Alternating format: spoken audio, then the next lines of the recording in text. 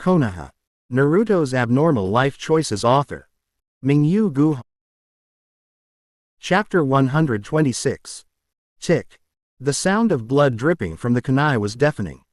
Footsteps outside the hall grew louder and more frequent. If I kneel now, my ministers will see me, a daimyo, in such a pitiful state. Will they still remain loyal after that? But if I don't kneel, will the blood-stained kunai in front of me plunge into my body next, slicing through my neck just as it did when it took the lives of the two guardian ninja?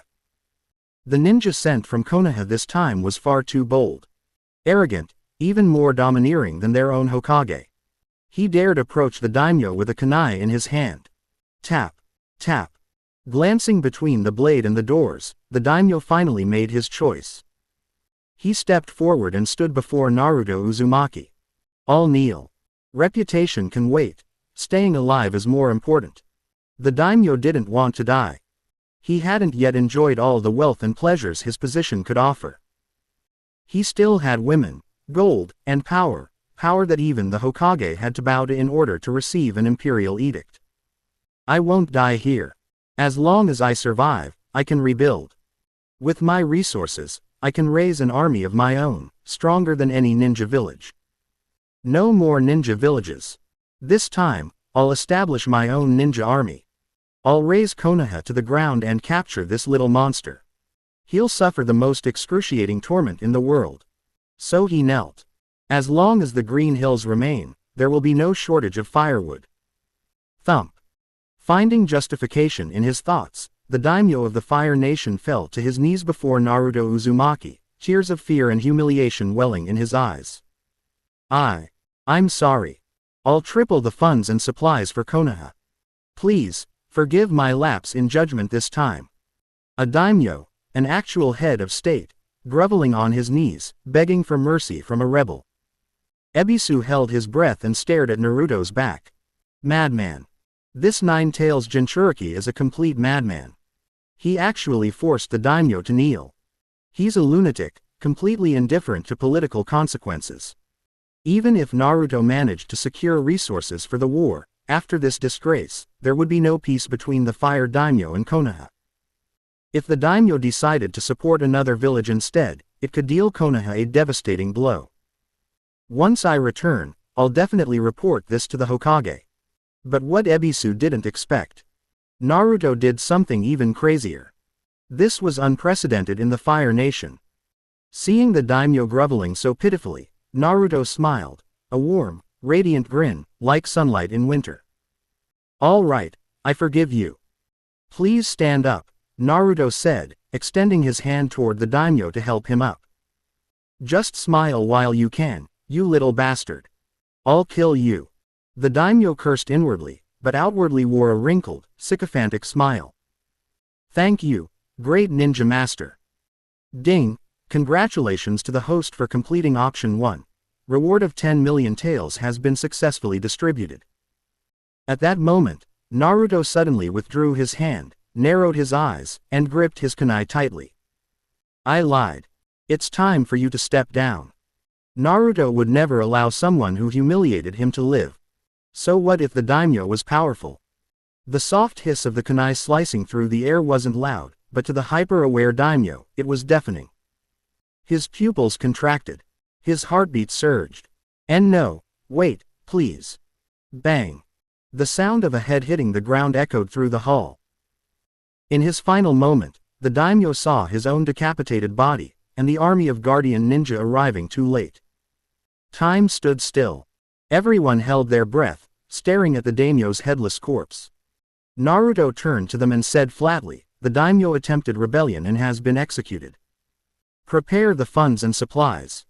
His words unlocked the stunned silence like a key. Shocked voices burst out all at once. Is that really the daimyo's body? Looks like it. The daimyo is dead.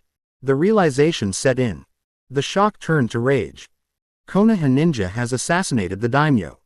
Everyone, charge. Capture the traitor. Who gave you the right to touch the daimyo? Insane. Completely insane. Seize the Konoha ninja. But as the soldiers surged forward, a wall of black flames erupted in front of them like an impassable chasm. Anyone who tried to break through was engulfed and burned alive. Cries of agony echoed across the prefecture.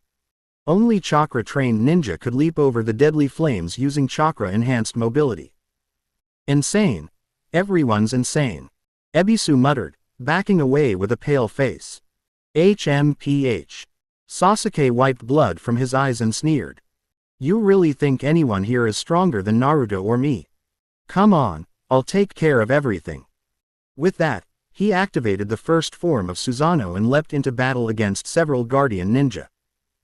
Seeing Sasuke covered by Susanoo's armor, Naruto flipped upward and landed upside down on the ceiling, using chakra to adhere himself there. He rapidly formed hand seals, channeling a huge amount of chakra that materialized into gunpowder ash. In just 3 seconds, the entire hall and nearby corridors were shrouded in thick black and gray ash. Then, he exhaled a spark. Fire style. Ash pile burning. The hall exploded in a roaring inferno. All 4 walls collapsed. The shockwave flattened nearby houses. Naruto had proven, the strength of a jutsu depends on the user, not the jutsu itself.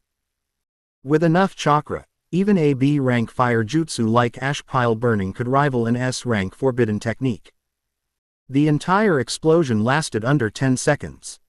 99% of those in the vicinity were incinerated. Many didn't even have time to scream. Some bodies were obliterated completely, like the daimyo, who hadn't been wearing any armor.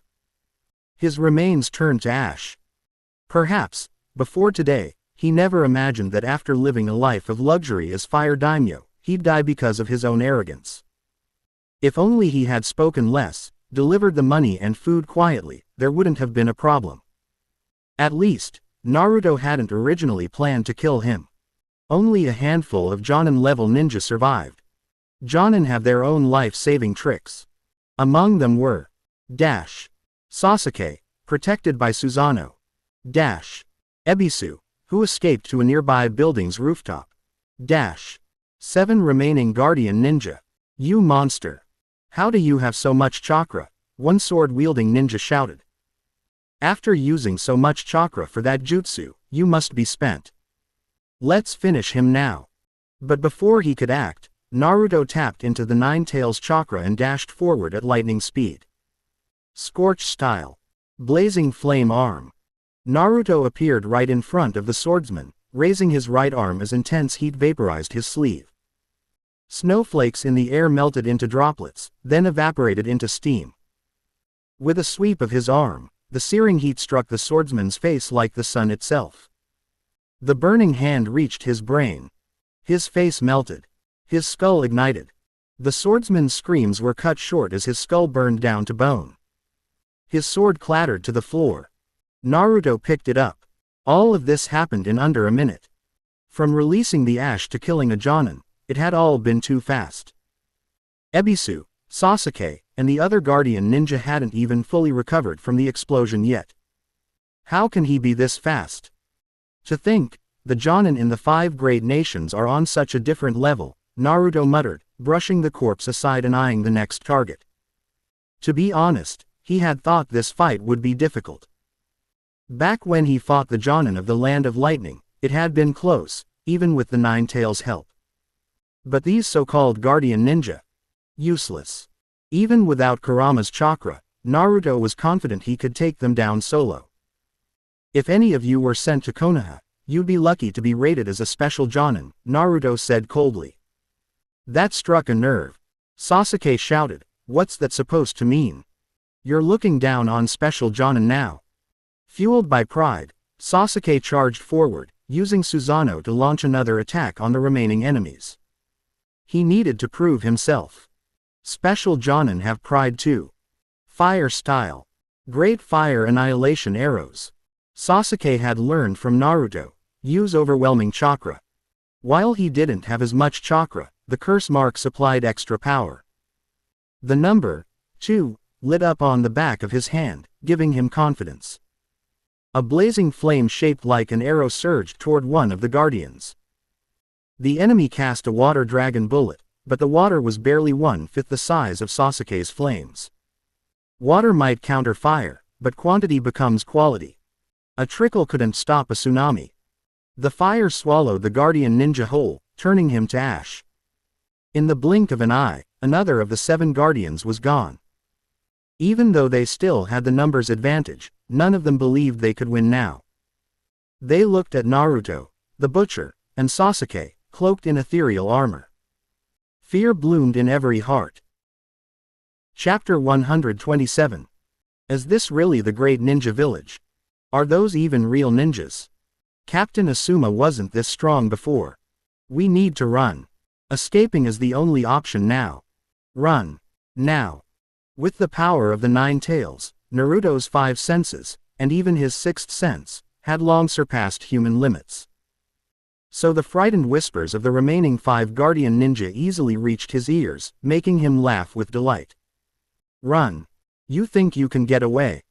The gap between a Chunin and a special Jonin wasn't that big, but the gap between Jonin could be like an uncrossable canyon. These few small fish wanted to escape. Foolish. Blind to reality, the guardian ninja bolted toward the gates of the daimyo's mansion. Naruto and Sasuke immediately gave chase. Sasuke's Susanoo loomed behind him like a demon god, no longer just skeletal, but now covered in muscle and armor that resembled clothing. He raised a massive, ethereal purple bow, conjured from thin air, and drew it back. With a high-pitched whistle, the glowing arrow tore through the air and pierced through one fleeing ninja. 5 became 4. Scatter. Avoid the Uchiha. Run in different directions. He's using ranged attacks. Don't stay together. They finally recognized Sasuke's heritage. The Uchiha clan, known for terrifying power. Panic-stricken, the remaining 4 scattered in all directions. But the next second, Naruto was already behind one of them. He wielded the blade he'd taken from the fallen sword-wielding ninja, and with a series of clean slashes, separated body from head. A particular pattern emerged. Naruto seemed to prefer decapitation, either with kunai or long sword. The remaining guardian ninja, all ranked Jonin by the standards of the Land of Fire, were filled with terror. The enemies from Konoha were simply too fast, too powerful. They were completely out of their league. If I'd known we'd be facing monsters like these, I never would have agreed to protect the daimyo. Sure, it pays well, but you need to be alive to enjoy the money. As that thought crossed one's mind, another of their comrades fell. Same death. Same brutal precision. Only 2 remained. One of them, realizing escape was impossible, clenched his teeth and turned to face Naruto head-on. Naruto, already close, raised his blade, ready to strike. Earth style. Earth flow rampart. At the critical moment, the ninja formed seals and raised an earthen wall to obscure Naruto's vision. Then, he quickly followed up with his specialty. Earth style. Fist of stone. Rock encased his fists, thick and solid. Though not a high-level jutsu, it was a technique he had perfected. Not every ninja possessed abundant chakra. Many chose a single offensive jutsu and honed it to mastery. With fists hardened by earth, he smashed toward the wall. If Naruto's behind the wall, he'll feel the full force. If he's not, I can drop the wall and keep moving. It seemed foolproof, at least in theory. But as his fists crashed through the earth wall, Naruto wasn't there. The earth-style ninja gasped, cold sweat pouring down his back. Too slow. The young voice sent a chill down his spine. Instinctively, he raised his stone-covered arms to block. But Naruto's blade was already descending. The first impact clashed with his rocky fists and halted, briefly. Then a red chakra shimmered over the blade's edge. It sliced through the stone, through his wrists, and swept cleanly across his neck. The ninja stared in shock as blood sprayed. Naruto calmly stepped back and sheathed the sword. Another body fell. Please, call me Uzumaki Kenshin. Blood erupted behind him like a fountain as Naruto turned and continued toward the last guardian ninja. Naruto. Hey, leave one for me. Sasuke yelled, catching up. You always rely on your eyes. Might be better if you ease up. Naruto advanced, showing no signs of slowing. Sasuke raised an eyebrow but kept pace. My eyes are fine. He casually wiped the blood from his eyelids. It did hurt earlier when I used my pupil technique, but the chakra from the demonic seal repaired the damage. Once the seal's energy flowed in, the pain vanished. Question mark. Naruto blinked, confused. What the hell? The demonic seal can repair ocular damage now. That's busted. But thinking further, Orochimaru had found ways to restore entire souls. Maybe repairing eyes wasn't so shocking after all. So, is this like an alternative eternal Mangekyo? Insane. Absolutely insane, Naruto muttered. He actually considered casting the demon seal on himself. That regeneration is ridiculous. But he shook his head. Forget it. I've got the 9 tails. Might not be as potent, but still seems wasteful to use it on myself. Besides, the demonic seal is best for controlling others. While Naruto was lost in thought, the final guardian ninja watched both young men close in on him from opposite sides.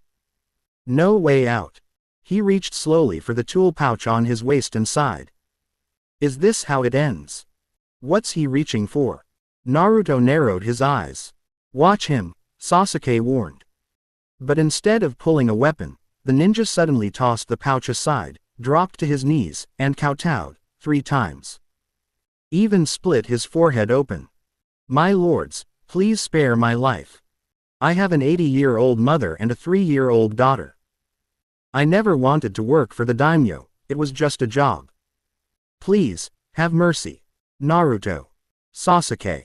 Snow drifted gently through the sky as the defeated ninja knelt, covered in mud. Seriously. They had both assumed he was prepping a surprise attack. Instead, he surrendered, dramatically. Sasuke frowned. He looks about 25. Okay, a 3-year-old daughter is believable. But an 80-year-old mother. Sasuke didn't buy it. He prepared to kill the groveling man. But Naruto suddenly burst into laughter, clapping in amusement. Ha ha. Brilliant, absolutely brilliant. Naruto grinned. A man who understands the times is a true hero. I respect men like you. Sasuke stared. How is kneeling and begging heroic? The guardian ninja, sensing his chance slipping, turned and kowtowed again, this time to Sasuke. Please, great hero, spare me. He clearly had no idea who was in charge, only that both could kill him instantly. He bowed to whoever looked angrier. Naruto chuckled and motioned for Sasuke to stand down. He stepped closer to the ninja and nodded. You want to live? Fine. But I'll need a favor. Tisk. Sasuke backed off. He didn't understand Naruto's angle, but followed along. Because, well, he couldn't beat Naruto. And he wasn't ready to lose face after just showing off. The guardian ninja's eyes lit up. Whatever you need, sir. I'll risk my life for you. How enthusiastic, Naruto sighed.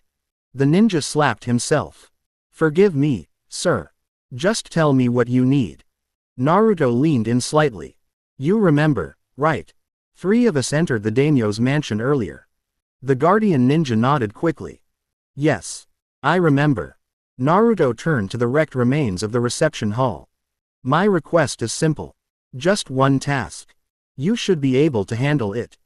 Go back. Kill the one who didn't follow me. He's not that strong, just a special jonin. Can you do that? Huh. Both the guardian ninja and Sasuke stared, dumbfounded. Then the ninja caught on. The guy with sunglasses didn't follow. Clearly, he's not aligned with Naruto and Sasuke. They must be worried he'll report back to Konoha. Even if they're powerful, there'd be consequences. That makes sense. And if I say no, I'll die here for sure. If that guy's really only a special jonin, maybe I can do it. The guardian ninja rose and bowed deeply. Sir, leave it to me. Great. Naruto stepped aside to let him pass. The man turned back the way he came, without hesitation. Naruto smiled as he watched him go. Perfect. One less thing I have to do. Sorry, Ebisu. I don't want to break ties with Konoha just yet. So to cover up what Sasuke and I did today, I need you to die. Chapter 128. The winter sun slid westward, casting long shadows over the green bamboo forest just south of the Fire Country's capital. In this snowy season, the bamboo remained the only patch of vibrant green in sight. 1,000 Konoha ninjas, who had arrived with Naruto Uzumaki, were stationed silently among the bamboo. Their discipline was exceptional.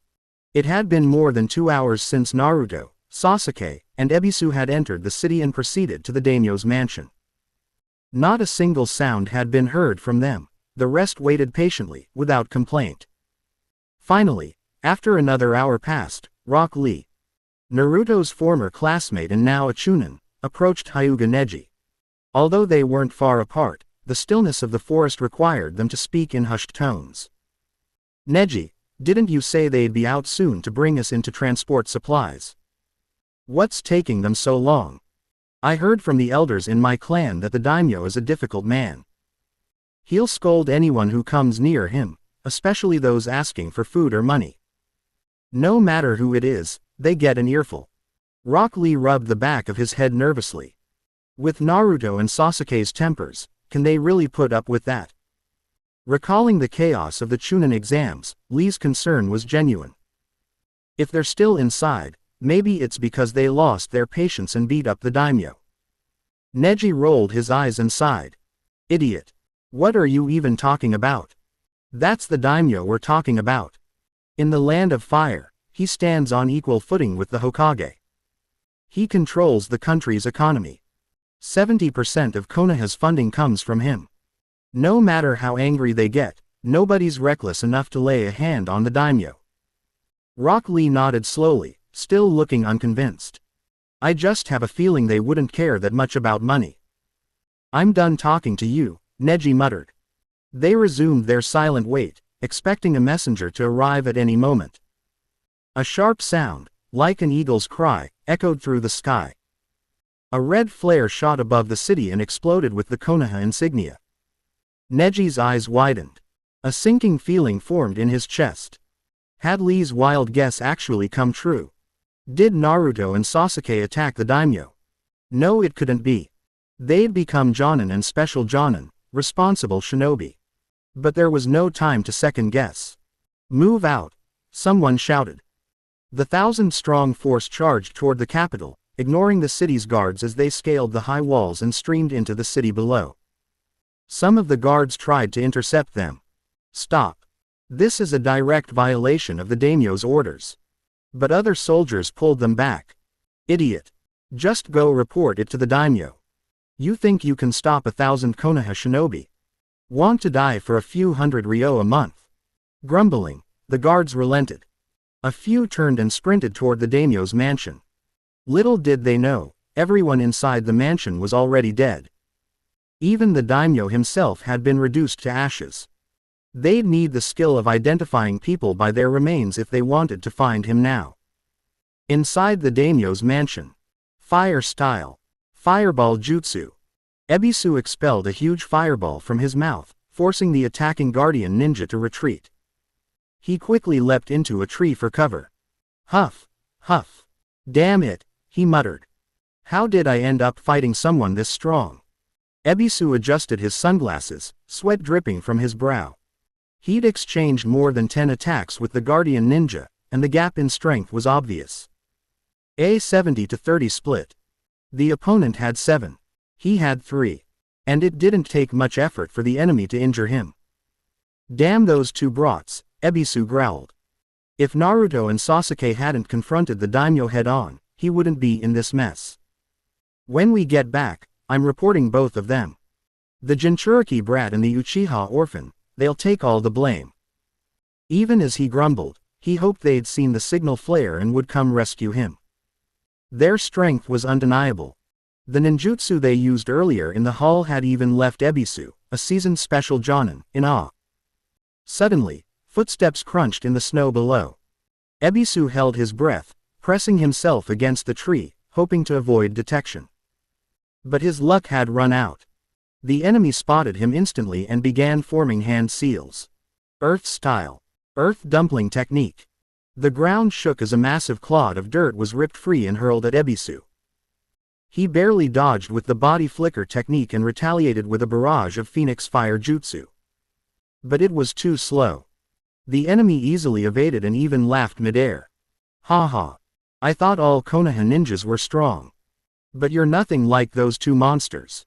You're tricky, but I can still kill you. Earth style. Fist rock technique. His fists coated in rock and soil, the guardian ninja charged forward.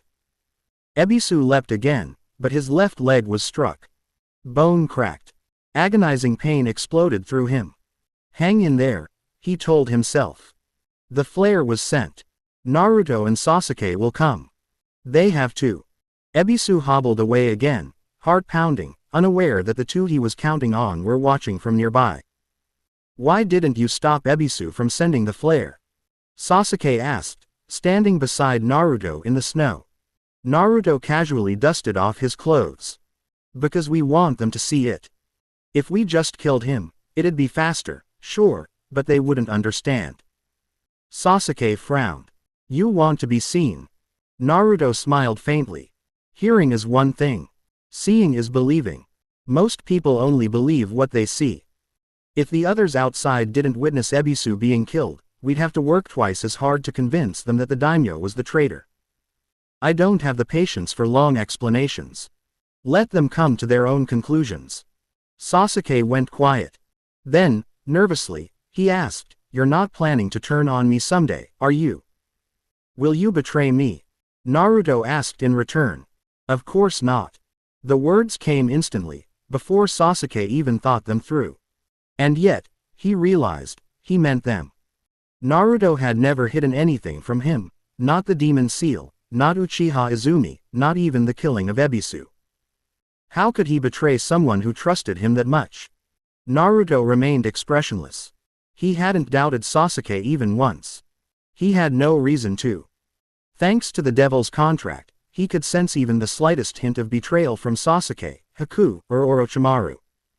And if they ever did betray him, he could crush their souls instantly. Absolute control meant there was no need for paranoia. Back in the mansion, Ebisu's body was nearly at its limit. The enemy's fist rock strikes had beaten him within an inch of death. Blood poured from his mouth, and his chakra reserves were almost gone. He staggered backward, barely able to stand. Meanwhile, the guardian ninja licked his lips, preparing for the finishing blow. Why are you still here? Ebisu shouted. I already sent a flare. You can still escape. The guardian ninja laughed. That just means I have to kill you faster. Ebisu gritted his teeth and formed hand seals. Fire style. Great fireball jutsu. The enemy leapt over the flames. When he looked down, Ebisu was gone. He'd escaped into another courtyard. TCH. Damn Konoha ninja. The chase resumed. Ebisu limped as fast as he could, praying someone would save him. Anyone. His heart filled with resentment. Why haven't those two bastards come yet? Is it because I didn't take their side before? Once I'm safe, I'll make sure the whole village knows about their crimes. Let the Hokage throw them both in jail. He drew two kunai and prepared for a final stand. But just as the enemy struck, Ebisu vanished in a puff of smoke. Substitution jutsu, the enemy roared. Damn rat. He chased again. Ebisu was out of options. He could barely breathe, let alone fight. Please, someone, save me. And like an answer from the heavens, Naruto appeared before him, calm, emotionless, his clothes fluttering in the wind. Ebisu's face lit up. Ha ha ha, I'm saved. But before he could take another breath, a sudden shove from behind sent him flying forward. The guardian ninja's fist connected, piercing his chest. Blood gushed out. Ebisu's eyes widened in disbelief. No. I'm the one dying. His vision dimmed. He tried to look back at Naruto. But his body refused to move. His last sight was a blur of white snow as he collapsed. The guardian ninja grinned. It was done. But then, whoosh, whoosh, whoosh. A dozen Konoha ninjas surrounded him, eyes burning with fury. You dare kill a Konoha special Jonin. You're dead meat. Sasuke and Naruto were among them. The guardian ninja's heart sank. You. You promised you'd let me go.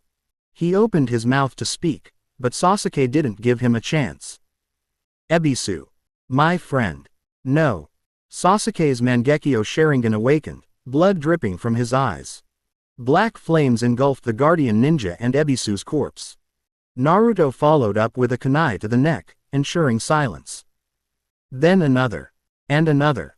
Sasuke wept bitterly, playing the grieving friend to perfection. Lee hugged him from behind. Sasuke, please stop crying. I know Ebisu wouldn't want this. You don't understand. He talked to me about my family, comforted me. He was the only one. Chunin around them murmured in sympathy. Neji pulled Naruto aside. You're the captain. Calm down. You can't lose control. Naruto took a deep breath and nodded. He explained that the daimyo had betrayed them, colluding with foreign forces. Ebisu was negotiating when the attack happened. They were ambushed and separated. Naruto and Sasuke fought their way through, only to find Ebisu too late. I should have come earlier, Naruto said, gripping his hair. Neji patted his shoulder. I believe in you, he said quietly. The other Chunin demanded vengeance. Let's kill the daimyo. Let's find the traitors. Naruto shook his head.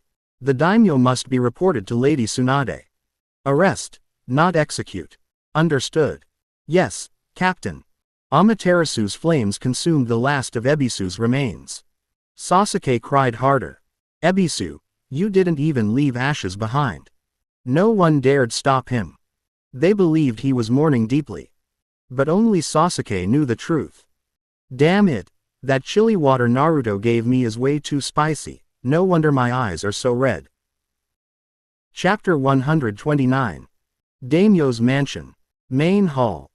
Following the memorial prayer for Ebisu, Naruto Uzumaki ordered the Konoha shinobi to search the entire daimyo's mansion and detain everyone within its walls. Servants, concubines, the daimyo's wives, and children were all gathered into the grand hall. Perhaps it was the pent-up rage from Ebisu's death, or just the cold discipline of battle-hardened shinobi, but the capture process had been less than gentle. Now they all stood, trembling, silent, afraid even to lift their heads. None dared meet Naruto's gaze. Naruto, relaxed on the dais, silently browsed through the mission objectives in his spiritual space, taking a moment to consider his options. The first task, forcing the daimyo to kneel, apologize, and agree to triple Konoha's funding and grain, had already been completed. The reward of 10 million ryo was safely tucked into his spiritual vault. Only 3 options remained. Naruto instantly dismissed the last, massacring the Fire Nation, as too extreme and unnecessary. That left options 2 and 3, both revolving around the daimyo. Option 2. Rational handling. Beat the daimyo up, assert dominance, and make him serve Konoha loyally. Reward. 1% control over the 9 tails. Option 3. Ruthless maneuvering. Take control of the daimyo. Rule from the shadows. Reward. Talent. Wei Wu style. Those with spouses are less likely to reject you. Naruto's eyes narrowed slightly in thought.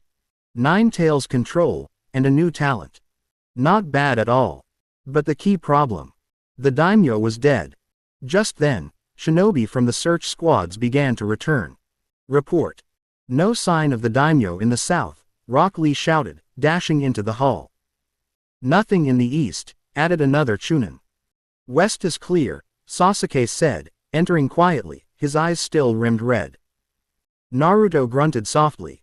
The man turned to ash. Finding him now would be a miracle. Hyuga Neji was the last to arrive, dragging with him a bruised, battered young man.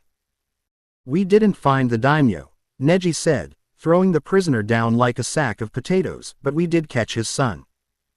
The man on the floor was in his early 20s, his swollen face barely recognizable. Judging by the beatings he'd received, the shinobi had not held back. Naruto tilted his head. This is the daimyo's son. Neji nodded. Name's Enichikyu. Self-proclaimed eldest son. If this attack hadn't happened, he'd probably be the next daimyo. A prince, huh? Naruto stared at the prince's broken, pathetic figure and suddenly had a bold idea. What if I made him the new daimyo? Maybe I can still trigger options 2 and 3. It was worth a try. He stepped down from the dais and approached the prince, his tone sharp. Stand up. Enichiku obeyed without hesitation. On the journey here, he'd been thoroughly beaten. Once proud, now he was docile under the weight of fear. He didn't dare defy Naruto Uzumaki. Neji added with a grin, we caught him in one of the daimyo's wives' bedrooms. He was naked. We gave him time to dress. The hall erupted in laughter. The tension finally broke. The inner workings of the daimyo's house are more twisted than I imagined. Man, your whole family's circle is wild. Naruto raised an eyebrow, shocked. So you were just, what, visiting? I fell into the flower bed, Enichiku stammered, face flushed, and my clothes got soaked. That was the closest room with spare garments. Sure, Naruto said flatly, clearly unconvinced. Anyway, I have a question. He leaned in. Do you want to be the daimyo? I wouldn't dare.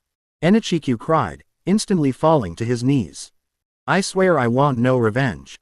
Please, just let me live. Naruto kicked him hard in the ribs. Your father attacked Konoha and you only care about surviving.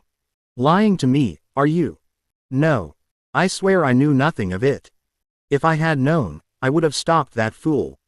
He was a mere firefly, trying to outshine the sun. He deserved to die. Naruto's expression eased.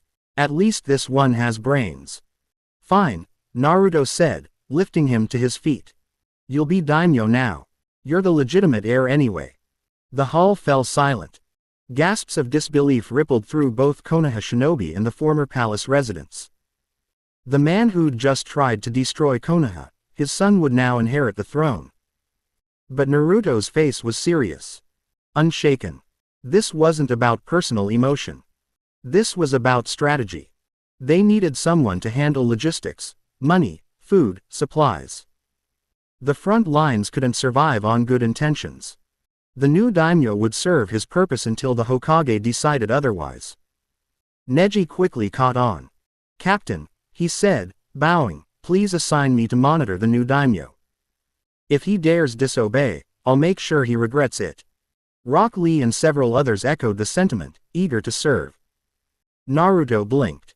I didn't even explain anything yet. How did they all get the point?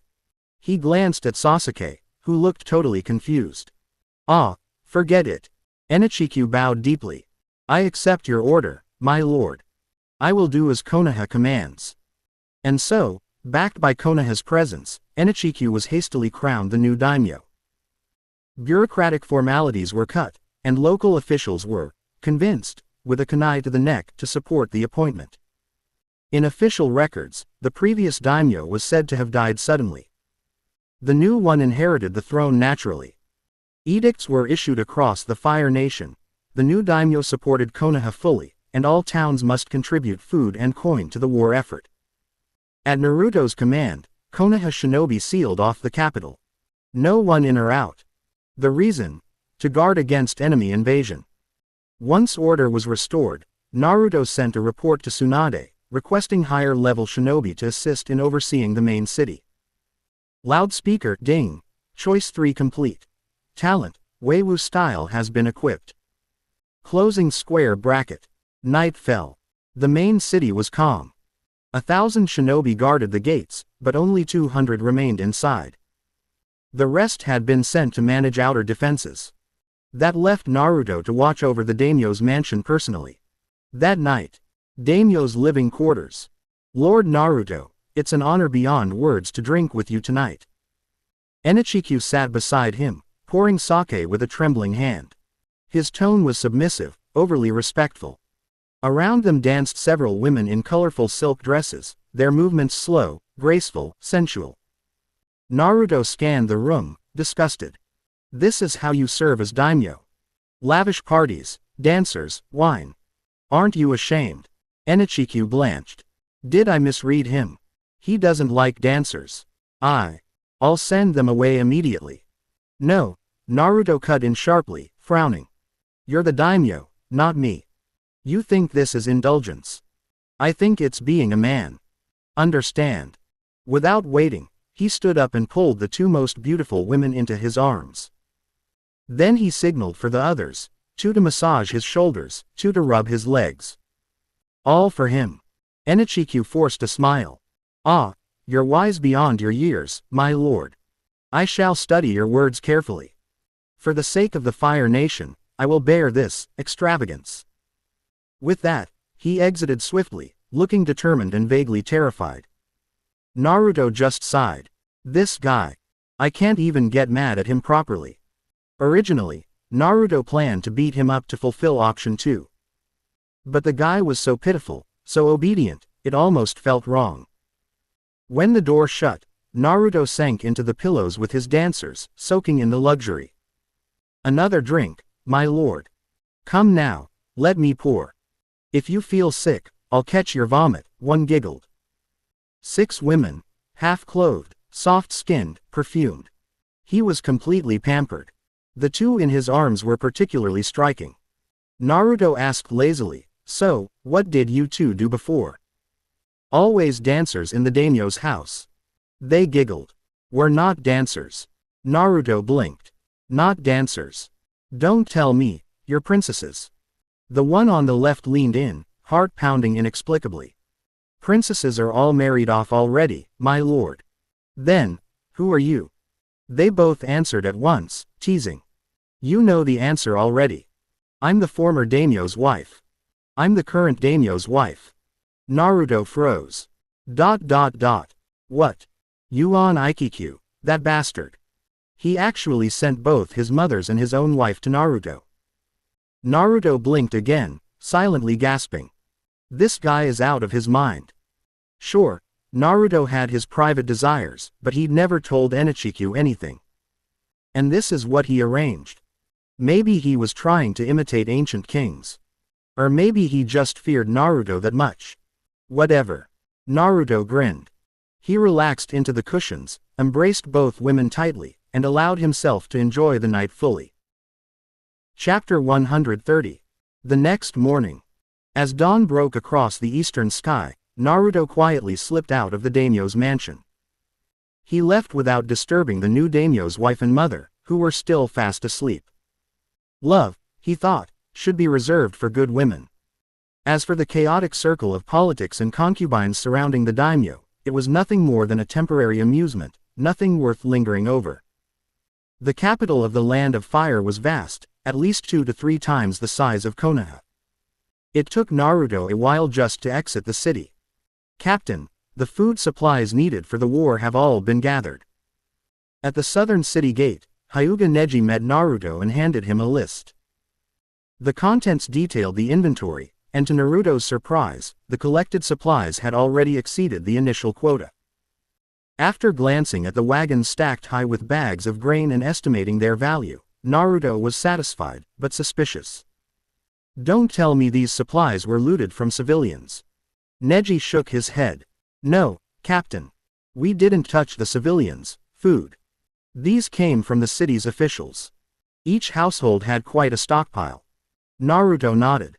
Good. That's how it should be. We came to squeeze the rich, not starve the commoners. If the aristocrats go without food, they suffer a little discomfort. But if civilians go hungry, people die. It was that simple. As the wagons were loaded, Naruto turned to give one more command. After I leave, you and Sasuke are in charge of guarding the daimyo. Make sure you don't let his sweet talk corrupt your resolve. With those words, Naruto had handed over the responsibility of overseeing the daimyo to Neji and Sasuke. Sasuke frowned. So I can't go back to Konoha. I wanted to escort Ebisu-sensei home, and maybe hit the battlefield against the Cloud Ninjas. Naruto didn't even look at him. If you and I both leave, who's going to manage the supplies? Sasuke fell silent. Aside from Naruto, only a few Chunin remained on duty here. If both he and Naruto left, even one Jonin from the enemy could wipe them out. Don't worry, Naruto added. I already sent word to the village yesterday. More Jonin should arrive soon. Once they're here, you can head back. With that, Naruto turned and walked away. As his figure disappeared into the distance, Neji turned to Sasuke and extended a hand. Looks like we're going to be stuck together for a while. Let's work as teammates. TCH, Sasuke scoffed, not even glancing at him. Only Naruto gets to call me his teammate. You're too weak. Neji gritted his teeth. You arrogant little. Naruto may be stronger, but he doesn't act like you. I haven't even said anything about you sleeping with Asuma's girl, and now you're insulting me. Still, Neji knew he wasn't Sasuke's match, so he swallowed the insult. Trying to ease the tension, Lee stepped between them with a laugh. Come on, don't fight. You two look so similar, it's like you're brothers. Who's his brother? Shut it if you don't know what you're talking about. They said it in unison, turning their scorn on Lee. He scratched his head, baffled. Quote ellipsis. That's exactly how brothers act. The snow-covered roads made transportation difficult. The wagons often skidded, and progress was slow. 2 weeks passed before Naruto, leading 300 ninjas, successfully escorted the supplies from the Fire Country's capital back to Konoha. It was New Year's Day. Despite the ongoing war, the village streets were festively decorated, red lanterns, colorful ribbons, and glowing lights everywhere. The returning ninjas were all smiles. One of them joked, Captain Naruto, you're still young. You must be excited for the new year. Naruto smiled faintly but didn't respond. Holidays had never meant anything to him, neither in this life nor the previous one. The new year, spring festival, whatever it was called, it had always just been another day spent alone. The only time that stood out was October 10th, when Izuki Yugao had celebrated his birthday with him. I wonder how she's doing, Naruto thought. Is she safe on the battlefield? He clasped his hands in prayer, silently asking the gods of this world to protect her. Next year, he promised himself, he'd be the one celebrating her birthday. Half an hour later, they arrived at the Hokage building and handed the supplies over to Shizune for inspection. Each wagon was checked one by one. The team was then dismissed, for 1 day only. After that, they would either remain in Konoha or return to the front lines with fresh supplies. Many wouldn't come back. 998, 999. Shizune counted aloud with a clipboard in hand, moving from one cart to the next in her high heels. Her long legs stepped gracefully through the snow as she made notes. Naruto, standing beside her, seemed lost in thought. What are you thinking about? Shizune asked casually. Your legs, Naruto replied without hesitation, eyes fixed on her calves and ankles. Shizune blinked, startled. It was true, she was beautiful. Not as obvious as Tsunade, perhaps, but her figure was elegant, her skin fair, her legs long and toned. At 168 centimeters, she stood tall in her heels, the black kimono hugging her form just enough to be modest yet flattering. You mean ham? She asked, raising an eyebrow. Shizune had already received word from Lady Tsunade that Naruto had done a commendable job stabilizing the situation with the daimyo. Tsunade had even said that Naruto could ask for anything reasonable upon his return. That's why Shizune had asked, but she hadn't expected Naruto to be so blunt. I was thinking about a beautiful woman's legs, Naruto said dreamily. If I had a pair of perfect queenly legs to play with, I could stay happy for a whole year. No, make that 10 years. Shizune's face flushed. She glanced at her own legs, suddenly self-conscious. You little brat. Just because Lady Tsunade lets you get away with stuff doesn't mean I will. Naruto shrugged. What, you think you're the only beautiful woman around? Get over yourself. I was talking about Tsunade-sama, not you. What did you just say? Uzumaki Naruto, stop right there. But Naruto didn't even turn around. He waved her off and walked away. New Year's Day, he thought, time to go home and catch up on some sleep. Meanwhile, in the Hidden Cloud Village's camp, Raikage entered the temporary war room with a letter in hand. Gathered around the strategy table were all of Kumo's top fighters. Killer Bee, the Two Tails Jinchuriki Yugito-ni, Samui, Darui, and dozens of elite jonin. The room, though busy, was far less crowded than it had been at the start of the war. In just 1 month, we've already lost 6 Jonin, Killer Bee muttered with a frown. He didn't enjoy fighting. If he had his way, he'd rather hang out with fellow Jinchuriki from other nations than be here. But his older brother, the Raikage, was driven by ambition, and Bee had no choice but to follow him. Yugito, the Two Tails host, stepped forward. Her beige hair was tied back into a long ponytail, and her combat suit clung to her figure. Her bust strained against the fabric, and even Samui couldn't outmatch her in pure allure. Don't lose heart, Bee, she said calmly. Konoha lost 6 Jonin too. And even more Chunin. Overall, we're ahead. Yeah, but even if we win, what's the point? Our comrades are still dead, Bee snapped. Enough. Raikage barked. We're fighting for the people, to give them a better life. Bee said nothing, closing his eyes and sinking into thought. Raikage ignored him and laid the letter down on the table, his expression brightening. We've finally received the first piece of intelligence from our inside source. This could be the turning point. The others perked up. A month ago, Raikage had mentioned an informant, but no news had come, until now. Darui read the letter aloud. Around New Year's, Konoha will send more than 1,000 ninjas to the land of hot springs with supplies. They'll travel by land, escorted by 1 Jonin and 2 special Jonin. Everyone's breathing quickened. If they could intercept that convoy, especially on water, they could crush Konoha's supply line. The hot springs country didn't have enough resources to resupply them. Konoha would be stranded. Raikage looked around. Who wants to lead the interception mission? He hoped Killer Bee or Yugito would volunteer. As Jinchuriki, they were second only to him in power. Killer Bee didn't respond. So Yugito stepped forward. Good. Take 3 Jonin and 6 special Jonin. Attack from sea. Don't try to kill them all, just destroy the supplies and retreat immediately. Your safety comes first. This was how Raikage led, with power and humanity. Even in war, he gave his soldiers room to choose life over suicide missions. Yes, sir. Yugito replied. Within 30 minutes, her team was selected and en route to the docks. Back in Konoha, Naruto's team hadn't even finished unloading the supplies. Naruto, with nothing else to do, visited the Sarutobi clan. Konohamaru had finally learned the Rasengan and proudly demonstrated it for him. The swirling blue sphere exploded on contact, leaving a crater the size of Konohamaru himself. Naruto patted his head. Good job. Keep practicing. When you've mastered it, I'll teach you something even more powerful. Yes, Naruto ni is the best. Just then, Konohamaru's mother, Hazuki, called from the door. Dinner's ready, boys. Come eat together. Her voice was soft and rich, with the allure of aged wine. Naruto turned and was struck speechless.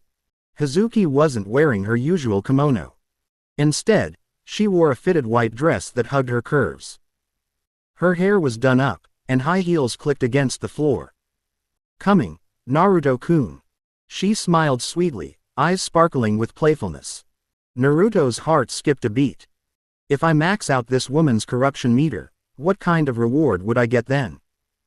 Ding! Passive choice triggered. Sarutobi Hazuki, who hasn't dressed up in years, just wore lipstick and a form-fitting dress after seeing you. She's clearly tempting you.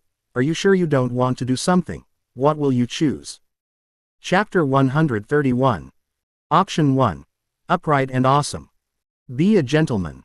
Even if a beautiful woman throws herself at you, politely decline and go home immediately after dinner. Completion reward.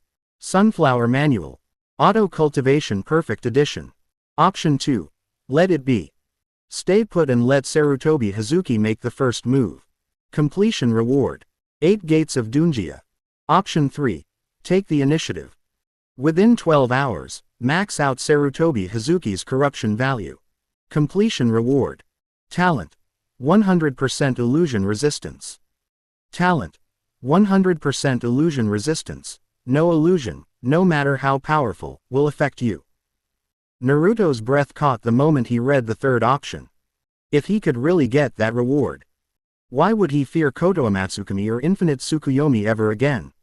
With that talent, he could even wipe out the entire Uchiha clan without blinking. Suddenly, Hazuki's soft smile seemed even sweeter. Of course, it had to be a beautiful woman tied to such a game-changing prize.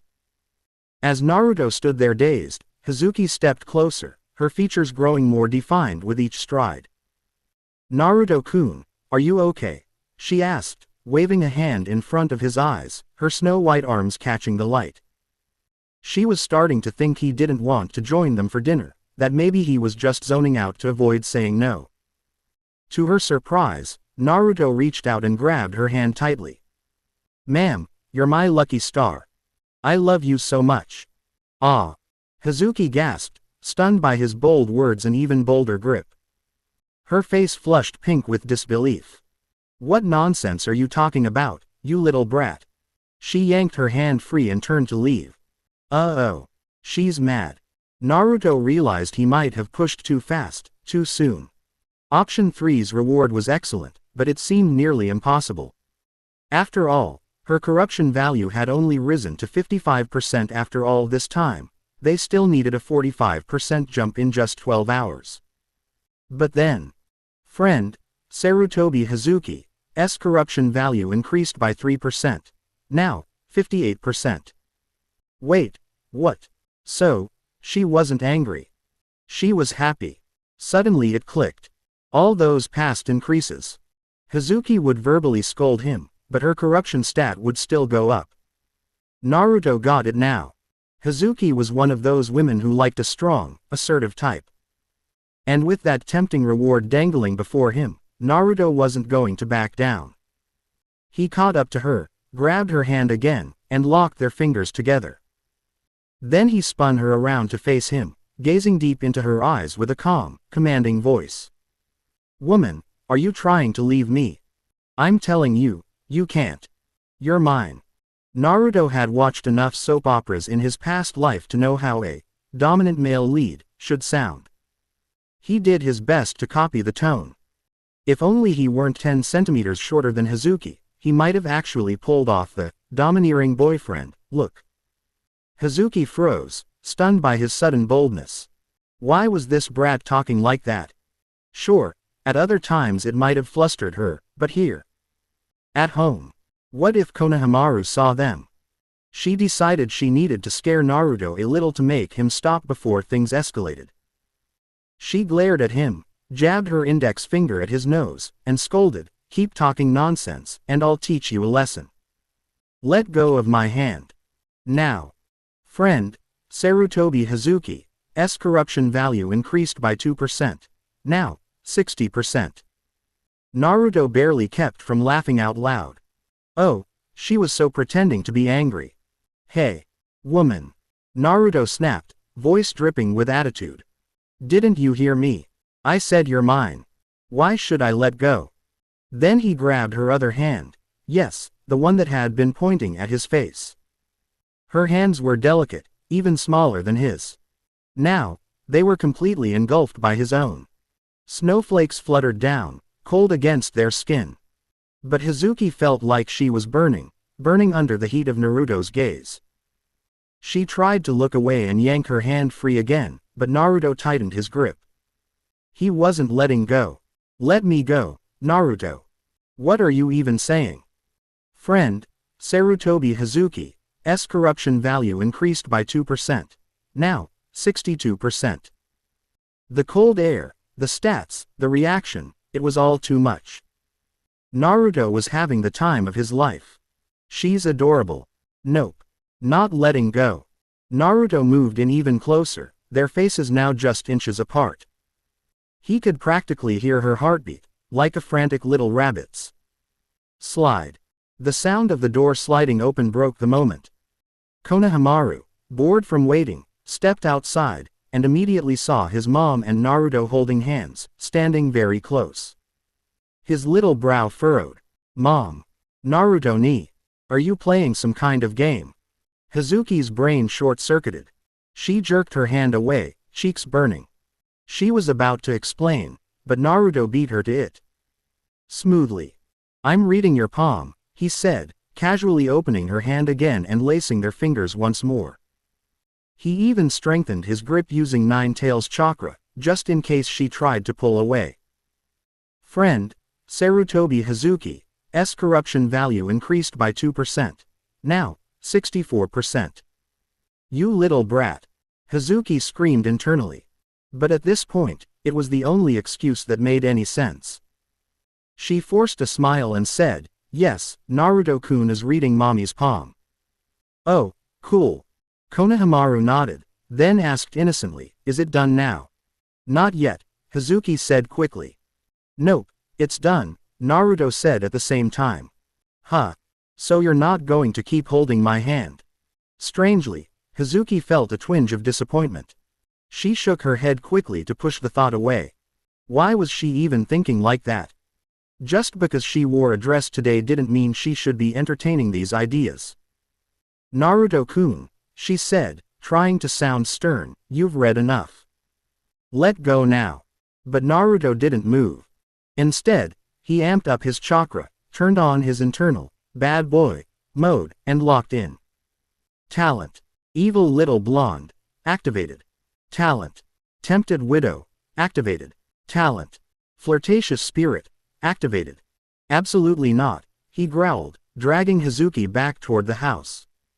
Your palm shows heavy yin energy. You'll need someone with strong yang energy to stay by your side for the next 12 hours. Lucky for you, I'm exactly that. You manipulative little. But Hazuki couldn't stop herself from blushing even harder. Friend, Sarutobi Hazuki's corruption value increased by 2%. Now, 66%. Konohamaru looked concerned. In that case, Mom, you'd better hold Naruto-ni's hand tightly and not let go. Hazuki's head spun. Naruto grinned and gave Konohamaru a thumbs up. Good kid. Rasengan. Big ball Rasengan. Rasenshuriken. You're getting the full Naruto package. He pulled Hazuki into the house and sat cross-legged on the futon. She sat far more elegantly, kneeling down with a bit more distance. No need to explain yourself, Naruto said, sliding his hand from hers onto her thigh under the table. He mouthed, any woman I like can eat whatever she wants. Gross. Even Naruto wanted to gag at how corny he sounded. But it worked. Friend, Sarutobi Hazuki's corruption value increased by 2%. Now, 70%. Hazuki's cheeks burned. She wanted to brush Naruto's hand away from her thigh. But she didn't. She couldn't. Part of her didn't want to. She just glared, picked up her chopsticks, and said, "Let's eat." Suddenly, Konohamaru slammed the table. Mom. Hazuki flinched, thinking she'd been caught. But instead, her son shouted, "Didn't I tell you to keep holding Naruto-ni's hand? What are you doing? Hazuki. You're really my good son." Naruto fought hard not to burst out laughing. This kid, he's got a bright future. He took Hazuki's hand and placed it on the table again, smiling. Don't worry, Konohamaru. I promised to protect your mom, and I keep my promises. If she lets go again, I'll hold her foot instead. She's not escaping. The words meant one thing to Konohamaru, and something very different to Hazuki. To the boy, it was a vow of protection. To Hazuki, her thoughts spiraled. He's such a shameless little brat. That Jiraiya must have corrupted him. She glanced at Naruto again, then quickly looked away. Still, being a little bad wasn't so bad. Maybe. Friend, Sarutobi Hazuki's corruption value increased by 2%. Now, 72%. Chapter 132 Web. At the small dining table in the Sarutobi household, Naruto Uzumaki gently caressed the soft hand resting in his palm. As the familiar notification sound echoed in his mind, he could hardly hold back his laughter. He turned to glance at Madame Yu. Her composed, almost solemn expression was so serious that it nearly brought tears to Naruto's eyes. The corruption value was now at 72%, just 28% short of the full reward, and it had only been half an hour. There was still plenty of time before the 12-hour mission deadline. If the corruption value kept increasing steadily, 2 points every few minutes, it would hit the full 100% in just 3 to 5 hours. Assuming, of course, there were no odd fluctuations or unexpected hurdles later. If things continued like this, Naruto would not only gain the coveted 100% illusion resistance, but might even win himself a beautiful companion along the way. A grin tugged at the corners of Naruto's lips. He could barely suppress the joy bubbling in his chest. He. Suddenly, a sharp pain in his palm wiped the smirk right off his face. Naruto flinched. Ow. Madam, what are you doing? Yu narrowed her eyes. Don't laugh like that while we're eating. It's unsettling. A hint of pink colored her pretty cheeks, partly from the warmth of holding hands while eating and partly out of embarrassment. She had meant to say, perverted, but in an effort to preserve her dignity, she opted for the more polite, unpleasant. Naruto was stunned. You wicked woman, you actually pinched me. He had been planning to give her some dignity in front of Konohamaru. But now, you were unkind first, don't blame me for what happens next. Smirking, Naruto let his gaze linger on Hazuki's lips, which were slightly smudged from her lipstick. Combined with the faint sheen of oil from the food, it gave them an irresistible allure. Friend, Sarutobi Hazuki's corruption value increased by 2%, now at 74%. Yu noticed his gaze and grew more flustered. She rolled her eyes at Naruto and snapped, "Is the scenery outside really that interesting? Eat your food." Trying to change the subject. That's not going to work. Naruto raised his left hand and turned to Konohamaru, who was focused on his meal across the table. Konohamaru, can you eat with your left hand? Konohamaru swallowed and shook his head. Nope. I can only use my right hand. Naruto turned back to Yu and raised their interlocked hands. Since I have to protect my wife, I can't use my right hand to eat. What do you suggest we do, Konohamaru? Yu blinked, alarm bells going off in her head. Is he planning something again? Before she could say anything, Konohamaru spoke up, smiling brightly. Then mom can feed Naruto ni-san. Yu's expression instantly stiffened. Konohamaru. Your mom needs to eat too. Mom, you're being unreasonable again, Konohamaru said, knocking on the table. Didn't you always teach me to be grateful? Brother Naruto helped us so much, can't you at least feed him dinner? He looked genuinely serious. Yu. Naruto. Backquote. Out of the mouths of babes. Indeed, Yu had once told Konohamaru to appreciate others' help. It was meant to foster his friendship with Naruto, not land her in this position. Damn Naruto, using my own son against me. But, he's been good to Konohamaru. Feeding him once won't kill me. Under Konohamaru's earnest gaze, Yu hesitated, then picked up a piece of tofu with the same chopsticks she'd been using and moved them toward Naruto. Just as she brought the tofu near his lips, Naruto cheekily tickled her palm. Yu's body trembled, she nearly dropped the chopsticks. Hee, why are you hesitating, madam? Naruto teased. Yu's face darkened. She shoved the tofu into his mouth. Just eat it. Friend, Sarutobi Hazuki's corruption value increased by 2%, now at 76%. With the rising tone of his system alert, Naruto's joy only deepened. This might have been the most delicious tofu he'd ever eaten. Yu stared at him in disbelief. Was it really that good? She was too embarrassed to ask. Instead, she said, "You're overreacting." Naruto shrugged and replied, "I've never been fed before. This is the first time. Of course I'm happy." If Shizune had heard that, she would have smacked him for being shameless. Kurenai Yuhi probably would have cracked his head open. But Yu didn't know about his escapades with the other women. Naruto never brought up his private affairs with them when talking to her. She just sat there, stunned. She knew about Naruto's painful upbringing, alone, friendless, hated by the villagers. And all because of the demon her own clan had sealed inside him. Feeling guilty, Yu quietly picked up more food and placed it in Naruto's bowl. But despite her tenderness, Naruto noticed something: the corruption value didn't go up. So sympathy doesn't count. That alone won't help. Apparently, it had to be actions that stirred her emotions. Time to ramp up the heat. After another bite, Naruto suddenly let go of Yi Yu's hand, slid closer to her side, and boldly wrapped his arm around her waist, stroking her gently. Yi Yu, ready to feed him again, rolled her eyes. That moment of sympathy vanished instantly. "What are you doing?" Naruto didn't answer. Instead, he leaned closer to her ear, breathing in the faint mix of perfume and body scent. Then he exhaled a warm puff of air. Yi Yu shivered involuntarily and pinched his waist in frustration. Naruto didn't flinch. He whispered, half mocking, half serious, "My woman, the food you feed me is delicious. But it would be even better if you fed me mouth to mouth." Friend, Sarutobi Hazuki's corruption value increased by 4%, now at 80%. 4 points at once. Jackpot. The domineering route is definitely the way to go. Grinning, Naruto hugged her tighter. "You hurt me when you pinched me, woman." Yi Yu glanced at him flirtatiously and purred, "Then stay away."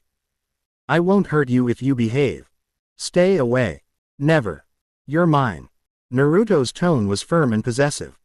Friend, Sarutobi Hazuki's corruption value increased by 2%, now at 82%. It was now 10 o'clock. Only 18 points to go until full illusion immunity. Naruto's heart was pounding. Konohamaru watched from across the table, his eyes sparkling. Finally, things weren't so awkward between his mom and Naruto brother anymore. To him, they were the two people he loved most. Seeing them close made him feel safe. Good thing I told mom to feed him. Otherwise, she would have forgotten to thank Naruto ni properly. Konohamaru couldn't hear what they were whispering about, but seeing Naruto lean close to his mother's face, he figured it must be something too mature for a child. Better stay quiet. Brother Naruto knows best. What Konohamaru didn't see was what was happening under the table. Naruto gave a sly smile as his hand slid back onto Yi Yu's smooth thigh. Her skin felt like freshly steamed mochi, soft, silky, and warm. When he gently pinched her, his fingers sank into the plush flesh. "You're insane," Yi Yu hissed, trying to pull his hand away. But her resistance was weak, almost non-existent. It was as if she didn't really want him to stop. "Why am I letting him do this? Have I fallen for this perverted brat?" Friend, Sarutobi Hazuki's corruption value increased by 2%, now at 84%. Naruto was thrilled. Only 16 more points to go. He slid his hand down to her ankle, gently pulling at her high heels. "No resisting now," he whispered. A soft gasp escaped Yi Yu's lips. She stepped back, finally showing a hint of resistance, but even that was faint. Naruto hesitated for a moment. Had he pushed too far? But then the prompt chimed again. Friend, Sarutobi Hazuki's corruption value increased by 2%, now at 86%. The room fell silent, the flickering lights casting warm shadows. It had grown dark outside. Naruto thought about calling Konohamaru again to break the tension, but Yi Yu beat him to it. She cleared her throat, adjusted her skirt, and said, "Konohamaru, it's late. Go to your room. I need to talk with Naruto ni in private." Konohamaru looked confused but nodded. "Okay. But don't stay up too late, Mom, Naruto ni." Her cheeks flushed at his words. Yi Yu bit her lip and closed the door behind him. She turned toward Naruto with narrowed eyes. "You're hiding something from me," she said, crossing her arms. "You get one chance to come clean." She pulled the futon close and sat across from him, her face stern. Naruto blinked. What's she talking about? If she had asked why he flirted with her, or why he hugged her, he could explain. But this? Hiding what, exactly? "Don't play dumb," Yi Yu said, brushing her hair behind her ear, her tone cold. "You've been acting strange. This is your last chance." Naruto felt a chill. Maybe she really did know something. But what? Kumogakure's planned attack? Unlikely. He shook his head. "I'm not hiding anything. You really won't confess. I don't even know what you're accusing me of." "If that's how it is," she said darkly. Naruto tensed. If talking wouldn't get him the reward, he'd have to go all in. "If necessary, he could bring her into his spiritual dimension and… Suddenly, several female voices echoed from the front yard of the Sarutobi compound. "Mrs. Sarutobi, we brought you some tea." Chapter 133. Yamanaka Rhino paused in the courtyard of the Sarutobi residence, a flicker of doubt crossing her elegant face. The noblewomen of Konoha's prominent clans maintained close personal relationships and knew each other's temperaments well. Sarutobi Hazuki had always been known for her warmth among them. Normally, she'd welcome them indirectly. But now, she was speaking to them from inside the house, asking them to wait in the courtyard. It was just turning to dusk, not yet late enough for Hazuki to have gone to bed. If it had been, the ladies wouldn't have visited. Even stranger, there wasn't a single servant in sight. Had Hazuki sent them off on errands? Rhino glanced at the beautiful woman beside her. Seeing no sign of confusion on her face, Rhino began to wonder if she was simply overthinking. Forget it. Maybe the Sarutobi family just had a private matter going on. Finally, after what felt like forever, the door opened. Sarutobi Hazuki appeared, dressed in a formal black kimono. She brought a hand to her lips and gave a soft cough. "Apologies. I caught a cold. I took some medicine and just managed to come out," she explained. She stepped onto the porch in her wooden clogs and gestured toward the courtyard pavilion. "The room is a little stuffy, let's sit outside and talk." Rhino quickly noticed Hazuki's slightly flushed cheeks and followed her, concern in her voice. "You've caught a cold. That's unusual." Next to her, the ever-composed Mrs. Hyuga, Hinata Mari, smiled gently. As she trailed behind them, the veins around her eyes briefly bulged, the sign of a quick Byakugan scan. She let out a faint chuckle. "Sometimes, catching a cold can be good.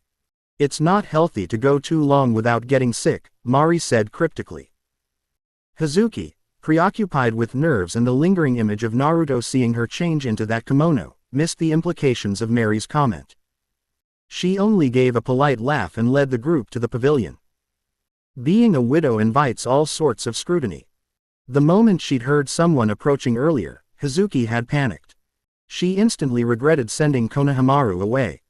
If word got out that she had done her makeup, dressed up in a kimono, and locked the door to meet alone with a young man, she wouldn't even get the chance to explain before being condemned as shameless.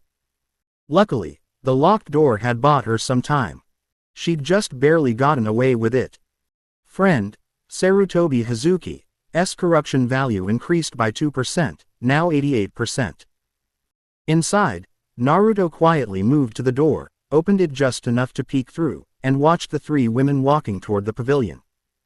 Just thinking about Hazuki changing clothes earlier had his blood racing again. His thighs felt warm, almost singed. "TCH, TCH, TCH, unforgettable," he muttered. Naruto closed the door gently and sat back down to wait. There was still corruption value to be earned. Bored, his mind drifted to the mysterious third guest. Who was that woman? She's gorgeous. He already knew Sarutobi Hazuki and Yamanaka Rhino well enough. But the Hyuga woman puzzled him. She had a tall, graceful frame, alabaster skin, and a presence as serene as dew on a leaf, shining yet calm. If she could associate so freely with women like Rhino and Hazuki, her status must be high.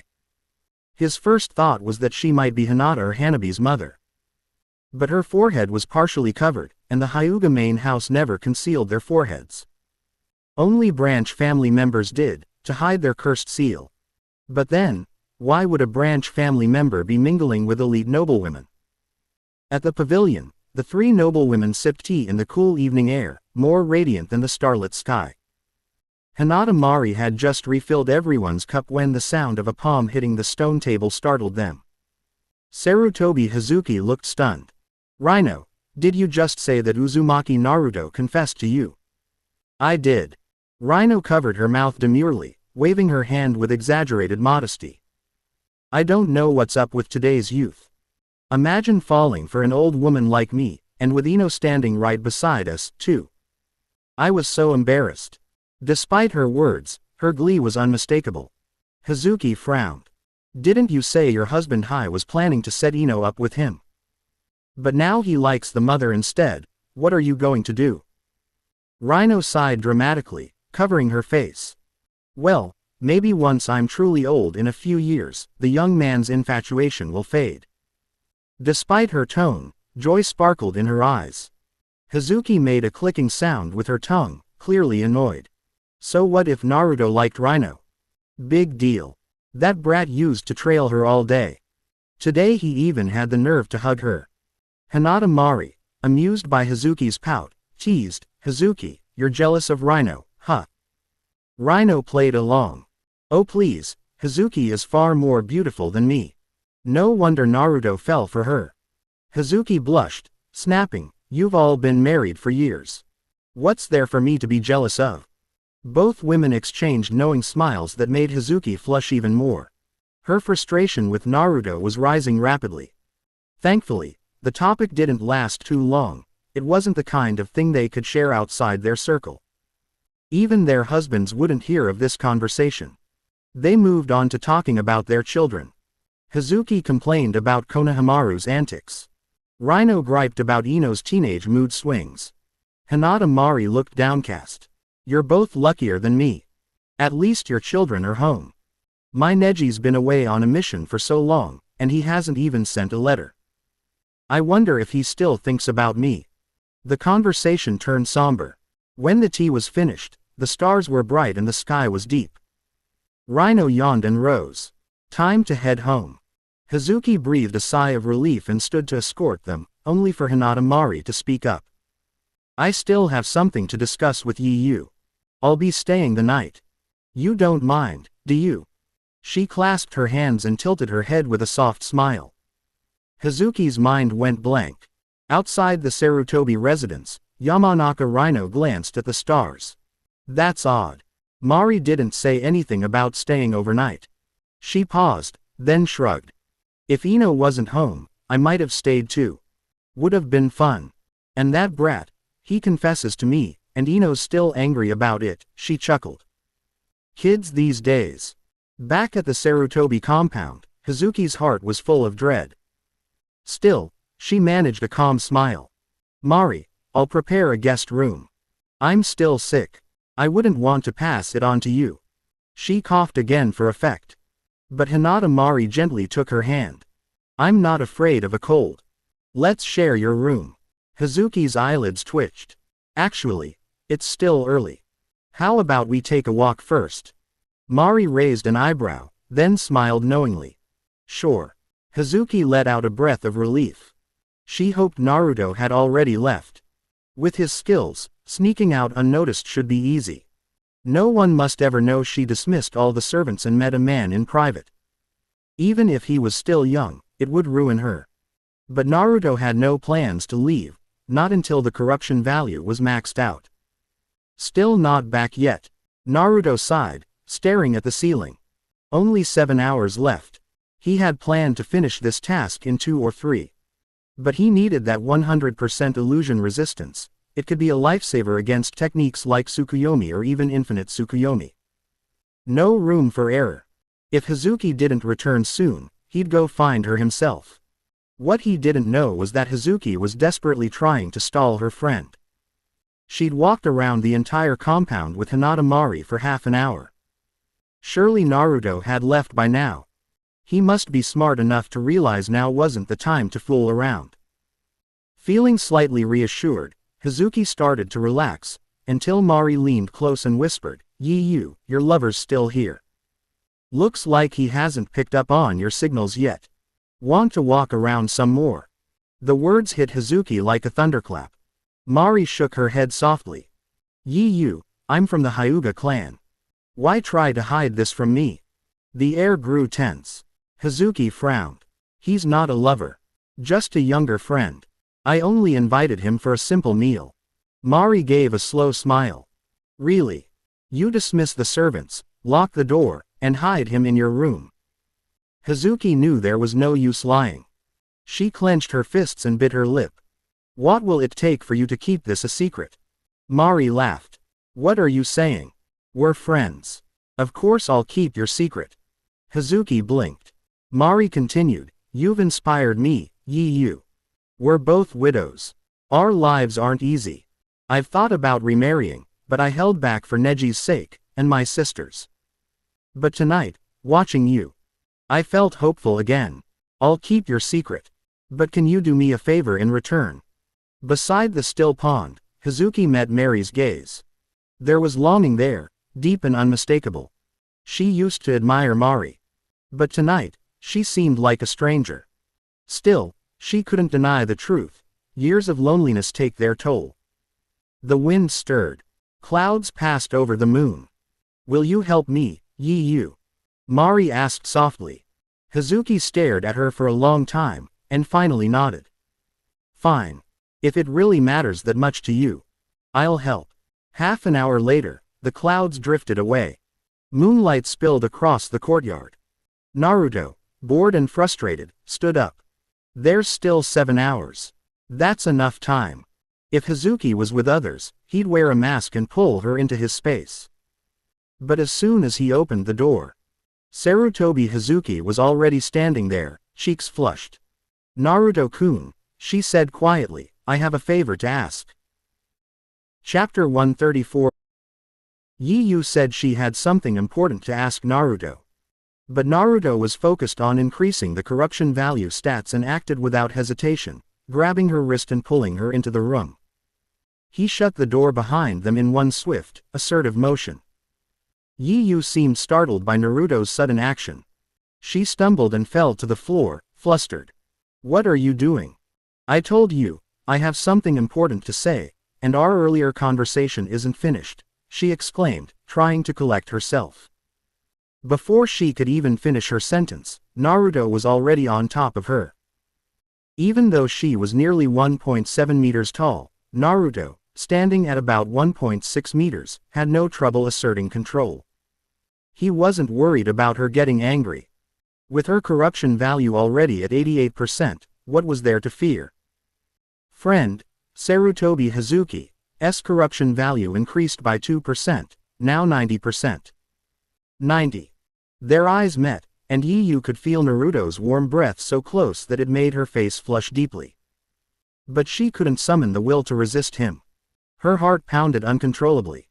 Hazuki Sarutobi had a terrifying realization, she might have truly fallen in love with this boy. But this wasn't the time. Swallowing her nerves, she turned her face slightly, her soft lips parting. Naruto-kun, please, let me go. I really have something important to say. It's that important. The beautiful woman was right in front of him. Besides brushing the stats, Naruto's desires were fully ignited now. I don't care about any nonsense right now, Naruto said firmly. Right now, I only want you. Friend, Sarutobi Hazuki's corruption value increased by 2%, now 92%. Why is he being so overbearing today? Yu could feel the warmth of Naruto's palms, and her heart was racing. Her face was flushed. Even though she knew she was emotionally vulnerable, she still tried to reason. She averted her gaze, murmuring. No, Naruto-kun. I'm almost 30. The age gap between us is just too much. Age doesn't matter. Height is just a number. If there's mutual love between us, why should any of that get in the way? Naruto spoke while gently taking hold of her fair, delicate hands. This time, his grip carried even more conviction. Friend, Sarutobi Hazuki's corruption value increased by 2%, now 94%. Yu grew more flustered. At 94% corruption, she had completely forgotten Hinata Mary's earlier request. All she could think about now was her own conflict. Her lips trembled slightly as she asked, but even if I accept this, what about Konohamaru? He looks up to you so much, how will you face him after this? Ma'am, don't forget. Konohamaru was part of the reason I found the courage to hold your hand in the first place. He's encouraged me many times. If he ever questions it, we'll just remind him of that. Naruto leaned in closer, their noses brushing. As their breaths intertwined, he released her hands gently and raised one to stroke her cheek. Then he confidently turned her hand palm up so they were face to face. Friend, Sarutobi Hazuki's corruption value increased by 2%, now 96%. Yi Yu looked flustered. Truthfully, Naruto wasn't even applying force. She could have pulled away at any moment.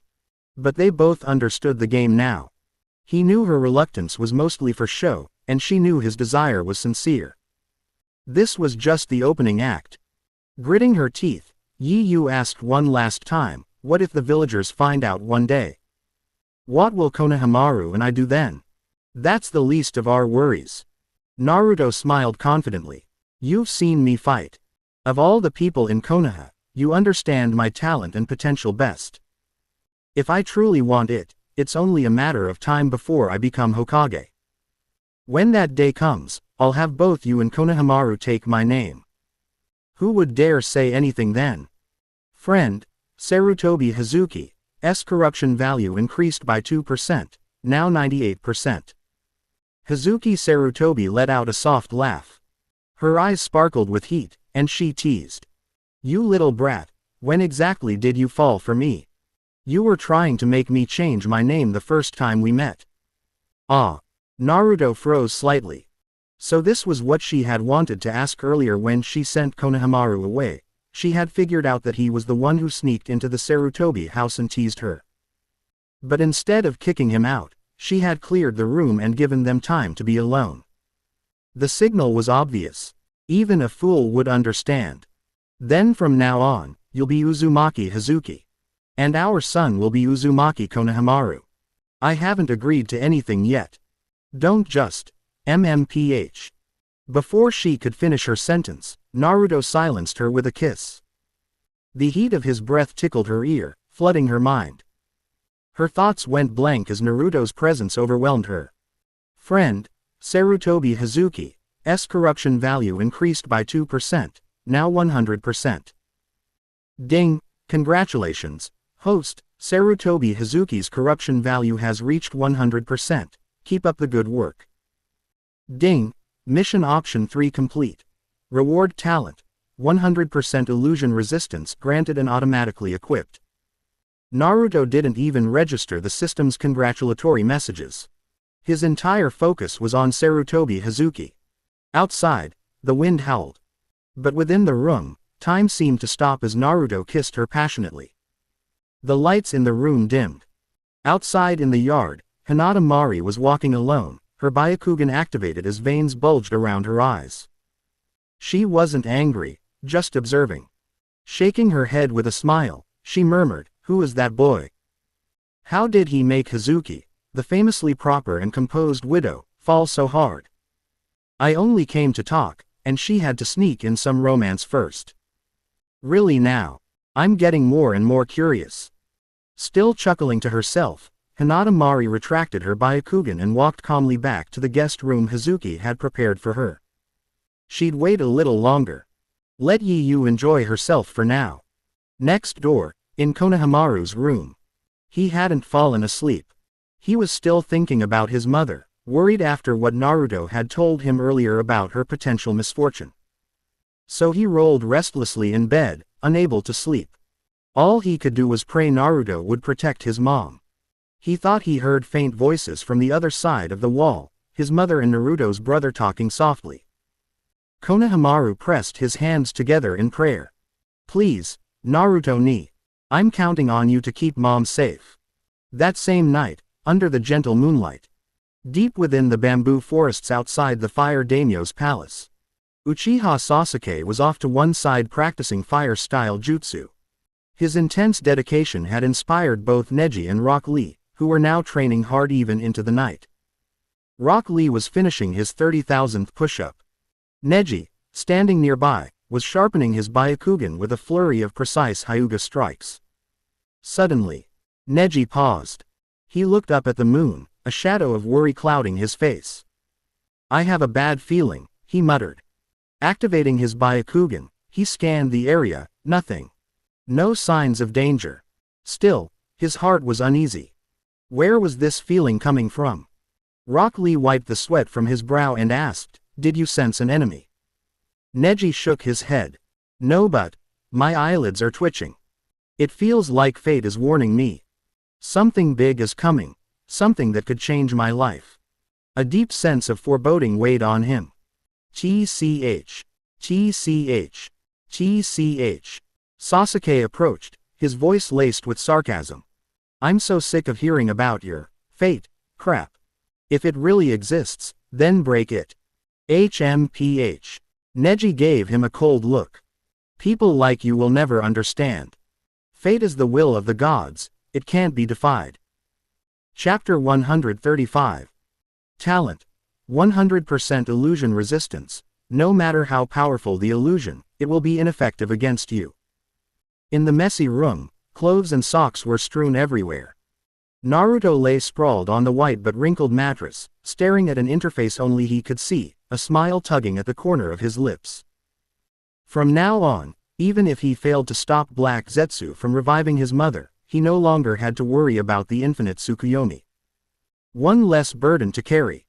His eyes moved to the corruption stats, and with a thought, he opened the interface to check. Servant. Haku. Corruption value. 40%. Friend. Yamanaka Ino. Corruption value. 70%. Wife. Sarutobi Hazuki. Corruption value. 100%. Currently, only these three had visible corruption values. Haku had been first, but with little interaction lately, her progress had stalled. Ino had started at 70%, though how that happened was still a mystery. Her value hadn't risen since. Only Hazuki. Yu had received dedicated talents and attention, allowing Naruto to guide her steadily. In less than a day, her corruption score had gone from just above 50 to a perfect 100%. And the system had updated her title from friend to wife. That change came naturally when feelings grew strong enough. Though Naruto did wonder why she was still listed as Sarutobi Hazuki. Based on local customs, shouldn't she have taken his surname? She has not officially married you yet, so the surname remains unchanged. Huh. So I actually need to get married to change it. Naruto didn't really care. The name change could come whenever. He had already gained the benefits. Turning his head, he glanced at Yu, who lay in his arms, her delicate face tired but peaceful. She curled against him like a sleepy kitten, though if you lifted the blanket, you'd see she was actually hugging all of Naruto's body, except his head.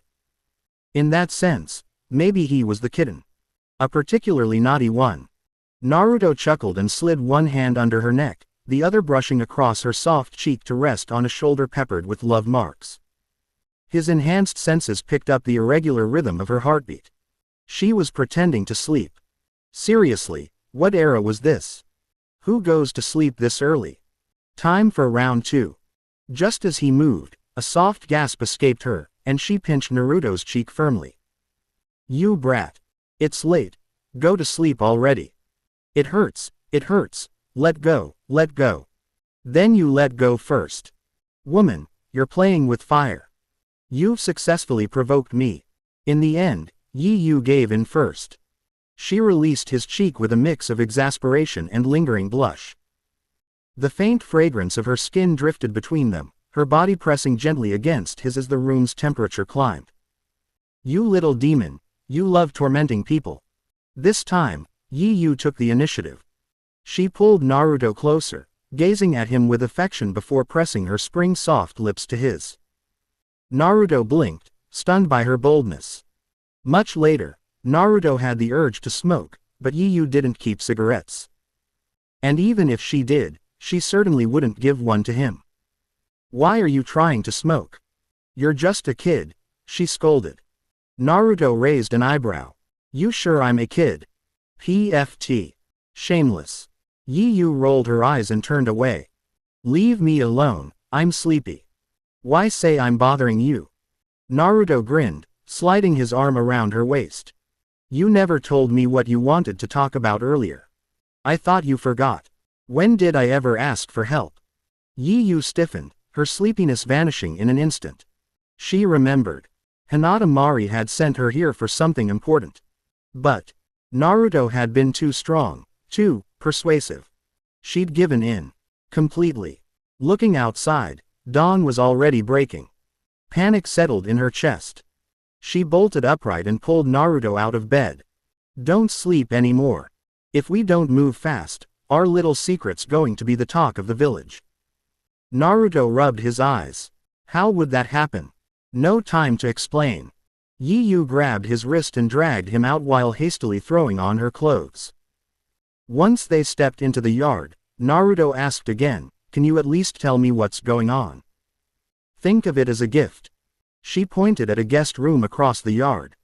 "Go in and rest. Someone's coming. I'll cover for you. Now go."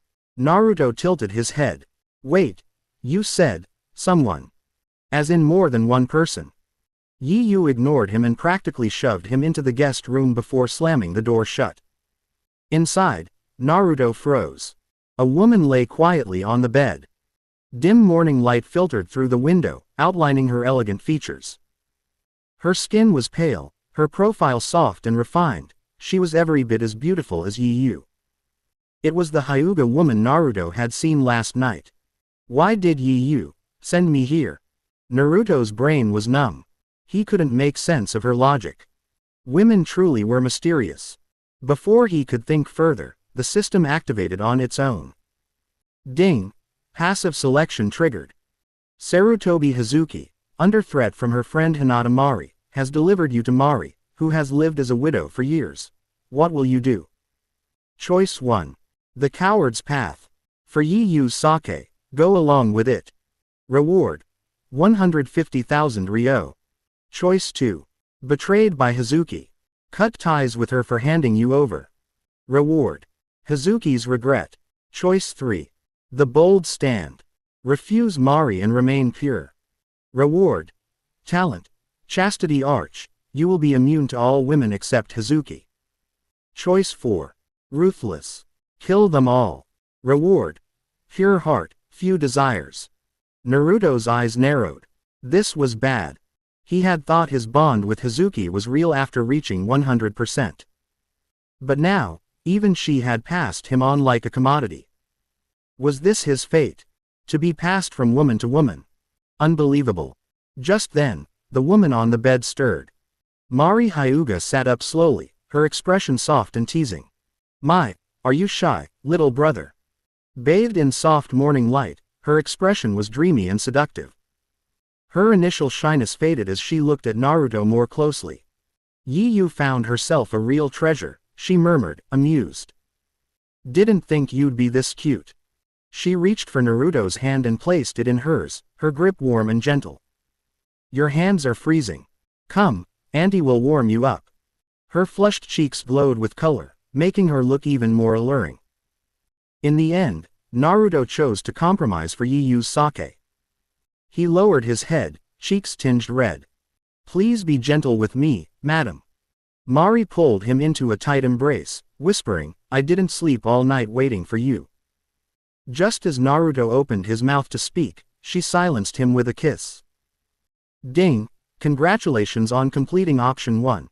Reward of 150,000 ryo delivered. At sunrise, the servants returned to the estate, only to be dismissed again by Hazuki at the gate. No one knew why she barred entry, not even the guards or staff. But an order was an order, and most were just grateful for another paid day off. Inside, Hazuki paced the courtyard, chakra flaring faintly. She could hear faint sounds, music, laughter, from the guest room. Her heart ached. It's been over 3 hours. What's taking so long? She pressed her fingers to her throbbing temple. Despite enhancing her body with chakra, she was starting to worry about her friend Hinata Mari. Just then, Konohamaru stepped out into the yard, rubbing his eyes. "Mom, what are you doing?" "Just soaking in the morning sun," she replied, flustered. "Oh. Has Naruto-ni-san woken up yet?" "Wait, how does he know Naruto slept here?" Hazuki looked embarrassed but smiled weakly. After a pause, she asked, "Konohamaru, what do you think of your brother Naruto?" "He's the coolest and most awesome guy ever," Konohamaru said proudly. "That's why I want him to be Hokage." Hazuki hesitated. "And what if, just what if, our family became very close to him?" "Of course I'd love that." I'd do anything to support him. She smiled and ruffled his hair. So, maybe Naruto was serious last night. Maybe he really would take them both in. Or maybe, he'd still end up choosing the younger girls, like Ino or Hanabi. Whatever happens, she thought, as long as he doesn't forget me, as long as he comes to visit me once in a while before I grow old. That would be enough. By noon, the snow in the yard had melted. The early spring air drifted into the house, making Naruto shiver slightly. Fortunately, he had managed to swipe a cigarette from Mary's pocket. Unlike Yi Yu, Mari didn't scold him. In fact, she giggled and leaned close. "Sweetheart, give Auntie one too." Naruto blushed as he handed her one and lit it with a flick of his finger, like a magician. Mari took a drag, then exhaled smoothly, clearly a seasoned smoker. "You're the first woman I've seen smoking in Konoha," Naruto remarked. Mari chuckled, brushing ash from her lip. "I've had a hard life. A cigarette's nothing. Better than breaking the law, right?" She leaned against him. "Besides, after what we did, I might already be a criminal." Naruto hesitated. "Can I ask, what's your story?" She took another slow drag. "Not much to tell. Just a Hyuga woman, marked with a caged bird seal, and left a widow too young. That's all you need to know." Naruto stayed silent. He understood. No wonder she had asked Yi Yu to help her, after years of suppressing everything inside. "I've talked enough," Mari said. "What's your name, darling? You look familiar." Naruto gave it straight. "Uzumaki Naruto. I'm the Nine Tails Jinchuriki. And, if everything goes well, I'm the future Hokage."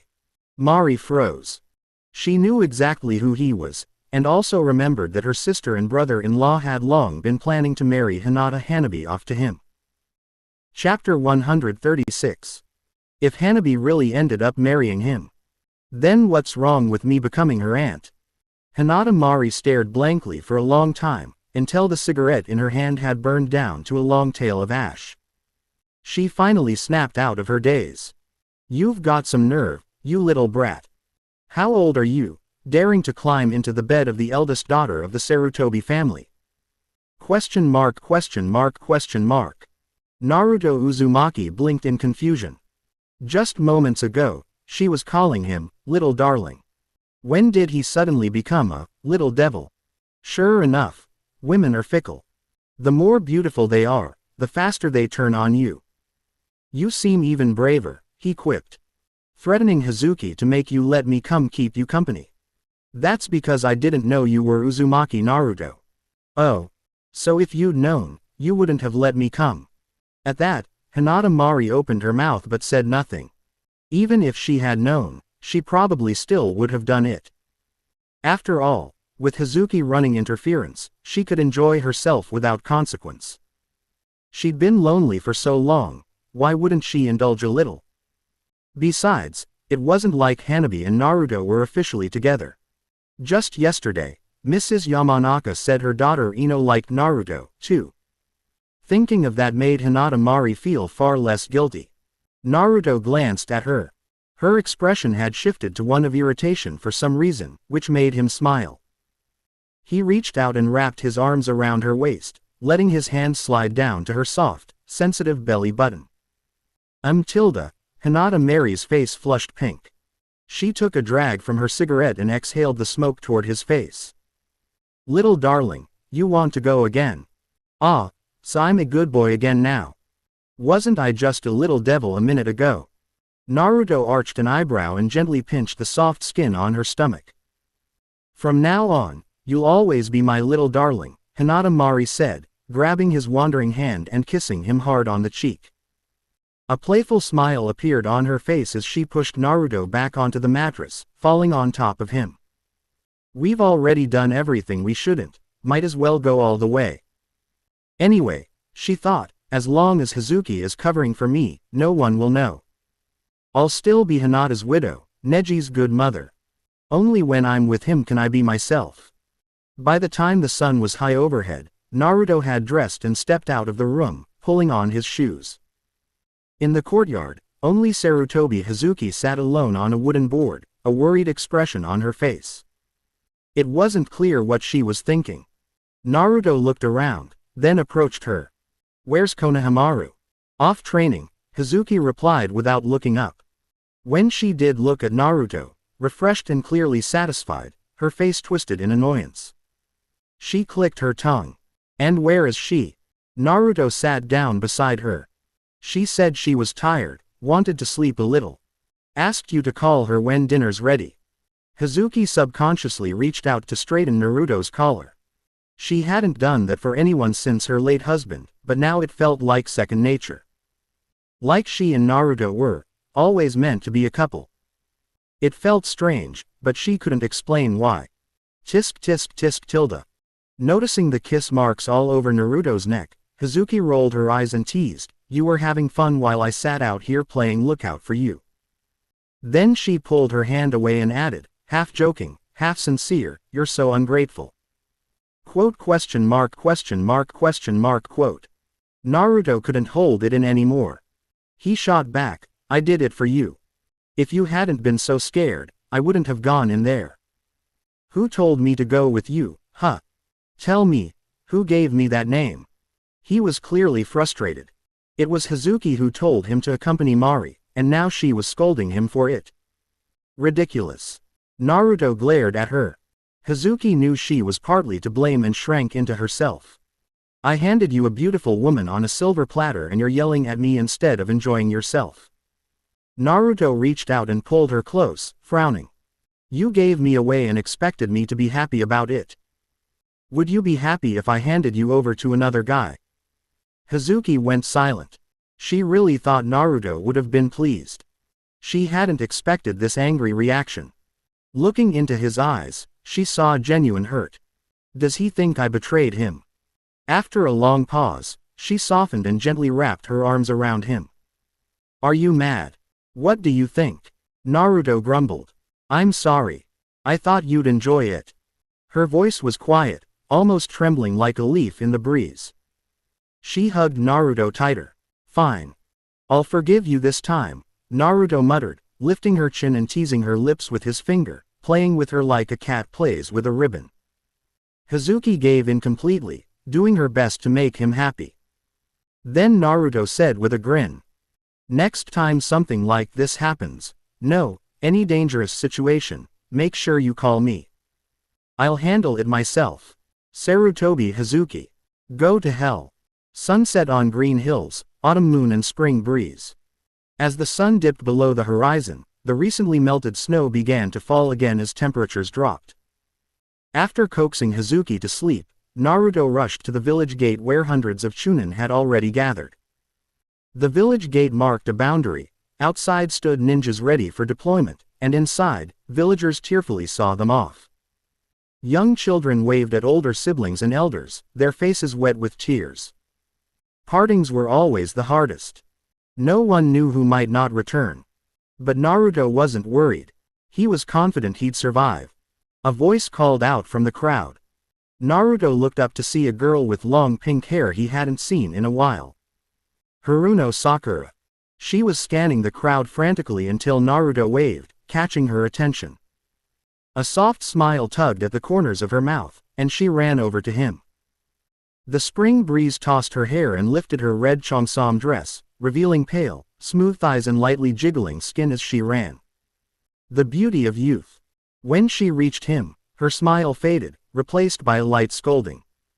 "Why haven't you come to see me these past few days?" Her tone was reproachful, but before Naruto could reply, she softened. "Forget it. It's wartime. I guess it's normal you didn't have time." She tiptoed, standing close to Naruto and measuring their height difference. "Hey, how come you're half a head taller than me now? You used to be shorter."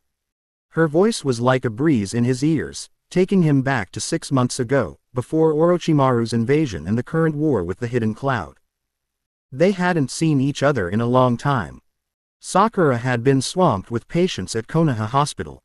Yet she was still the same talkative girl. Naruto smiled faintly. "I'll be even taller next time."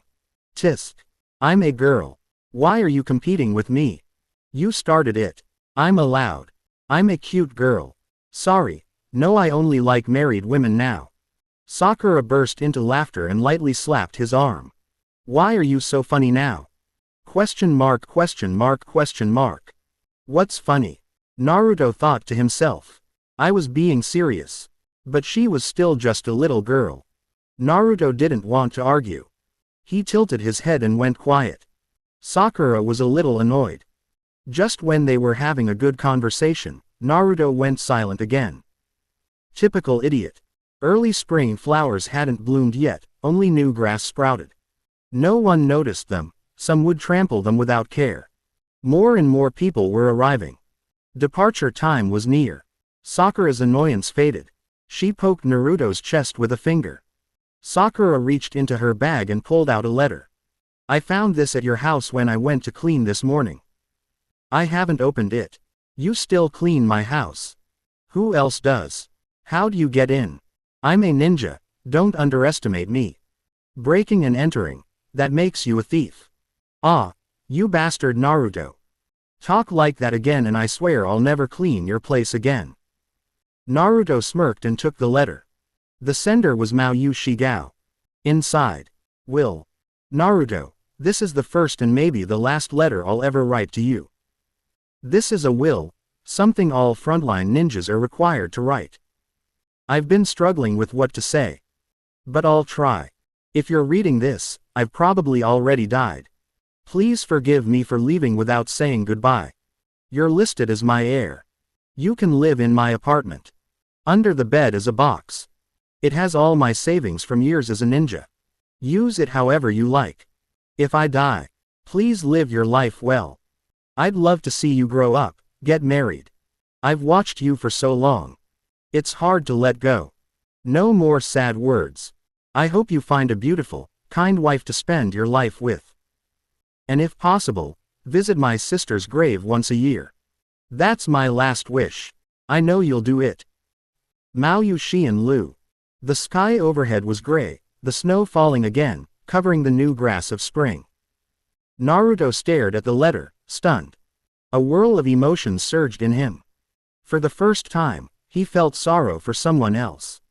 Before, he only felt sad when his goals were out of reach. Now, he grieved because of Xian's words. She'd brought him cake for his first birthday.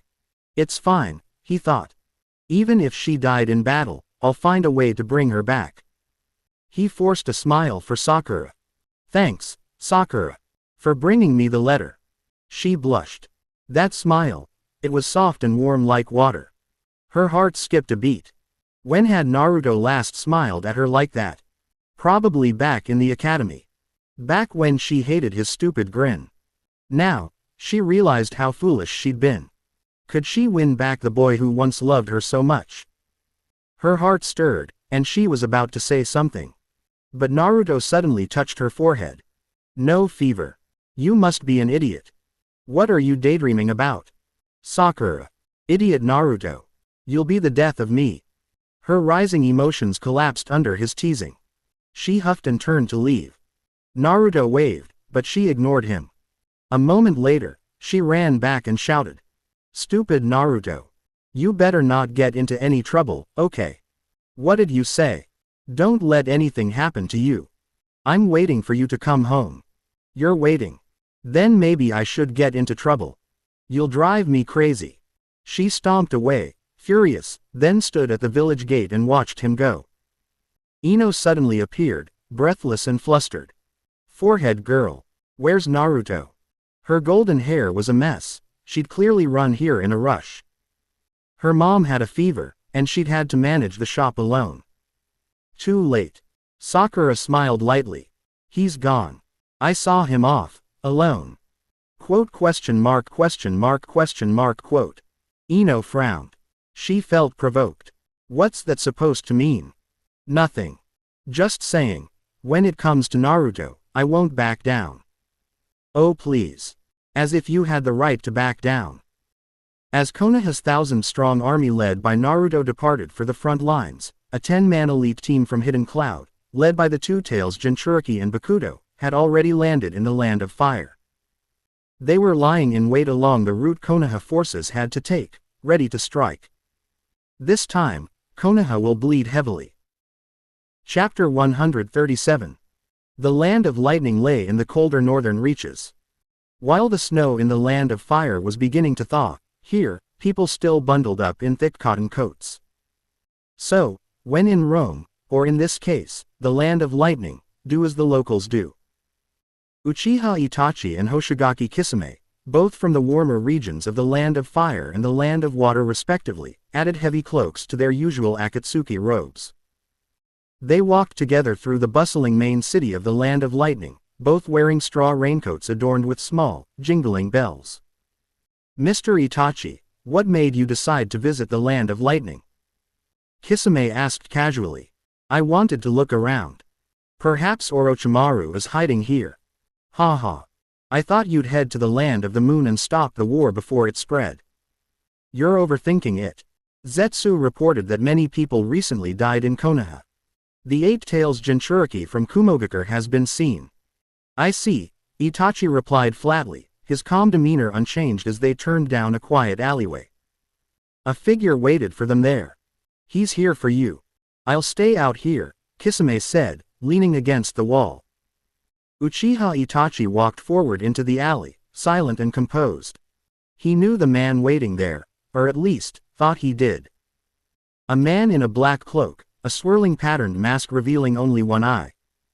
When they first met, this masked man claimed to be Uchiha Madara, the most powerful of their clan. Now, he simply went by, Toby, and wandered freely. Are you planning to assassinate the daimyo of the Land of Lightning to stop the war, Itachi? Toby asked directly. His lone Sharingan eye spun defensively, prepared, cautious. He always saw Itachi as unpredictable. If you came just to ask that, you're overthinking things, Itachi replied calmly. Really? I hope so, Toby said with a light chuckle. Let them fight. The more chaos between the great nations, the more deaths, and the closer we come to our goal, true peace. That's what we want, right Itachi? Itachi gave only a noncommittal, That was all. Toby had come to issue a warning, nothing more. With his message delivered, he vanished. Kisame approached after a few minutes. How'd it go, Mr. Itachi? Same as always. He still doesn't trust you, even though you're Uchiha. Let's go get some dango, Itachi deflected. Kisame chuckled and followed. He knew Itachi liked sweets. But as they left the alley, a sudden chill ran up Itachi's spine. A wave of danger made his hair stand on end. His heart raced. He activated his Sharingan instinctively.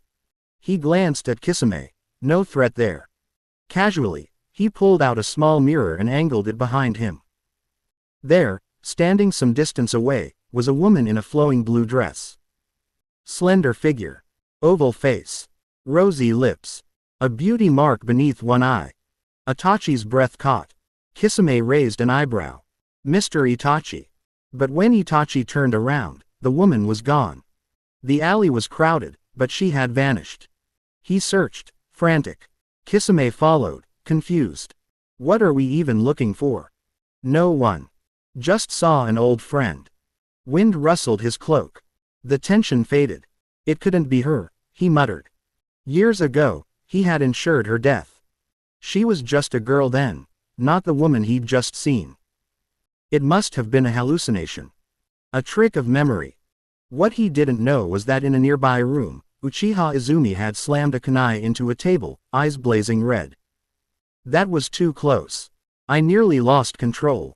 I didn't expect to run into the man I hate most, here, of all places. She clenched her fists. Hold on, Izumi. Don't ruin Naruto's plan. She would lie low. For now. The front line. Land of hot springs.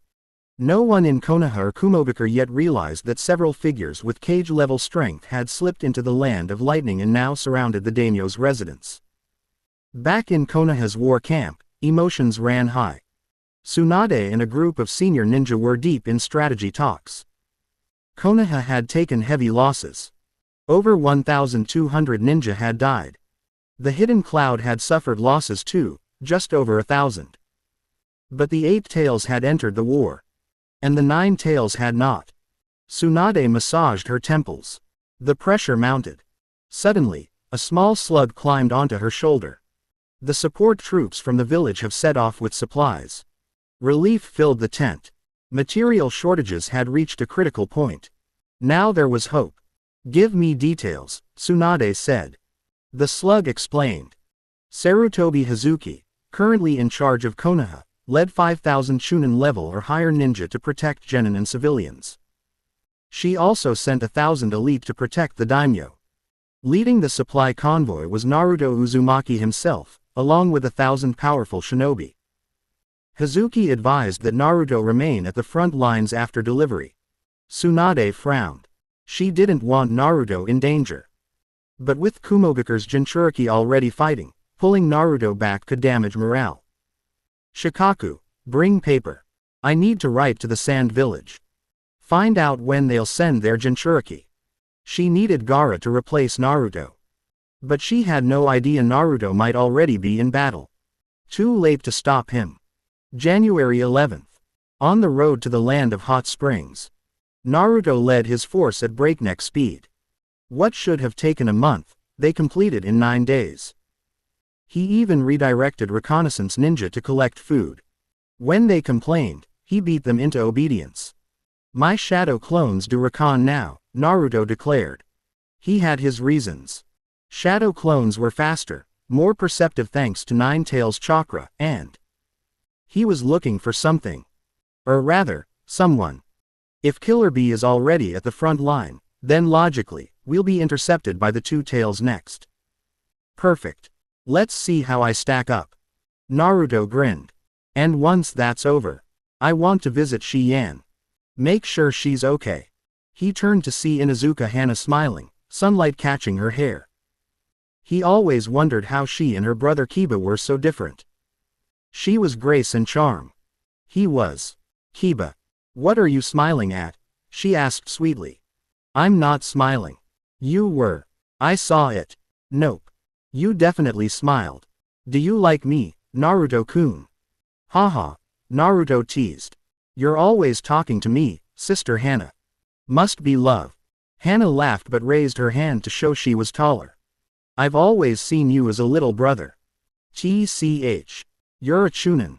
Oof. That stung. The group fell silent. Most of them were older, taller, and Chunins. Naruto didn't care. They won't hit me, he said. But even Hana looked uncomfortable.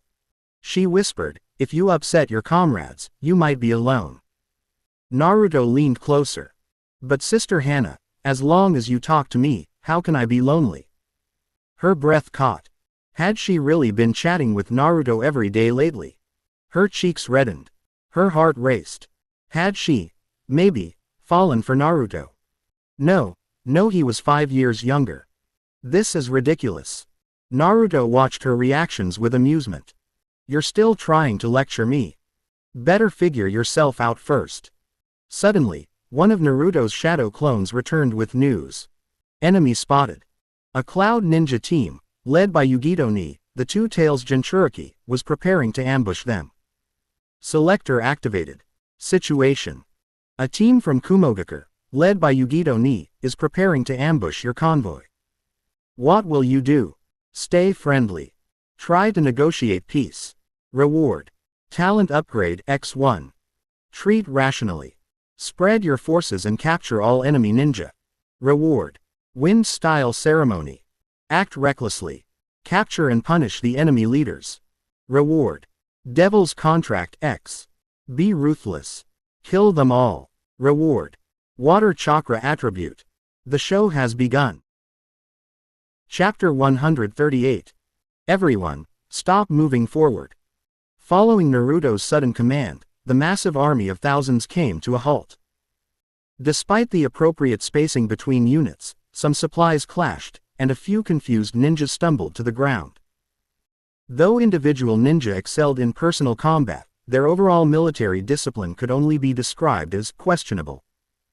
But in a world where powerful individuals could destroy entire countries, the cohesion of a large unit wasn't considered critical. Small mistakes were tolerated. Naruto did not criticize them. He simply announced, I'm going to buy some oranges. Stay here and don't move. The ones who heard this were stunned. There were no vendors in sight. When they looked again, Naruto was already gone. Naruto is so fast. Inuzuka Hana blinked in awe. Then she noticed a flare in her hand, left by Naruto in case of emergency. Her lips curled in a soft smile. Could Naruto actually be interested in her?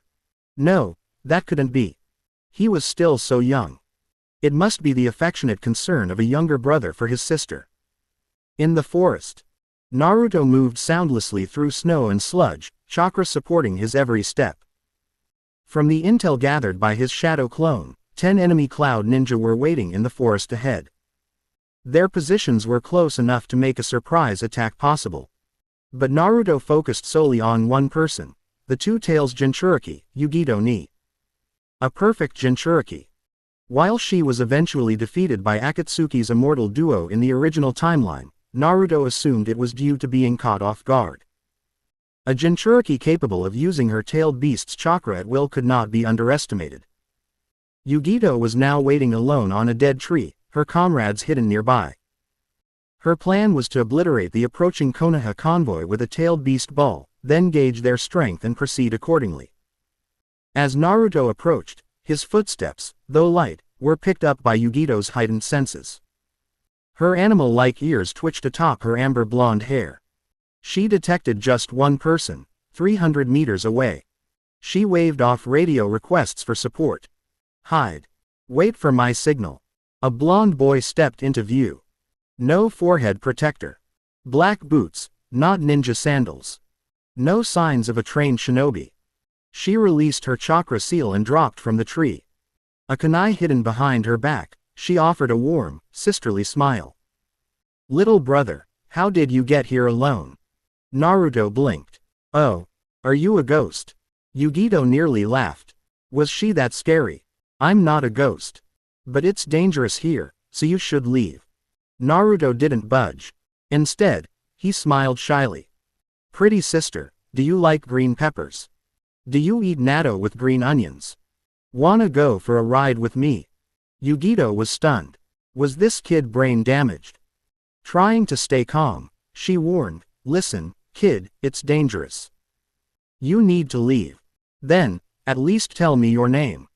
Yugito lost her patience. We just met by chance. After this, we part ways. No names needed. Understand? She released a sliver of tailed beast chakra to intimidate him. The boy trembled. Good. That should scare him off. But then the boy grinned brightly. I think we'll meet again, pretty sister. Too late. She knew he was no ordinary child. Naruto struck first, lightning quick. His kunai slashed through the air, aimed at her left hand. She dodged in time, but he managed to cut her abdomen. Blood hit the snow. Yugito leapt back and let out a roar. Blue flames of chakra erupted as her body transformed. Her wound began to heal instantly. How boring, Naruto smirked. Already half transformed. Let's see if the 9 tails is stronger than the 2 tails. With a flick of power, 5 crimson tails unfurled behind Naruto. His transformation was faster and more refined. Tailed beast chakra enveloped him like a second skin. Now the 2 great Jinchuriki stood against each other. Nearby, Yugito's allies prepared to intervene, but they were intercepted by shadow clones wielding 9 tails chakra. Wind release. Rasenshuriken. 2 elite cloud jonin were killed immediately. The forest descended into chaos. Clones fought elites. Trees shattered. Ninjutsu clashed midair. Yugito gritted her teeth. 9 tails Jinchuriki, you actually tracked me. You fool. Coming here alone. Naruto sighed. Too many weaklings still don't get it. Quantity doesn't make up for quality. If that were the case, we'd just compare birth rates instead of chakra. He added coldly, I came alone because I can handle this. Yugito roared, transforming further. Cat-like claws extended as she lunged at Naruto. The battle began in earnest. Neither side used a tailed beast ball. Yugito feared harming her comrades. Naruto feared killing her. After all, he didn't want to kill the 2 tails Jinchuriki. He wanted to capture her and gain the devil's contract. Capturing a Jinchuriki alive, especially one who suppressed their beast by will alone, was harder than killing them. To match her, Naruto summoned 39% of the 9 tails chakra he could control. The 6th and 7th tails emerged. A skeletal structure formed around him. Naruto's chakra now exceeded Yugito's. The tide of battle was about to shift. Chapter 139 Web. Seeing the tailed beast chakra rapidly climbing over Naruto Uzumaki's body, Yukito couldn't help but look unsettled. She had always believed her control over the 2 tails was exceptional, but compared to him, her speed and fluency seemed sluggish. She had originally assumed that the story of the 9 tails Jinchuriki single-handedly killing 300 cloud ninjas was just Konoha's exaggerated propaganda. But now, witnessing his natural ease in wielding the 9 tails power, she had to admit, it might just be true. Even Killer Bee, the so-called perfect Jinchuriki of their village, didn't appear as innately synchronized with his tailed beast as this boy was with the 9 tails. It was as if Naruto was the 9 tails in human form. He didn't need consent to access the beast's chakra. He simply took it. In the next instant, the 7th tail behind Naruto's body flared out, merging with the white skeletal structure forming over his frame. 6 chakra arms erupted from his back. The 2 outer arms formed massive Rasengan, the 2 central ones curled into clawed fists, and the 2 innermost arms formed slicing palm blades. All 6 arms shot toward Yukito. Damn it! She cursed under her breath. She was still channeling the 2 tails chakra, about a third of the way from achieving full transformation. But battle waits for no one. While continuing to absorb the 2 tails power, she leapt backward, quickly weaving hand signs. Fire Rat Jade. Taking a deep breath, Yukito released a stream of blue, rat-shaped flames from her mouth, each one darting straight toward Naruto. Naruto dodged, but the flames curved unnaturally midair. They were tracking him. Yukito exhaled, relieved. Just a bit more time and I'll complete the transformation. Naruto's eyes narrowed, staring at the pursuing flames. Fire, but not in the fire-style manuals. Is this one of the 2 tails abilities? Interesting technique, he muttered. But that's all. He clapped his hands and formed seals in rapid succession. Drawing chakra into his throat, he expelled a massive fireball, 10 meters wide and burning hot.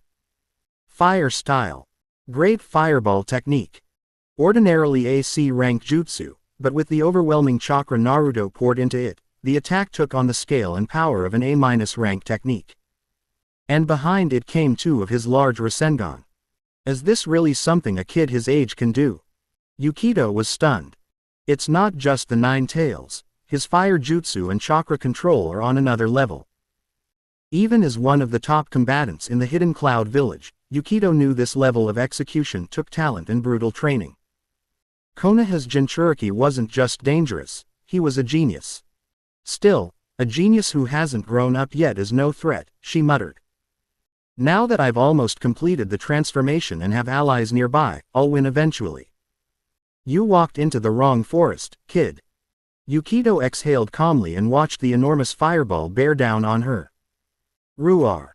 With a beastly shriek, her body exploded in size, blue flames engulfing her as she transformed into the enormous, flaming cat demon, the 2 tails, Matabi.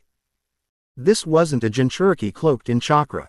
This was a full-tailed beast transformation.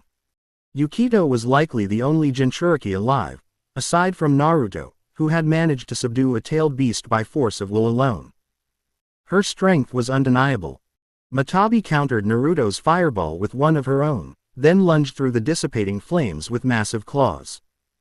It would have worked, if not for the twin Rasengan Naruto threw up just in time. The Rasengan exploded against Matabi's claws, holding her off. Now, it was a contest of endurance. Meanwhile, the Cloud Ninjas battling Naruto's shadow clones took notice of the clash. TCH, Master Yumujin has already gone full beast mode, one sneered. But you can't, huh? Poor little 9 tails. Can't even keep up with a real Jinchuriki. Konoha's finished. They jeered at Naruto's clones, trying to undermine morale. The sight of the towering two tails slamming claws down on the smaller red chakra-cloaked figure made their confidence soar. But Yukito, controlling the two tails, knew the truth. This was no mere show of power. Naruto's Rasengan had stopped her. If she hadn't focused chakra into her claws, she'd have been knocked back or worse. Damn it, how's he still in the air? 20 seconds and counting. Can he fly like the Tsuchikage? What Yukito didn't realize was that Naruto wasn't actually flying. Behind her line of sight, two chakra arms extended from his waist, spewing a jet of fire downward, an improvised propulsion technique. It was the same move he once used to light a cigarette for Hinata Mari, now modified with massive chakra output, like a rocket launch. To the cloud ninjas below, it looked like the Nine Tails Jinchuriki was airborne, spewing fire, locked in combat with the two tails midair. Holy, what kind of jutsu is that? One of the Cloud Jonin couldn't hold back laughter, even on the battlefield. But that lapse cost him. A shadow clone silently appeared behind him, kunai already drawn. The blade gleamed, and in a flash, slit his throat. Blood sprayed, drowning out his chuckle. In under 3 minutes, 3 of their elite 10-man squad had already died. For most villages, that would be catastrophic.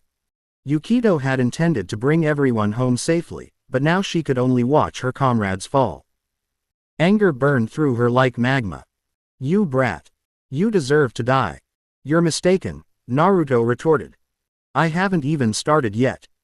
Taking advantage of a brief opening, Naruto released the Rasengan from his chakra arms, threading them between Matabi's claws. The Rasenshuriken ignited in his palm, forming a transparent, rotating blade of compressed wind. Wind style. Rasenshuriken. Its howl sliced the air, blowing snow and leaves as it spiraled toward its mark. Yukito's face paled. This jutsu, it's dangerous. She considered using the tailed beast ball to counter it, but her allies were too close. One misstep could kill them all. Gritting her teeth, she chose to dodge instead. Matabi leapt high into the air, letting the Rasenshuriken detonate below, ripping apart trees and earth in a colossal storm of wind chakra. When she landed, the forest shook as if hit by an earthquake. Not bad, little boy, Yukito mocked, trying to cover her retreat. But your flying technique needs work. Her playful tone brought cheers from the remaining cloud ninjas. You're just a toy to Master Yumujin. Little mouse, running around in a game of cat and mouse. Naruto's clones ignored the taunts, their faces blank and unbothered. But 2 of them suddenly burst into mist. At that exact moment, Naruto adjusted his trajectory with another chakra flame burst. He turned southeast, where 2 cloud ninjas stood in a line. One's 40 meters, the other 60. Perfect. They were his next targets. If left alive, they'd become a problem. So they had to go. Yukito saw his trajectory shift. She looked to where he was headed, her comrades. Run! She screamed. Too late. The Rasenshuriken struck the first target. Wind chakra exploded outward, obliterating everything in its path. The second followed a moment later. Not even high-level Jonin could survive a direct hit from the Rasenshuriken. Even Kage would struggle, only Tsunade and Raikage might endure it. The forest shuddered. When the wind cleared, there was nothing left, just blood, charred clothing, and silence. Naruto smirked. Did you see that, pretty sister? He called out. Your decision to dodge killed your companions. His voice struck Yukito like a blade. She hesitated, and Naruto capitalized. Yukito's fury boiled over. You damned brat. You die here. The 2 tails roared, launching a barrage of fireballs like a meteor shower. Naruto's eyes narrowed. That's it. Just fireballs. Not even the tailed beast ball. He was mildly disappointed. He had hoped she'd risk it and kill her own comrades. That would have broken her morale entirely. Still, this worked too. He whispered, but you have hesitations. I don't. That's why Naruto had come alone. His troops were far behind. No distractions, no risk of friendly fire. Shadow clone jutsu. Poof. Poof. Poof. 3 shadow clones appeared and immediately launched enormous great fireballs to meet the oncoming inferno. Meanwhile, Naruto opened his mouth, gathering dark energy, building chakra. A tailed beast ball began to form. He didn't plan to spare anyone except Yukito. He had offered them a chance to flee. They didn't take it. Now they would burn. Chapter 100. Because the energy was so immense, the terrifying aura released during the tailed beast ball's formation could be sensed by every living creature for miles around. First, the ants underground noticed it. Then, the beasts in hiding followed. Sensing danger, their survival instincts kicked in. They scattered in every direction to escape the looming threat. The highly perceptive ninja could also sense this overwhelming pressure, but unlike the animals, they couldn't run. Naruto's shadow clones blocked every path of retreat. The only hope left was the 2 Jinchuriki. Yugito and her comrade. Everyone looked to them for salvation.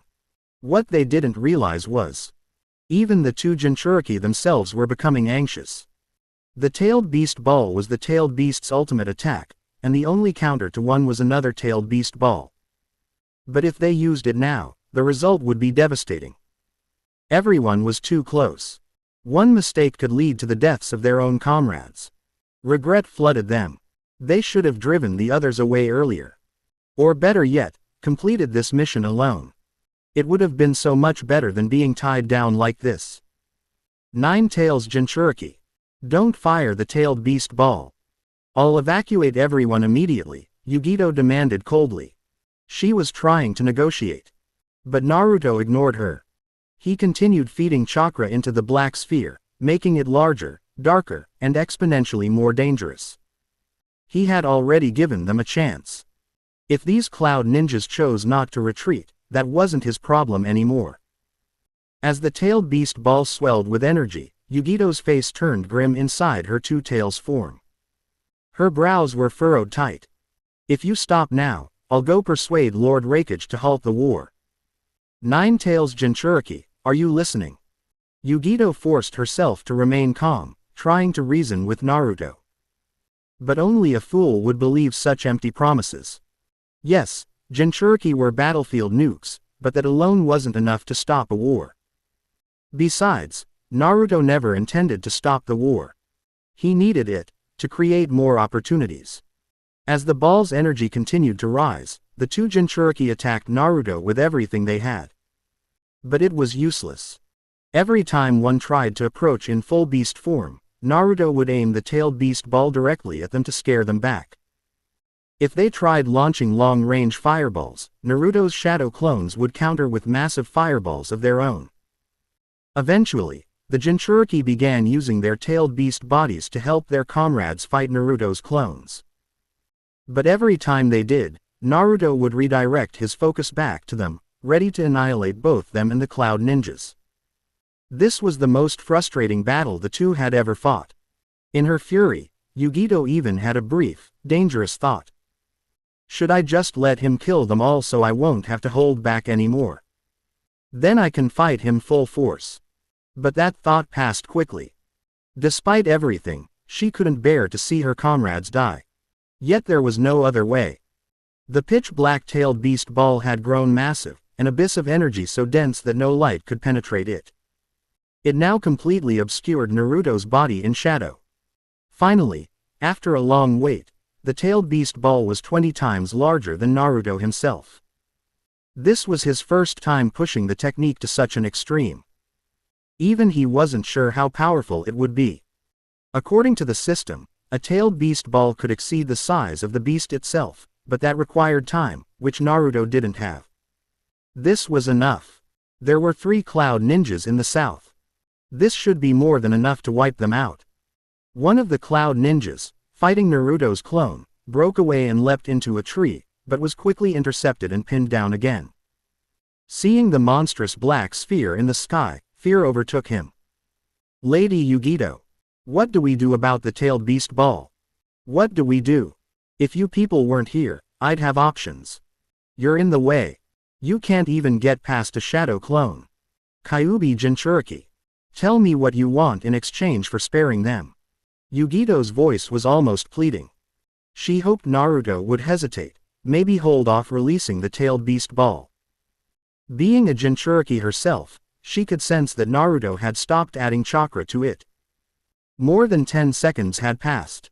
Maybe he was waiting, giving them a chance to negotiate. Lower yourself, Yugito thought. Agree to anything he asks. It's just a promise. No need to keep it. But she was wrong. Naruto wasn't negotiating.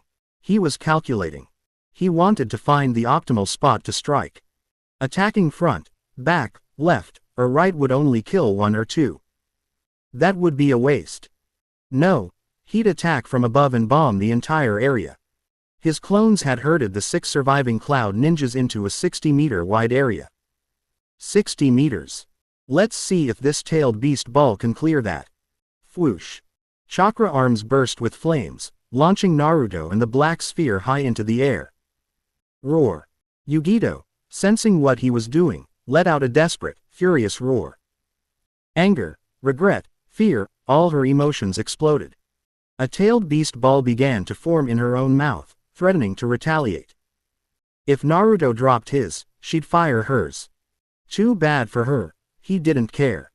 He hurled the tailed beast ball from the sky. In that instant, the spring breeze shifted. All floating objects in the air froze the moment they encountered the sphere. Run! Screamed Yugito and her comrades. But it was too late. The sphere fell too quickly. They couldn't escape.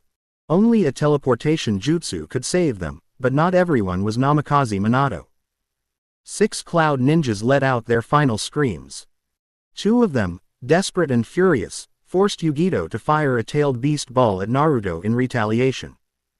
They wanted to bury him with them. The north wind howled. Black clouds cloaked the sky, letting through only a few rays of sunlight. More than 10 kilometers away, Konoha's supply unit continued marching, waiting silently for Naruto's return. Bored, some of them began joking. Why's Naruto taking so long? Wasn't he just buying oranges? Maybe he got sick on the way. Ha. Maybe he stopped to relieve some needs. You idiot, a Chunin snorted lewdly. Come on, Naruto's not a kid anymore. You're gossiping about your commanding officer. I'm reporting you, Inuzuka Hana said coldly. The jokester turned pale and immediately begged her not to tell Naruto. But Hana didn't back down. She scowled and turned away. Suddenly, boom! A thunderous explosion rocked the entire area. The ground shook violently, like an earthquake. Hana, as reconnaissance team leader, immediately jumped into a tree to scout. What she saw left her speechless. 2 blinding spheres of light expanded in the distance, like twin suns unleashing devastation in every direction. Only one word could describe it. Armageddon. Abandon the supplies. Retreat. Hana screamed louder than she ever had before. The destructive power was so overwhelming, she couldn't tell if they were far enough to be safe. Nothing else mattered now, just survival. 10 seconds after the team dropped everything and ran, the explosion finally stopped. The sky turned blue. The dark clouds faded. The golden sun peeked through gently. It was like the tailed beast ball had never happened. But Hana was drenched in cold sweat. She suddenly remembered. Naruto had gone in that direction. Oh no. Naruto. Is he all right? Back at Ground Zero, Naruto stood stunned. He hadn't expected this. The tailed beast ball didn't just destroy the area, it had transformed the land into a massive crater. He had been caught in the edge of the blast, unable to dodge. On top of that, he had been hit by 2 other tailed beast balls. Luckily, he wasn't at the explosion's center. Also lucky, Yugito's attacks had been hastily formed and weak. And most importantly, Naruto still had 10% of the One Tail's chakra left. At the last second, he used it to survive. What does it feel like to almost kill yourself? Exactly like this. Yugito and her beast also survived, blocking the attack with their tailed beast body. They were injured, but nothing fatal. But Yugito was devastated. She'd watched every one of her comrades die. Yugito. Don't act recklessly. There's something strange about the 9 tails. I sense the One Tail's chakra in him. The voice of Nibi, the Two Tails, echoed in her mind. The Nine Tails Jinchuriki had 8 tails now, and his size matched that of a full-tailed beast. But what shocked Nibi was the pattern of curse marks on Naruto's tailed beast body, something only the One Tail, Shukaku, had. This was unnatural. Was Naruto really a dual Jinchuriki? Even Nibi couldn't believe it. But Yugito wasn't listening. Her eyes were filled with rage. She had lost 9 comrades. Her guilt and fury consumed her. Shut up. I'm going to kill him. Tailed beast ball. She formed another sphere instantly. It was as easy now as throwing a shuriken. You think you're the only one who can do this? Naruto was unfazed. If she wanted to fight, so be it. They were the same size now. Who was afraid of who? Opening his mouth, he quickly formed and fired several tailed beast balls. They lacked the overwhelming power of his earlier one, but they were still deadly. If that first one was a nuke, these were mortars, smaller but still destructive. Like a tailed beast machine gun, the battlefield lit up with chaos. They blasted each other while dodging, tearing the landscape apart. What had once been a beautiful stretch of land was now a wasteland of craters. Boom, boom, boom. A barrage of blasts echoed non-stop. To outsiders, it was a scene of horror. Inuzuka Hana, riding her dog toward the battlefield, stopped several kilometers away, terrified by what she saw. This wasn't a battle. It was a clash of gods. She was just a chunin. What could she even do? Forget it, she thought. Just trust Naruto. He had 8 tails. The enemy had 2. That meant Naruto was winning, without even using his 9th tail. The smart choice was to stay far away and not slow him down. That's exactly what Hana did. And it was the right call. If she had rushed in to help, she would have only been a burden. Master Naruto, please tell me if you need my help. Just then, the voice of the 9 tails echoed in Naruto's mind. Chapter 141. Sealed Space. The dim firelight flickered, casting an eerie glow across the tide, bringing a touch of brightness to the dark, cavernous space. The air was heavy with the distinct scent of tailed beast chakra, but it wasn't coming from the 9 tails. Now, the 9-tailed fox lay quietly within the iron-barred cage. Despite its massive size, it appeared uncharacteristically tame. Its demeanor was passive, devoid of the usual ferocity. What was truly emitting the disturbing chakra was a miniature Shukaku, motionless and doll-like, standing silently outside the cage like a puppet. Naruto hadn't entered the sealed space in quite some time, and he was startled by how much had changed. Most surprising of all was the faint trace of fear in the 9-tail's eyes when it looked at him. Strange. He hadn't done anything to threaten it lately. So, what had frightened it so deeply? What had it experienced? While battling in the real world, Naruto also split his attention to confront the 9 tails within the sealed space. Kurama, you said you would help me. So, what's your plan? How exactly are you going to assist me? His voice was sharp. And don't tell me you're planning to hijack my consciousness like you tried before. Naruto's accusation made the 9 tails flinch visibly. In the past, such behavior would have been expected. But now, things had changed. With nearly half its power unaccounted for, and with Shukaku, silent and lifeless, somehow appearing inside the seal, everything had turned upside down. Strange, inexplicable events kept happening around Naruto. The 9 tails was truly frightened now. It no longer dared to challenge Naruto. Deep down, it sensed that continuing to resist him would eventually lead to true death. So it seized the opportunity. When Naruto struggled against the fully transformed 2 tails, the 9 tails humbly offered its help. Lord Naruto, you must be joking. Since I acknowledge you as my master, I would never dare work against you. The 9 tails lowered its proud head and submitted completely. I wish only to help you with all my strength. Please believe me, my lord. Among the 9-tailed beasts, I am the strongest. Even without my full strength, I'm more than capable of suppressing the 2 tails. Just remove the seal, and I'll transfer my chakra to you. Naruto's gaze shifted to the center of the cage, landing on the familiar seal. It resembled the one used by the Buddha to suppress Sun Wukong in legend, a binding symbol locking away the beast. Kurama said, "It's simple. Just tear off that seal, and I'll lend you everything." Naruto didn't move right away. He stared at it for a while. He knew breaking the seal meant gaining immense power, but it also meant potentially seeing the fourth Hokage and Kushina again. That made him hesitate. He was, after all, a stranger occupying someone else's son's body. That guilt lingered like a shadow in the back of his mind. "Lord Naruto. Is something wrong?" the Nine-Tails asked. "Shut up," Naruto snapped. The beast fell silent, shaken, unsure if its flattery had backfired. Only when Naruto stepped forward did it relax. He made up his mind quickly. "I'm no hero," he thought. "I've merely taken over this body. Why should I feel guilty? If the fourth Hokage's remnants appear, I'll erase them." With that cold decision, Naruto approached the seal. Water rose beneath his feet, lifting him until he stood eye to eye with the binding tag. With one sharp tug, the seal peeled away effortlessly. The iron bars of the cage groaned and parted without resistance. It was almost too easy. Quote. Naruto blinked.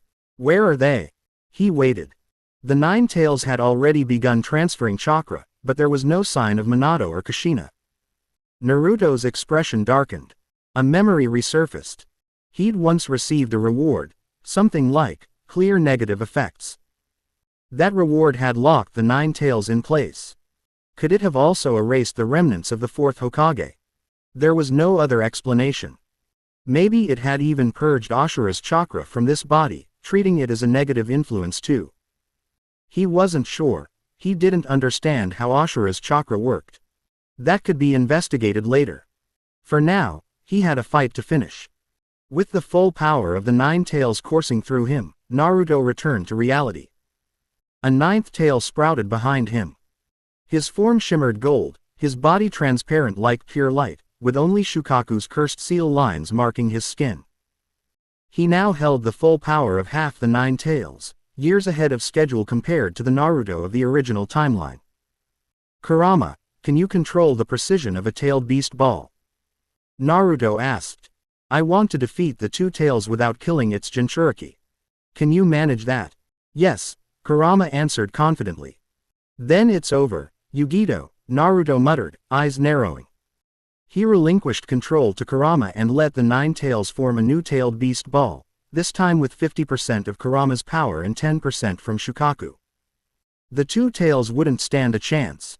Meanwhile, chaos reigned inside Yugito's mind. "Yugito, run," screamed Matabi. "We can't beat him. Don't fight. Just escape." The sudden power-up had shaken them both. Frozen in shock, Yugito hesitated, too long. That hesitation sealed her fate. The tailed beast ball gathered in the fox's mouth and was unleashed like a blazing sun, tearing through the battlefield. The impact engulfed the two tails entirely. The shockwave flattened everything. Naruto frowned. "Kurama, you didn't kill her, right?" "No," Kurama replied. "The tailed beasts are incredibly resilient. That blast only knocked her out." As the smoke cleared, the two tails stood dazed and trembling. With a screech, it dissipated into chakra, separating from Yugito's body. Her unconscious form tumbled from the sky. Naruto caught her gently with a chakra tail. "You're mine now," he said, and sealed her into his personal storage space. A dimension where time flowed differently, a place he once shared with Temari. "A shame this space can't hold conscious beings," he muttered. "Otherwise, it'd be as good as Kamui." In the space. The sky was cloudless and serene, lit by an artificial sun. Naruto wandered through the familiar school building inside the dimension. He found the unconscious Yugito on the second floor, in classroom 2. That's the problem with storage space. Once you put things in, you have to dig them back out manually. Jinchuriki recovered fast, but not here. This realm nullified chakra, like a massive anti-magic field. Nothing worked except Naruto's own chakra. So, he had to personally tend to Yugito. He looked out the window and casually shifted time. Sunlight faded, and the stars emerged. Moonlight poured in, casting a gentle glow on her unconscious body. Naruto stepped forward, removing her forehead protector and the thick cloud ninja uniform, revealing smooth skin and a well-toned figure. He accidentally brushed her shoulder, his fingers sliding down to her abdomen. Soft as warm tofu. The serious wound she'd received earlier had already healed. Naruto sent some of the Nine Tails chakra into her body, jump-starting her recovery. She moaned faintly in her sleep, teetering on the edge of consciousness. As her mind drifted back, memories surged. She remembered her pride as she left Hidden Cloud, confident and determined to make her mark in the war. She remembered the orders from the Raikage, the long nights of staking out Konoha's transport route, living on dry rations and rotating shifts. Then, she remembered Naruto, how the Nine Tails Jinchuriki had found them first, slaughtering her comrades. Her heart burned with hatred. She swore vengeance. She would kill Naruto, even if it meant disobeying the Raikage himself. As she thought of this, a strange sensation washed over her, like drowning. Water filled her mouth and throat. She jerked awake, finding herself submerged in a pool, panic flooding her senses. She surfaced, gasping for air under the cold moonlight. Alone. Naked. Shivering. No chakra. No matabi. Quote ellipsis. Am I dead? She whispered. She dragged herself out of the water, long hair hanging wet around her pale shoulders, water glistening on her collarbone and lips. For a moment, under the moon's glow, she looked ethereal, like the moon incarnate. Then a shadow appeared. "What's the matter?" said a cold, teasing voice. "Never heard of a dark heaven." A masked figure emerged from the shadows. Naruto. His eyes raked over her. This delivery, not bad. He had a plan. He intended to make her sign a demonic contract after completing the system's choice. But if she saw him in his usual form, hatred would block the deal. So he created this illusion, a different face, a different place. Yugito froze when their eyes met, then quickly crossed her arms over her body and leapt back into the pool. But the water rejected her. It blasted her back onto the tile floor. Naruto raised his chin, voice steely. "You dare hide from me? Don't you know that in this hell, you belong to me? No one escapes. Now, it's time I teach you what that means." Chapter 142. Sealed Space. The dim firelight flickered over the surface of the tide, casting a faint glow in the dark, sealed space. As always, the air was saturated with the scent of tailed beast chakra, but this time, it wasn't coming from the Nine Tails. Kurama, the nine-tailed fox, lay quietly inside the iron cage, appearing docile despite its immense size. There was no aggression in its posture, no snarling rage. It simply watched. The disturbing chakra filling the air came instead from a small shukaku, standing silently outside the cage like a lifeless puppet. Naruto hadn't entered this space in a long time. The changes here surprised him, particularly the look of unease in Kurama's eyes as it stared at him. That was interesting. I haven't done anything to you lately, Naruto thought. So why are you so scared? What have you gone through? Even as his physical body fought outside, Naruto's consciousness drifted here, focusing on Kurama. Kurama, you said you'd help me. So what's your plan? How exactly do you intend to help? Naruto asked coldly. And don't tell me you're thinking about manipulating my consciousness like before. The Nine Tails shivered. If Kurama had once harbored such thoughts, they had long since vanished. Now, half its power was already under Naruto's control, and Shukaku stood beside him like a silent, dead puppet. All of this filled Kurama with fear, true, paralyzing fear. It didn't dare to rebel anymore. It had begun to believe that if it defied Naruto again, it might really die. Not metaphorical death, true, permanent death. So it seized the moment and volunteered to help when Naruto struggled to suppress the perfected two tails. Master Naruto, surely you jest. I revere you as my master, how could I possibly betray you? The Nine Tails bowed its head low, voice trembling. I want to assist you wholeheartedly. Please, believe me. I am the strongest of all the tailed beasts. Even though I'm not at full power, I can still suppress the two tails. Just break the seal, and I'll transfer my chakra to you. Naruto's eyes swept across the sealed space, pausing at the large seal in the center of the cage. The seal looked like something out of a myth, reminiscent of the one Tathagata Buddha used to imprison Sun Wukong. It was the chain that bound Kurama. Kurama pointed at it. This is it. Tear it off, and all of my chakra will be yours. Naruto didn't move right away. He stared at the seal for a long while. He knew that removing it would bring him more power, but he also feared something else. The fourth Hokage and Kushina. Their chakra remnants might reappear once the seal broke. After all, Naruto thought grimly, I'm just a stranger occupying their son's body. I always feel guilty. What's wrong, Lord Naruto?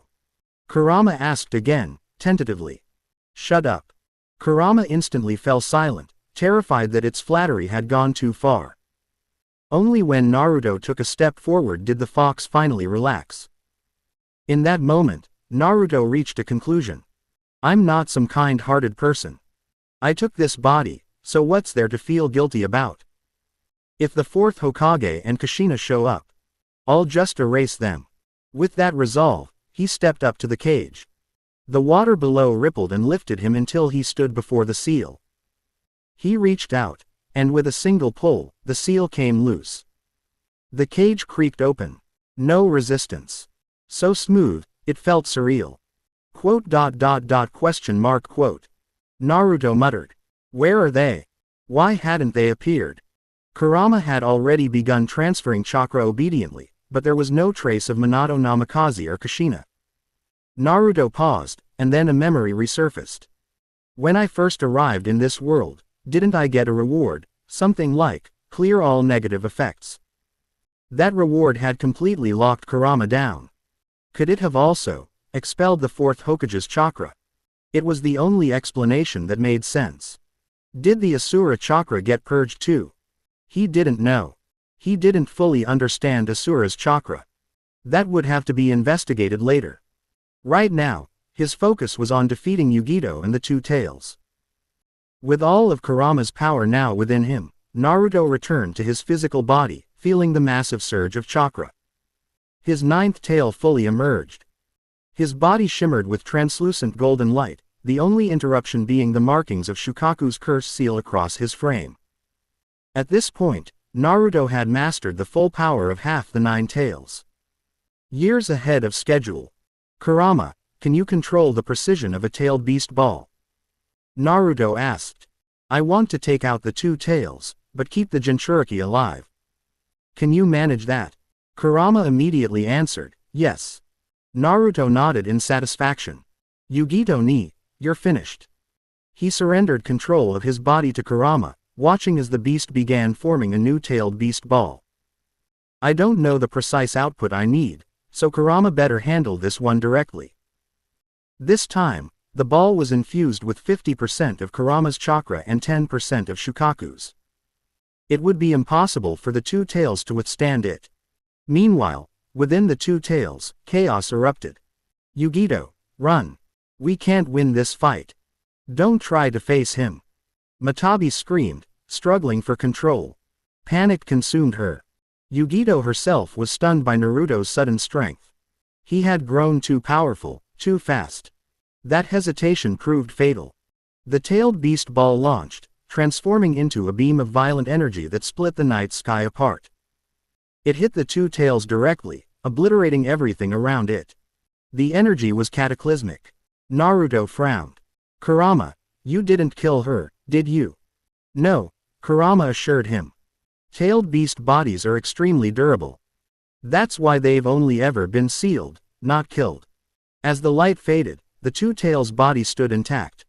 Its gaze, however, was blank. With a final cry, the beast's form dissipated. Matabi's chakra separated from Yugito's body and vanished into the sky. Naruto extended a golden tail, catching the unconscious Jinchuriki as she fell from the sky.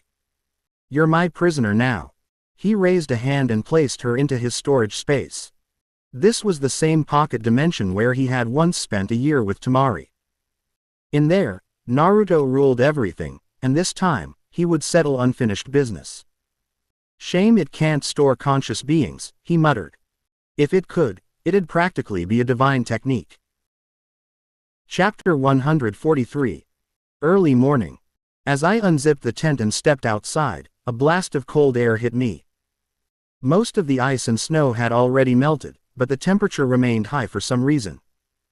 Naruto hunched his shoulders against the chill and was about to start packing up the tent when he saw someone approaching, free labor. It was Inuzuka Hana. For some reason, every time she saw Naruto over the past few days, Hana couldn't help but recall what he had said, something along the lines of, "I like you."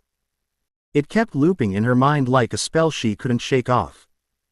So, after Naruto defeated the Two-Tails Jinchuriki, she'd been avoiding him. But today, she couldn't dodge the interaction anymore. Inuzuka Hana walked up to Naruto, her eyes avoiding his gaze. "Naruto-kun, we've entered the land of hot springs now. We'll probably reach the front lines by noon tomorrow or the day after." Noticing she seemed hesitant, Naruto guessed she had something on her mind. Perfect, he could assign her a task. "Could you help me pack the tent, Sister Hana?" he asked naturally, handing her the tools. "Now, what is it you wanted to talk about?" She originally intended to say, "You should handle your own chores," but Naruto's quick question caught her off guard. Hana pursed her lips, hesitating. "That's the thing about asking for favors, sometimes you have to swallow your pride." "Well, I think we should send our reconnaissance squad ahead in the next couple of days. Otherwise, we might get in trouble for slacking off." She knelt in front of the tent and bent forward to help with the bedding, not realizing how her posture, kneeling with her hips raised, was eye-catching. Her pants hugged her curves tightly, unintentionally offering a tempting view. Naruto suddenly felt like he was about to get a nosebleed. He wasn't even sure if she smelled nice, but the visual was enough. Not hearing his response, Hana glanced back nervously and said, "Naruto-kun, why are you drooling?" "Huh? Who's drooling?" "Not me." He wiped his mouth quickly, trying to play it cool. "I'm just a little hungry. Craving some seafood." Hana blinked in confusion. Her angular face scrunched slightly in suspicion. She was starting to sense something odd in the way he looked at her, almost predatory. It reminded her of when he had jokingly confessed his feelings and given her the only flare before heading into battle. Her cheeks flushed faintly. "There's no seafood in the rations. We'll have to wait until we get back to the village. I'll cook some for you then, okay?" Then she muttered shyly, "Let our recon unit start patrolling, alright? Otherwise, if someone finds out we've been inactive, we'll definitely get chewed out." "Sure," Naruto agreed immediately. Not because of the seafood. He had never intended to stop them from patrolling in the first place, he just didn't want them stumbling upon the two Yukitos before he did. Now that Youmurin had been captured, they could do as they pleased. "Thanks, Naruto-kun." With his approval, Hana visibly relaxed. Her eyes sparkled as she worked harder to finish the packing. As she moved around inside the tent, her figure swayed naturally with her movements. Naruto watched, mesmerized, wanting to learn how to pack, just like her. "Your blanket smells kinda nice," Hana commented casually. Naruto, who hated bad smells, made it a point to bathe daily and kept a sachet of mild fragrance in his tent. The air carried a soft, pleasant aroma. As a member of the Inuzuka clan, Hana had a sharp sense of smell, and it was impossible for her not to notice. So even boys can smell this good, she thought to herself, comparing him to her brother Kiba, who always reeked of dog and sweat. She sighed, imagining for a moment what it would be like if Naruto were part of the Inuzuka family. Maybe Kiba would start caring about hygiene too. Then her thoughts hit her like a lightning bolt, and her cheeks turned crimson. "Inuzuka Hana, what on earth are you thinking? What kind of woman fantasizes about a boy your brother's age?" 5 minutes later, she finished packing the tent. After sealing it into a scroll, she noticed it was nearly time to depart. Naruto wanted to leave with her, but when he turned around, she was already gone. Was I staring too obviously? Did I scare her off? He scratched his head but didn't dwell on it. At exactly 7 o'clock, he led the transport unit forward. Inuzuka Hana's estimate was almost spot on.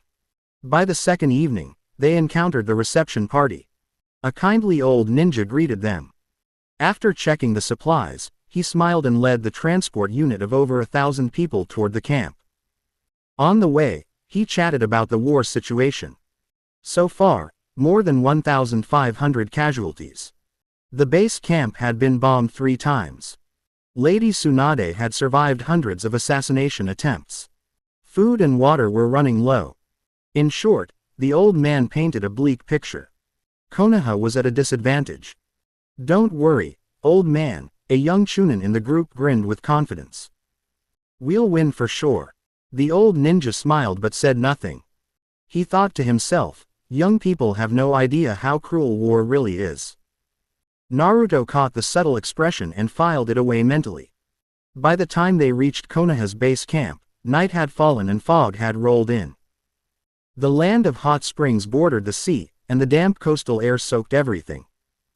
Though there was no rain or snow, their hair and clothes became damp just from walking. They arrived at the base hidden in the forest. No lights, no noise, not even a whisper. While others handled the supply handover, Naruto led a dozen squad leaders, including Hana, into the temporary meeting room. Inside, it was slightly brighter thanks to a campfire. Seated there were elite jonin, including Hitaki Kakashi, and the one and only Lady Tsunade. As stunning as ever, Naruto felt a bit dizzy standing in her presence. The sight was overwhelming. Lord Hokage. Naruto and the others bowed respectfully. Tsunade's face lit up with joy. She stood up and, to everyone's astonishment, pulled Naruto into a warm, affectionate hug. She pinched his cheeks playfully. Everyone else in the tent stood frozen. Kakashi. I knew they were close, but this is excessive. Hiyashi. She really dotes on him. I made the right call backing him. Inoichi. This little brat, playing with my daughter. Hana. Not happy. Other ninjas. We want hugs from Lady Tsunade too.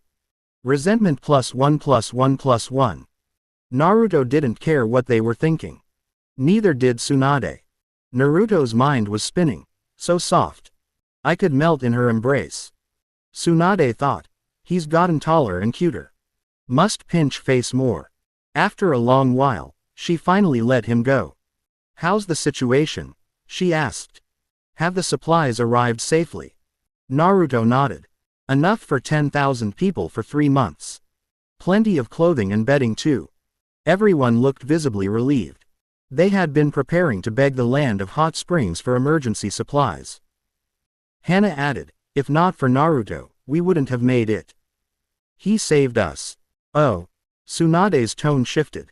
What happened? The squad leaders, led by Hana, recounted the attack from the Hidden Cloud team. If Naruto hadn't fought off the Two Tails Jinchuriki alone, we might have lost everything. Silence fell over the tent. Shock. Naruto defeated an elite team led by a Jinchuriki. Alone. And more than shock, there was shame. The Jonin lowered their heads. They had failed to detect such a major threat. Outsiders would laugh at Konoha's incompetence. Tsunade trembled with rage. Her gaze locked onto Naruto. Were you hurt? Still in her embrace, Naruto nodded against her chest. A little. I'm fine now. Only kids who act spoiled get special treatment, he thought. Tsunade pulled him even tighter. Be more careful next time. Her scolding tone was gentle, like a mother comforting a child. Everyone else was numb. Kakashi. Where's this gentleness when she scolds us? Guy. Feels like a genjutsu. Inoichi. Curse you, Naruto. Tsunade ruffled Naruto's hair, then asked, how many enemies were there? 10. All dead except the Jinchuriki who escaped. We didn't get a chance to ask how they found us. Tsunade returned to her seat. Sounds like we've got a traitor. Someone gave the enemy our location, the front line's weakness, and the exact timing. She glanced around. I can't guess who. Everyone's faces darkened. Could it be someone here? Hinata Hiyashi stepped forward first. I was seriously injured during the first battle. I haven't been to the front lines since.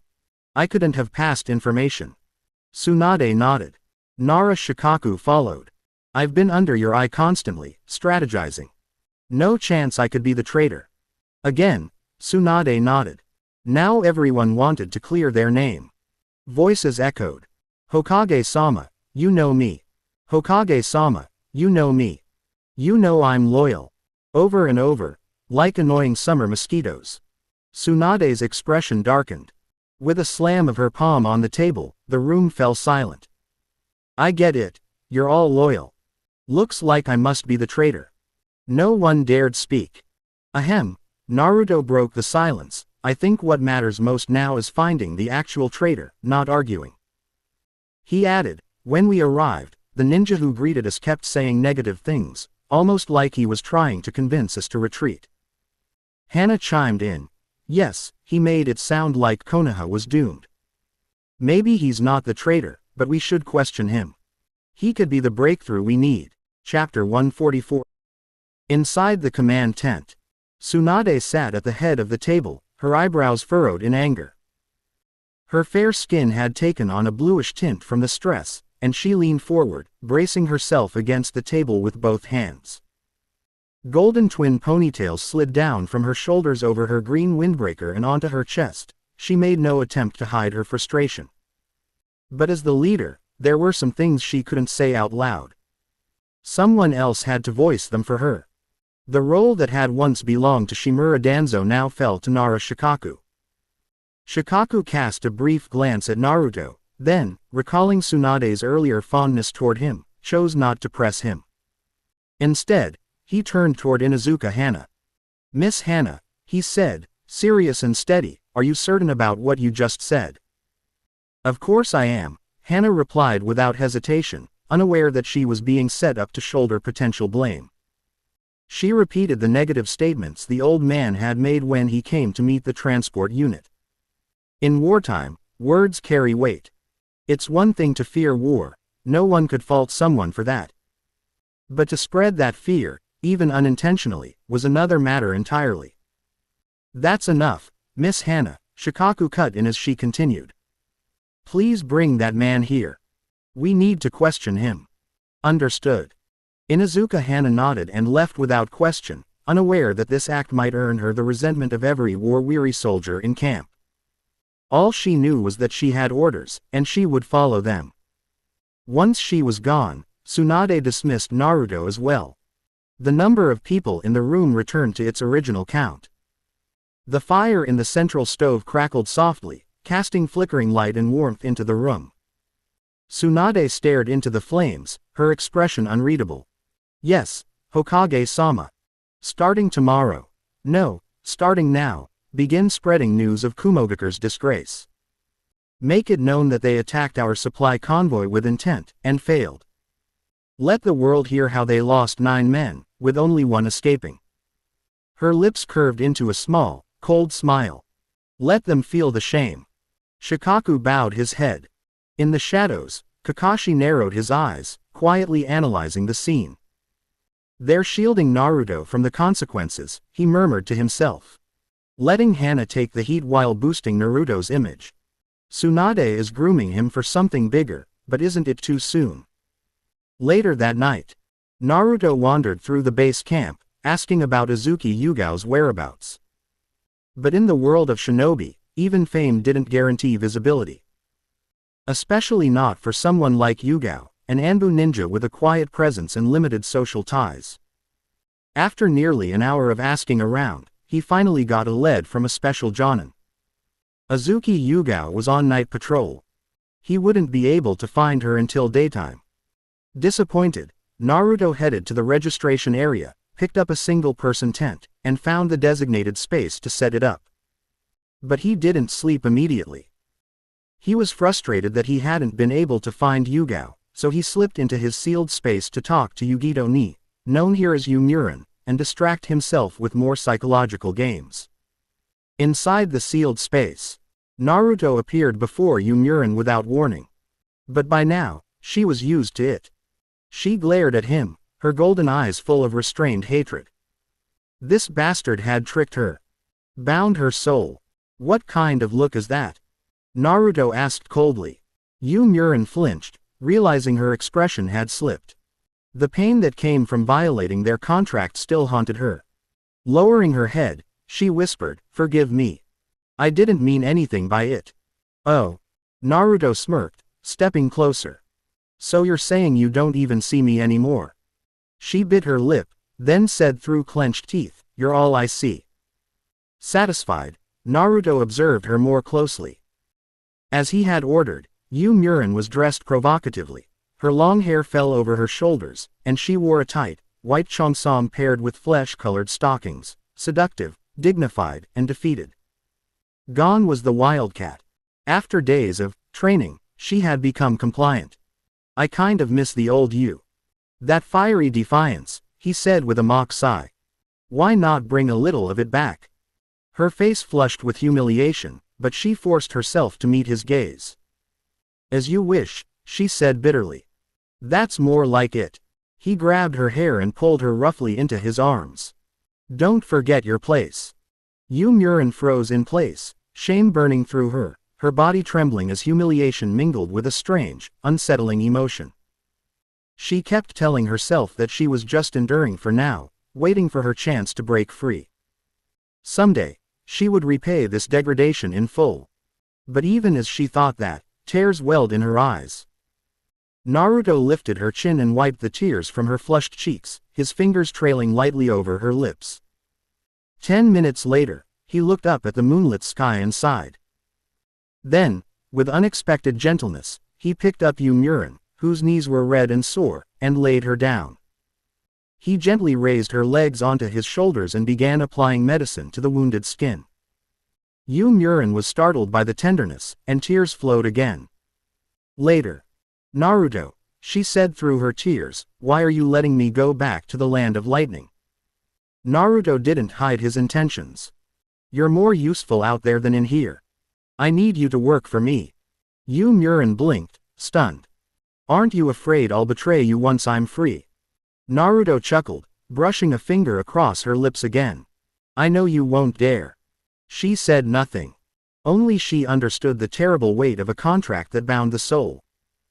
Even if she wanted to rebel, even if she was thousands of miles away, she knew he could end her life with a single thought.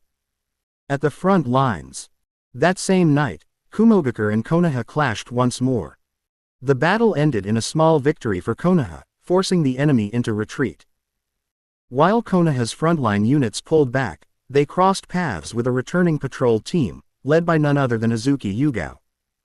She personally escorted the wounded back to base, only turning to leave once they were safely through the protective barrier. The voice came out of nowhere. "Wait. I have something important to tell you." It was Tomohiko Kiyono, a special jonin wrapped in bandages. His injuries were fresh, but his determination was strong. Yugao frowned slightly. She didn't know him well, and his expression was odd. I like you."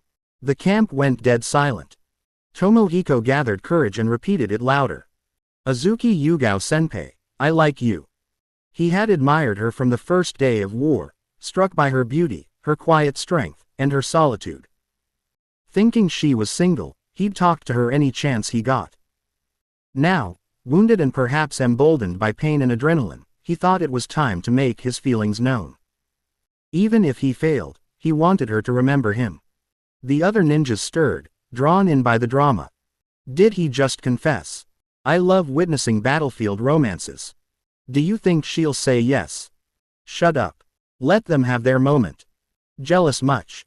Soon, the crowd was chanting, "Say yes. Say yes." Yugao raised an eyebrow, then slowly smiled. But not at him. With grace, she tucked a strand of hair behind her ear, stepped back, and bowed. "Thank you for your feelings. But I'm sorry. I already have a boyfriend." Her words silenced the crowd. Oddly enough, as she spoke, her thoughts didn't go to her late fiancé. Instead, she thought of a mischievous blonde boy, sometimes arrogant, sometimes gentle, who had broken into her quiet life. I wonder if Naruto got my letter. Has he moved into my apartment? I hope he hasn't made a mess of the place. I still have to live there when I get back. Her lips curled into a subtle smile. The moonlight shone down on her, soft and luminous. Tomohiko stood there, heartbroken and stunned. The crowd that had cheered him on now shrank away, embarrassed. They had unknowingly encouraged a man to hit on someone already taken. But Yugao was unmoved. She had always been polite to Tomohiko out of professional courtesy. She hadn't expected it to be misread. If there's nothing else, she said with her usual calm, I'll be going. Right. Tomohiko mumbled, scratching his head. Just as she turned to leave, someone else called her name. She turned again, a hint of irritation on her face. What is it? The man flinched under her gaze. Nothing. Well, actually, yes. Earlier, a blonde kid was asking around for someone named Azuki Yugao. I just thought you should know. Her heart skipped. How tall was he? About 1.6 meters. Blue eyes. Blonde hair. Fair skin. Yeah, that's him. Where is he now? I saw him go to the registration office. Without another word, Yugao turned and ran toward the direction of the registration tent, her team watching in bewildered silence. Chapter 145. The bright moon drifted across a starry sky. Azuki Yugao arrived at the registration office, where she confirmed that the person looking for her was indeed Uzumaki Naruto. After learning his whereabouts, she looked up at the stars, her heart unsettled. Captain Azuki. Yano Aki, one of the team members under Azuki Yugao's command, had been with her since long ago. Struggling to catch her breath from chasing after her captain, she called out, Captain, why did you suddenly leave the team? We still have patrol duty, let's go. Ah, that's right. There were still duties to fulfill. Azuki Yugao realized she had acted a bit impulsively. She had left her team without a word, rushing off in search of someone, completely neglecting her assignment. It was laughable. But in the base camp, ninjas were constantly on the move. If she didn't find Naruto now, she might not get another chance. After a short pause, Azuki Yugao bowed to Yano Aki. Yano-san, could you take the lead tonight and cover for me? I'll explain everything to the higher-ups tomorrow. Captain, are you hiding something from us? Yano Aki raised her eyebrows teasingly, giving Yugao a look filled with unspoken mischief. Just earlier, when Tomohiko Kiyono confessed to the captain, she'd claimed to have a boyfriend. Now, suddenly someone's looking for her. And after a brief description, she took off to meet him. And now she didn't want to come back. At this hour of the night. Tisk tisk. Seeing Yano Aki's knowing smirk, Azuki Yugao could guess exactly what she was imagining. Just as she was about to explain that it was simply a brother-like family member, Aki gave her a friendly pat on the shoulder. I get it, Captain. Just go meet your boyfriend. I promise I'll cover for you tonight. Enjoy your steamy romantic night. With that, Aki Yano smiled, waved, and quickly left, as though escaping from a scandal she'd started. Azuki Yugao sighed, her cheeks flushing faintly from Aki's words. Forget it.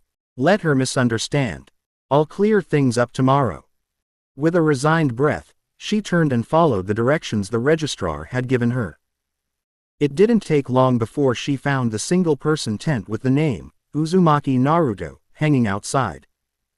As a member of Anbu, she knew very well that there was only one Uzumaki in the entire village, and only one Naruto. There was no way she had the wrong tent. So, he really came. Of course he did. As the village's Jinchuriki, how could he not take part in the war? Now that she thought about it, the suicide note she left for him seemed unnecessary. Quote ellipsis. Strange. Did he go to the bathroom? After calling out a few times with no answer, Azuki Yugao simply pulled open the curtain, stepped inside barefoot after removing her shoes. Single-person tents didn't offer much space, one couldn't even stand upright. Besides the bed, there was barely room for anything else. Azuki Yugao, tall even among women, had no choice but to sit down and wait for Naruto. She looked at the bed carefully, and her mood lifted slightly. There were no strange stains, no foul odor, just a small sachet in the quilt emitting a pleasant scent.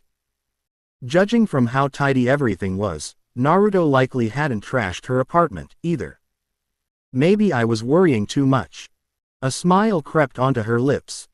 I haven't spoken with Naruto in so long, maybe I'll just lie in bed with him tonight. With a gentle laugh, she removed her sword and gloves, placing them neatly by the bed, then took off her green chest armor and folded it beside them. Looking down at her inner clothing, she hesitated. She'd been sleeping in her gear lately in case of sudden attacks, but tonight, she felt differently. Quote ellipsis. Should I change into something lighter? After a moment's thought, she decided she would. Unzipping the curtain behind her for privacy, she retrieved a scroll, formed a seal, and summoned a silky black nightgown. She undressed, removing her inner shirt, the black fleece-lined pants. Meanwhile, Naruto was still in his sealed inner space, completely unaware that someone had entered his tent. He'd been busy tending to Yugito. He had done so much for her, mentally and physically, and yet all he got in return were resentful glares. Yawning, he leapt into the pool to loosen up. His muscles ached from the burden of carrying her earlier. After a quick swim, he dried off with a towel, grabbed a blanket, and covered the dazed Yukito, who lay curled on the training ground. Since she was the only other resident of this sealed world, it didn't matter where she slept. When Tamari had been here, she too had fallen asleep on the platform more than once. Feeling he'd done enough, Naruto left the space. There was no point in staying longer when Yukito was unconscious. He hummed a tune as he returned to his tent, only to freeze in place. There, lying on his small bed, was a woman with flowing purple hair. Her white skin glowed in the dim light. Her breathing caused her lacy undergarments to rise and fall. Naruto's throat dried up. He blinked several times. Azuki Yugao had also seen Naruto. As she looked at him, her cheeks turned crimson. Then, without thinking, she kicked Naruto in the chest. Caught completely off guard, Naruto collapsed onto the bed, wheezing. Ow! Sister Shion, why'd you hit me? Azuki Yugao blinked, quickly slipping into her nightgown. That was reflex, okay. You scared me. After buttoning up, she reached out and pinched Naruto's nose. HMPH. Don't act like you're hurt. You're a Jinchuriki.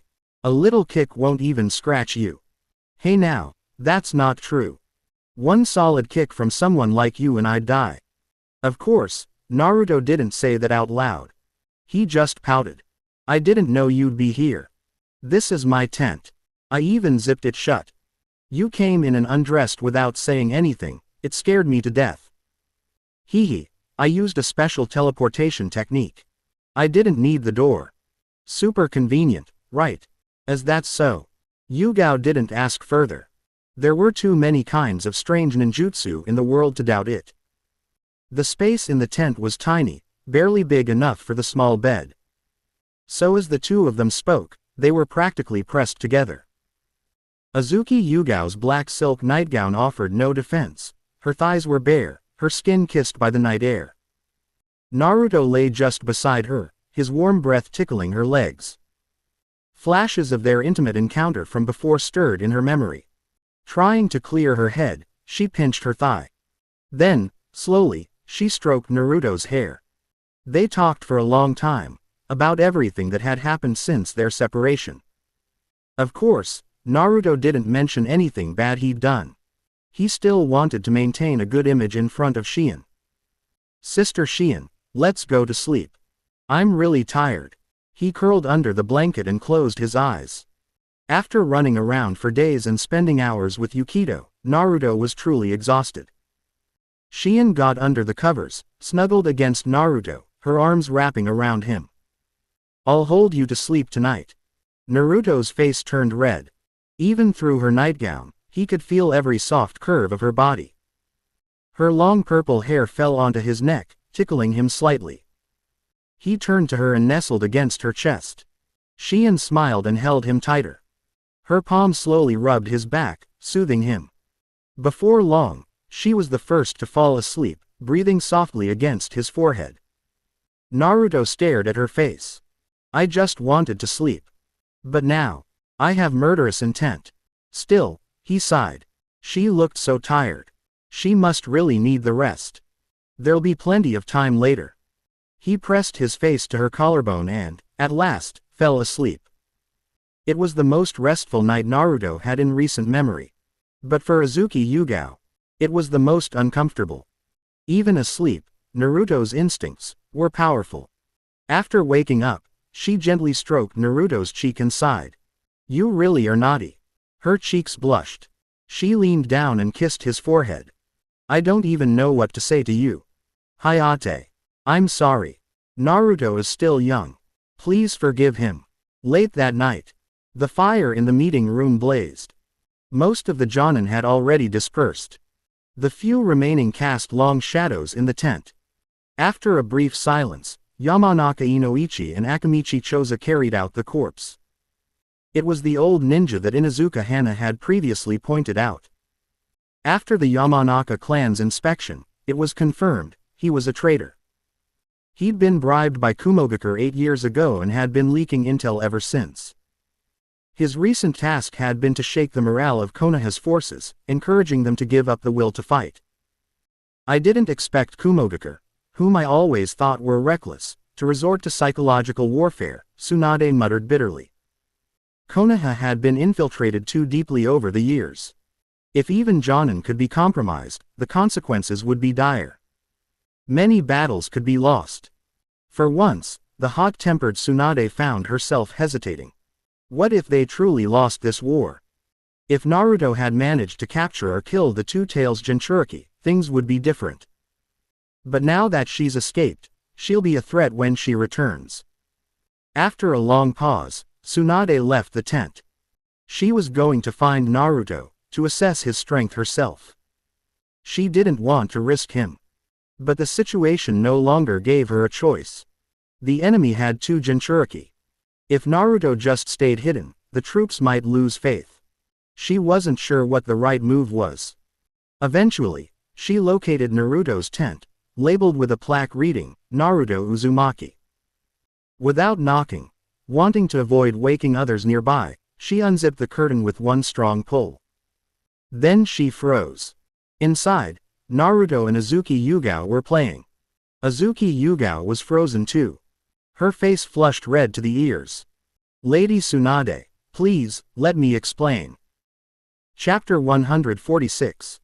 I remember Naruto was always under your care. And I remember he always called you, sister, didn't he? Inside Tsunade's large tent. As Hokage, she enjoyed certain privileges. Her personal tent was easily 10 times the size of an ordinary ninja's, spacious enough to accommodate 3 to 5 people without feeling crowded.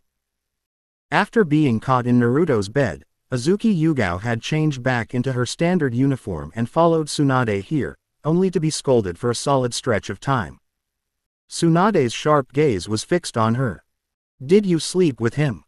Did you sleep with him? Azuki Yugao remained silent. Tsunade sighed in frustration. Unbelievable. I never thought you, of all people, would do this. Truthfully, Tsunade didn't really object to Naruto being involved in this kind of thing. She hadn't interfered when it came to Temari, and even when she heard rumors about Ino, she let it slide. But this was different. The age gap between Azuki Yugao and Naruto bothered her. In Tsunade's eyes, Naruto dating someone his own age was like her pig happily eating someone else's cabbage. But this felt like an older woman sneaking into her barn to steal her pig. It irritated her in ways she didn't fully understand. Worse, the age gap hit a nerve. Tsunade herself was much older than Naruto, and she shared an unusually close relationship with him. Seeing this happen had brought up ideas she'd never considered before. Now, somehow, Tsunade felt like she had been corrupted by Azuki Yugao. Poor Yugao, naturally, became the outlet for her frustration. As Naruto's big sister figure, don't you realize what you've done? Tsunade slammed her hand on the table. He's still just a kid. How old is he? Azuki Yugao lowered her head, lips twitching. Naruto is far more mature than you think, she thought. He's not a naive little boy anymore. But she didn't dare speak her thoughts. Tsunade was Hokage. She was just a special Jonin. This wasn't a fight she could win. So Yugao simply kept her head down, pretending to admit fault, hoping Tsunade would finish scolding her soon so she could return to Naruto before he woke up and started looking for her. Unfortunately, Tsunade seemed to have some sixth sense and crushed that hope without hesitation. Don't even think about seeing Naruto tonight. You're staying here with me, Tsunade said firmly. When Naruto grows up and can make his own decisions, fine. I won't care how he plays around. But right now, he's still too young. I won't let anyone take advantage of him. Understood. Yugao's expression turned strange. Take advantage. The way Tsunade phrased it made her sound like some shameless predator. Looking up at Tsunade's furious face, Yugao bit her lip, swallowing her pride. Yes, ma'am. Tsunade, perhaps realizing she had vented enough, or maybe that she was being unreasonable, finally backed off. You can sleep here. I'll find another tent. No way. Yugao protested instinctively. You still planning to sneak back to Naruto's tent? No. Then stay put. Yes, ma'am. With that, Tsunade stepped out and zipped the curtain closed behind her. Azuki Yugao sighed, thinking of Naruto. If he wakes up and I'm gone, will he worry? What Yugao could never have imagined was that Tsunade, who had just finished reprimanding her and banned her from seeing Naruto, didn't go find another tent at all. Instead, she slipped away, and headed straight to Naruto's. She still had questions for him, and she hadn't yet tested his strength like she intended. Using that as an excuse, Tsunade quietly approached Naruto's small tent, opened the curtain, and crawled inside. Moonlight streamed in, softly illuminating Naruto's sleeping face. Tsunade whispered, "Stop faking. I know you're awake." Naruto groaned, pulling the covers up.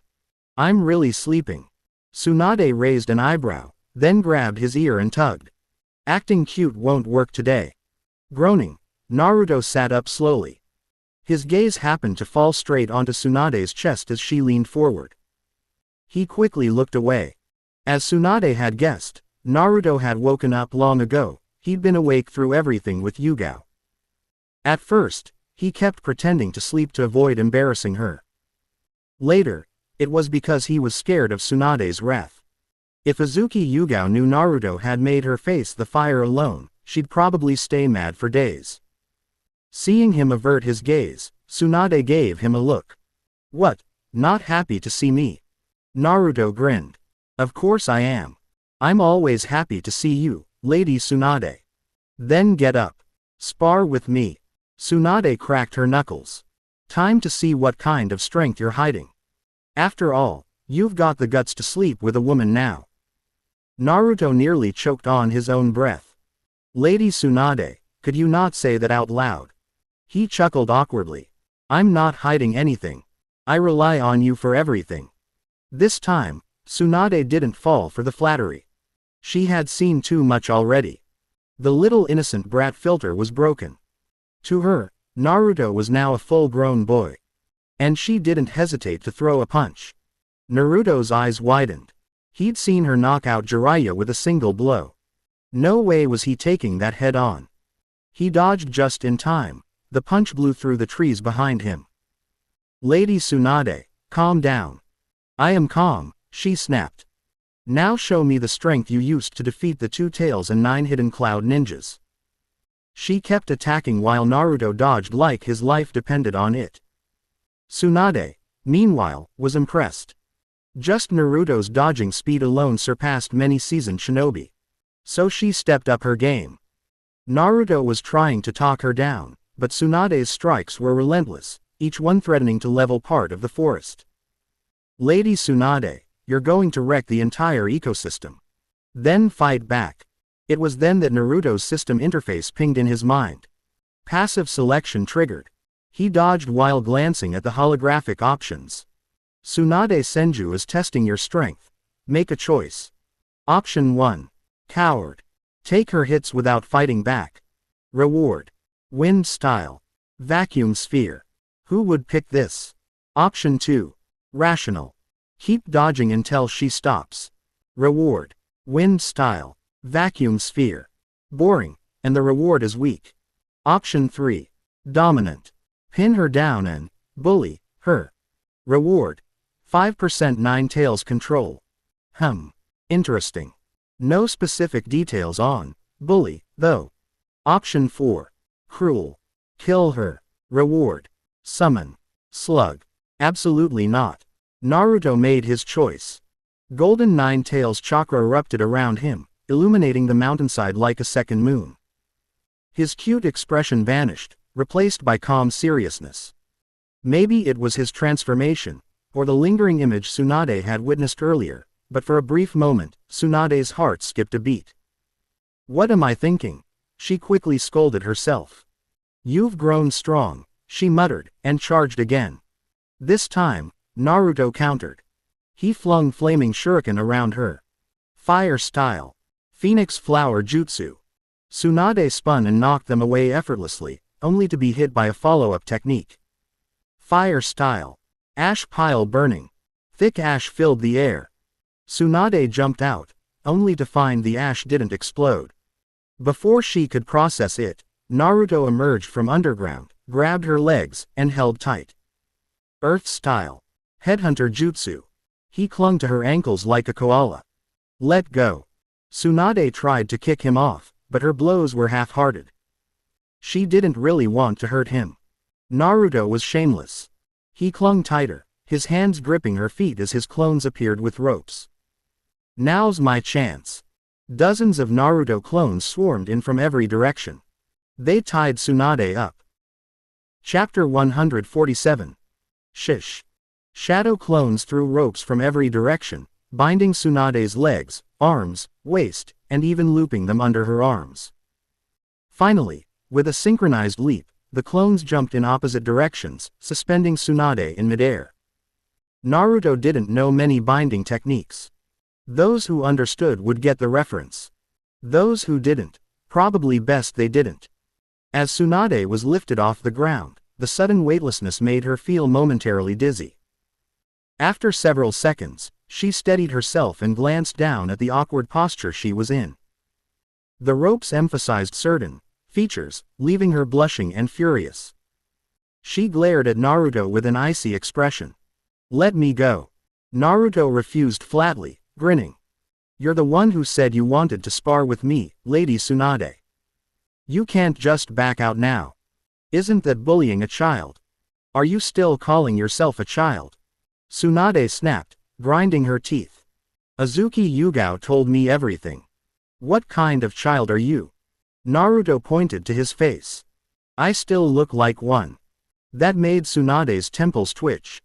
Right. I only ever treated you nicely because of that baby face, and now I'm tied up because of it. And yet, it's not necessarily a bad thing. At the very least, it proves Naruto is strong enough to be trusted on the front lines. Tsunade sighed. All right, kid. I admit it, you're strong enough. Now untie me. Can't do that. Naruto scratched the back of his head, stepping forward boldly. I won, so it's only fair you get punished. Any objections, Lady Tsunade? Tsunade's voice turned cold. What kind of punishment are you thinking of? Her aura flared. Dangerously. Naruto hesitated between her angry glare and the mental prompt from the system, offering a tempting reward. Which do I choose? Of course, the reward. He walked beneath Tsunade and glanced up. Her green robe had flipped slightly, revealing her white undergarments stretched to their limit. It looked like they might burst at any moment. So this is the legendary scenery of Konoha. Where do you think you're looking, brat? I'm admiring the view. What view? Let me down, now. Tsunade's roar dropped the surrounding air to freezing point. Okay. I'll be quick. Please be patient, Lady Tsunade. Despite his words, Naruto's eyes wandered to the distant mountains as if buying himself time. Tsunade glanced down, glaring, but from her angle, she couldn't see what he was doing. What the hell is this brat planning? Truth was, Tsunade could have broken free from those ropes at any time. She allowed herself to be tied, curious to see what Naruto would do. It was just a little test. So then, what would Naruto choose? What he chose was bold. He stared at Tsunade's black heels for a while, struggling with himself. How do I even bully Tsunade? This isn't some card game. If I go too far, she'll flatten my skull. And she'll definitely stop being nice to me. Naruto was so lost in thought that Tsunade, suspended above, actually started getting sleepy. She yawned, her rosy lips parting slightly. They looked soft, almost inviting. Naruto swallowed hard. Then, before he could talk himself out of it, he stepped forward, stood on his toes, and gently kissed her lips. Soft and warm, like freshly steamed buns right out of the oven. Tsunade gasped, the sound barely more than a whisper, but it sent a jolt through Naruto. He backed off instantly. Ding, option 3 complete. Reward granted, 5% Ninetales control. The whole thing lasted under 2 seconds. Naruto turned and ran like his life depended on it. In the original story, I called her Grandma Tsunade, so does this count as kissing my grandma? Tsunade was frozen. Eyes wide. Lips still slightly parted. She'd guessed Naruto might take advantage of the moment to hug her or sneak a peek, but a kiss. Her brain short-circuited. How did such a sweet, innocent boy turn into a pervert? With a sudden burst of chakra, Tsunade snapped all the ropes. Boom. She landed with such force that a spiderweb of cracks spread across the ground. Naruto Uzumaki, stop right there. I'm not stupid. Why would I stop? You think you can escape? This is my territory. You're dead, brat. Tsunade stormed after him, scattering shadow clones as she chased him through the valley. Naruto didn't even think about fighting back. He ran for his life. But Tsunade was right, there was no way to truly escape. This was still the battlefield, and the system might punish him for leaving it. So, when she finally cooled off a bit, Naruto deliberately slowed down. Tsunade caught him, and unloaded everything she had. Kicks, punches, slaps. At one point her high heels flew off. Naruto couldn't take it anymore. He activated his Ninetales chakra mode and tried to fight back while retreating. You dare to fight back, she shouted. She grabbed him in a headlock, pulling his face into her chest. Try anything else and I'll kill you. That ended the fight. Naruto went completely limp, unable to retaliate. No ninja could withstand that kind of psychological damage. 5 minutes later, he lay on the ground, gasping for air. I never need to wash my face again. Still feeling cheeky. Tsunade flicked him hard on the forehead. Naruto winced. I won't do it again. He meant it. His whole body still ached. If he said another word, she might step on his face next time. The sky had turned pale with dawn. Tsunade left first, fuming. A few minutes later, Naruto limped over to the mountain on the other side of camp. He needed to let out Yugito. After all, Tsunade had already kicked the hell out of him, might as well use it as cover. The moment he was far enough away, he summoned some clones, checked the surroundings, and pulled Yugito out of the sealed space.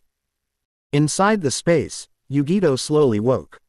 Still dressed in a revealing white cheongsam, she sighed when she saw she was lying on the ground again.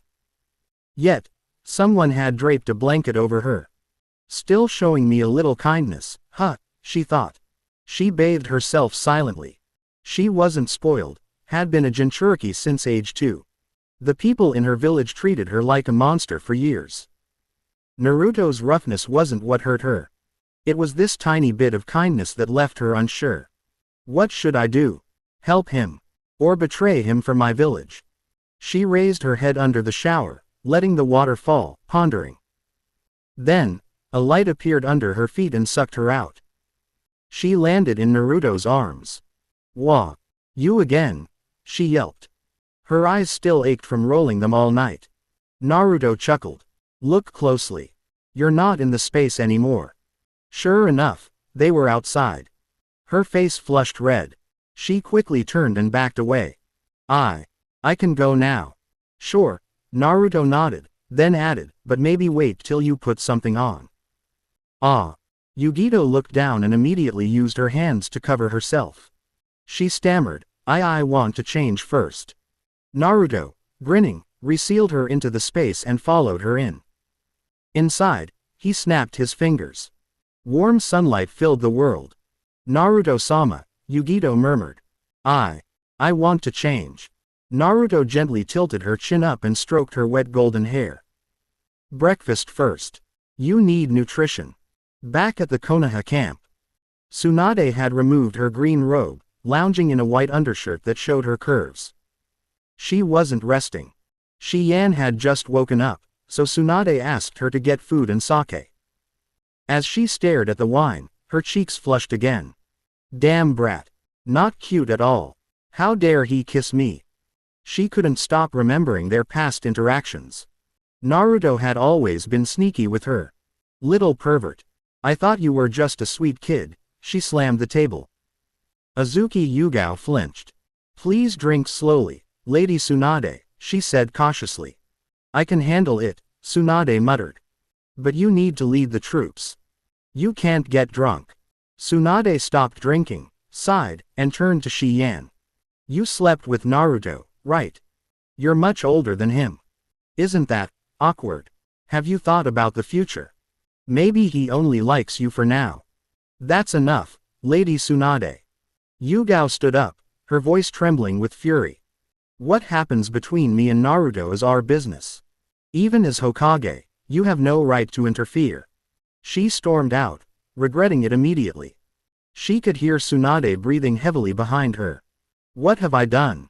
Is she going to confiscate my house? Throw me in jail. Still, she wiped the sweat from her palms and walked out, proud.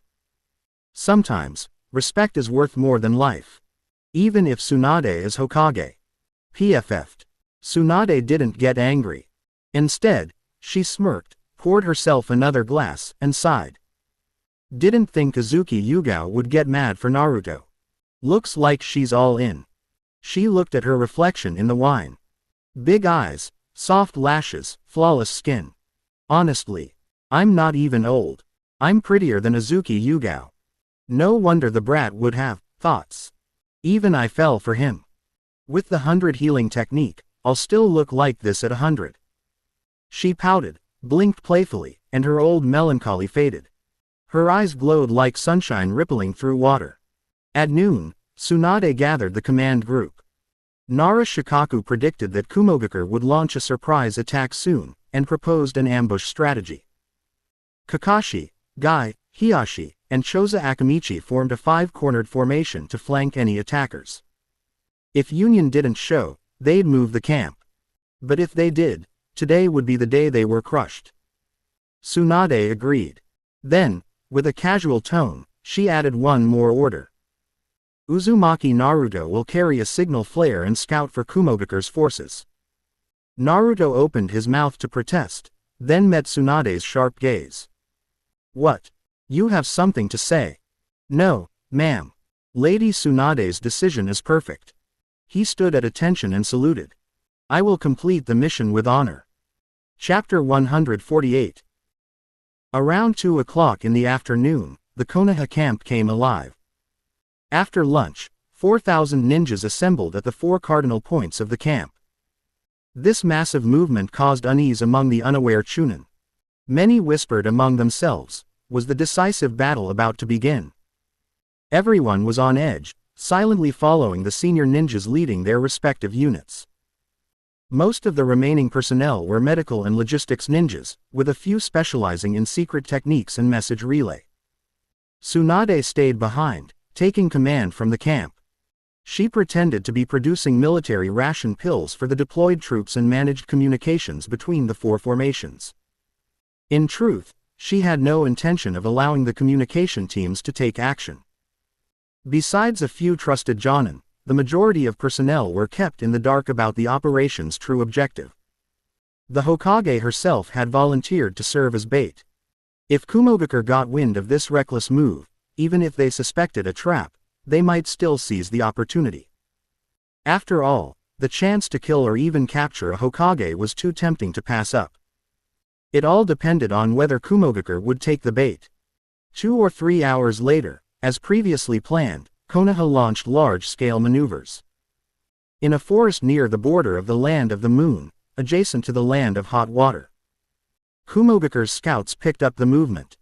Reikage quickly summoned his closest advisors to assess whether they should attack Konoha's camp. Reikage sat at the head of the war table, visibly displeased. To be honest, no one in the room was in good spirits. Because, before they even learned of Konoha's troop movements, they had already received another grim update. Konoha's supply transport had been completed successfully, while both elite squads sent to intercept had been completely wiped out, except for Yugito. Even her status was currently unknown. That meant they had lost 6 Tokubetsu Jonin and 4 elite Jonin in one blow. Considering that the total number of special and elite Jonin in all of Kumogakure didn't exceed 60, the loss was devastating. The best-case scenario now was that Yugito had managed to escape and return. As a Jinchuriki with cage-level strength, she was a vital asset. If she died, it would be like severing an arm from Kumogakure. "Brother," said Killer B, seated next to Reikage. "I think Konoha's movements are probably related to Yugito's location. If we don't move now, she might not make it back." Reikage dropped his head, pained. The loss of so many elite fighters weighed heavily on him, he could barely breathe. Though he had the appearance of a fierce warrior, he was prone to emotional breakdowns. Tears welled up in his eyes. Samui, ever stoic, stepped to his side with concern. She feared his grief might paralyze command decisions. At this moment, Samui's heart burned with a desire to strike back. She had already learned the truth behind the failed operation. The reason for Union's disastrous loss. One name. Uzumaki Naruto, the Nine-Tails Jinchuriki of Konoha, and the same boy who had once killed her younger brother. Old grudges had not yet faded, and now new hatred fueled her rage. She wanted nothing more than to tear Uzumaki Naruto limb from limb. "Lord Reikage," she urged, "please set aside your sorrow. Our priority now should be how to respond to Konoha's maneuver." Reikage let out a deep sigh, wiping away his tears as he pulled a letter from his pocket, the one Bai had sent him earlier. "This damn thing got our people killed," he growled, eyes flashing. He tore the letter into shreds and tossed it into the fire. Killer B opened his mouth to interject, but when he saw the stormy look on Reikage's face, he swallowed his words. To be fair, the intel had been accurate. It said Konoha would transport supplies and that the escort was a Jonin. It just hadn't specified which Jonin, or how powerful. They hadn't been prepared. That wasn't the informant's fault. Still, Reikage lashed out. "Uzumaki Naruto is now Kumo's primary enemy. The moment you see him, kill him with everything you've got. And as for that liar Haku, who sent half-baked intel, after we defeat Konoha, I'm putting a bounty on her head. I want her dead. Now, gather the troops. We march on Konoha." Unlike Konoha, Kumogakure functioned like a one-man regime. Reikage's decisions were absolute. His authority could not be questioned, no matter how reckless he might be. Sitting in a shadowed corner, Darui, dark-skinned, white-haired, and normally laid back, frowned in silence. As one of the village's most respected elite Jonin, second only to the Reikage and the Jinchuriki, he had the right to speak up. But he didn't. He silently obeyed the orders, but inwardly, he thought. Reikage-sama is brilliant in combat, but too impulsive to lead. This war's going to get messier. We can't just blindly follow Reikage-sama's orders. Meanwhile, Sunagakure remained in a state of watchful neutrality. Chiyo had just finished a strategy meeting with her council. When she returned to the Cage's office, she found Tamari waiting, anger visible on her face. Clearly, the acting Cage had done something to provoke her. Chiyo could already guess why Tamari was here, but said nothing. She simply walked to her desk and sat down. Well, she said dryly. "Look who finally showed up. Not ditching your lessons today. Chiyo had tried to train Tamari as a leader, but the girl always skipped her assignments, lacked discipline, and showed little interest in governing. So today, Chiyo didn't bother pretending to be pleased. But Tamari, now a little thicker skinned thanks to Naruto, smiled brightly despite the cold reception. "Granny," she said, "is there any news from Konoha? Can you tell me what's going on?" Chiyo shot her a glare. "You're focused on the wrong things. Worry about our internal affairs first. External matters aren't your concern yet." Tamari kept smiling. "But that's exactly why we should pay attention. I need to learn the big picture if I'm ever going to be Cage. And this war, it's a great opportunity." Chiyo raised an eyebrow. "As that's so?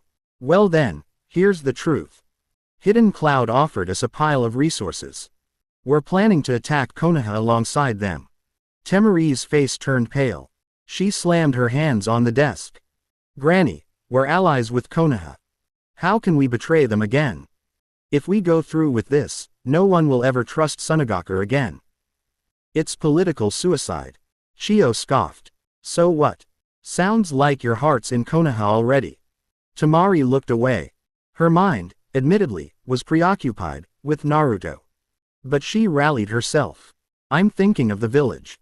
Win or lose, we'll ruin our reputation. Konoha won't forgive us, and the world will stop trusting us." Chiyo's expression shifted. She thought for a long moment, then said, "If that's your view, then act on it." Tamari blinked. "But I'm just a chunin. I don't have any authority." "You could," Chiyo said. "In 3 days, we'll hold a Jonin test. If you pass, I'll block the attack and back your stance." Tamari hesitated, then nodded. "I'll be there." As she turned to leave, Chiyo added softly, "Remember, Tamari, you're a child of Sunagaku. This is your home. Your friends, your family, everything is here." Tamari didn't answer. She lowered her eyes and walked out. "Goodbye, Granny." The door shut behind her. Chiyo stared at the empty space for a long time, then sighed.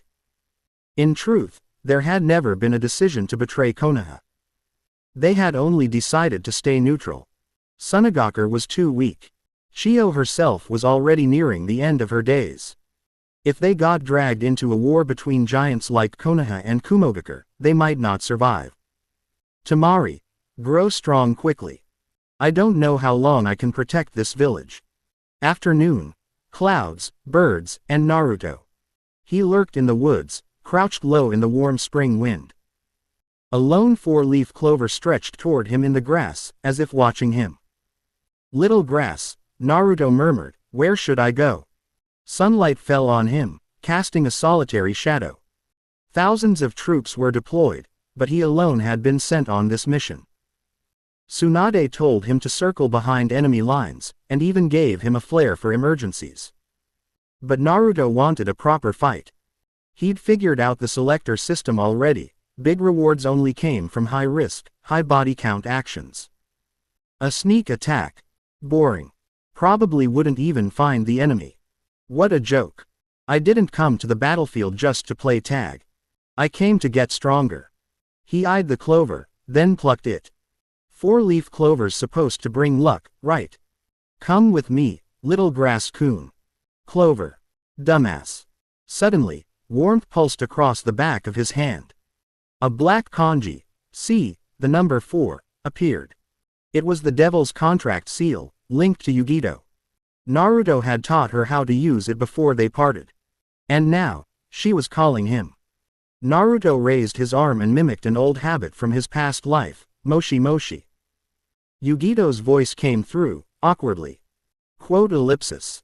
Naruto-sama, I'm back at the ruins of the old cloud camp. There's nothing here. Naruto chuckled. So the destruction was mutual. Konoha's camp had been bombed, and so had Kumogaku's. It was standard practice to relocate constantly. I'm thinking of heading back toward your location, Yugito added. It's too risky trying to find my own team. Oh. Naruto smirked. So you're planning to tail the other troops and let them do the scouting? Quote ellipsis. Yes, she admitted. Come ahead, Naruto said. You might be useful. I kind of regretted letting you go earlier. Silence. Yugito made a gagging sound, recalling the breakfast he'd forced on her that morning. Her stomach churned. You okay? Naruto asked, puzzled. You sound sick. No. No, I'm fine. Just tired. I'll contact you later. Click. She cut the connection. Naruto narrowed his eyes. Hanging up on me, huh? You need more training. He turned and sprinted toward the base camp. When he was still a few kilometers away, he made hand signs and summoned over 60 shadow clones, dispersing them in all directions. Each one took a different path, forming a surveillance net. Soon, his clones spotted Hiashi Hyuga's forces and Kakashi's unit. Of course, a shadow clone couldn't evade the Byakugan. They were noticed immediately. When news reached Kakashi and Hiashi, both men frowned.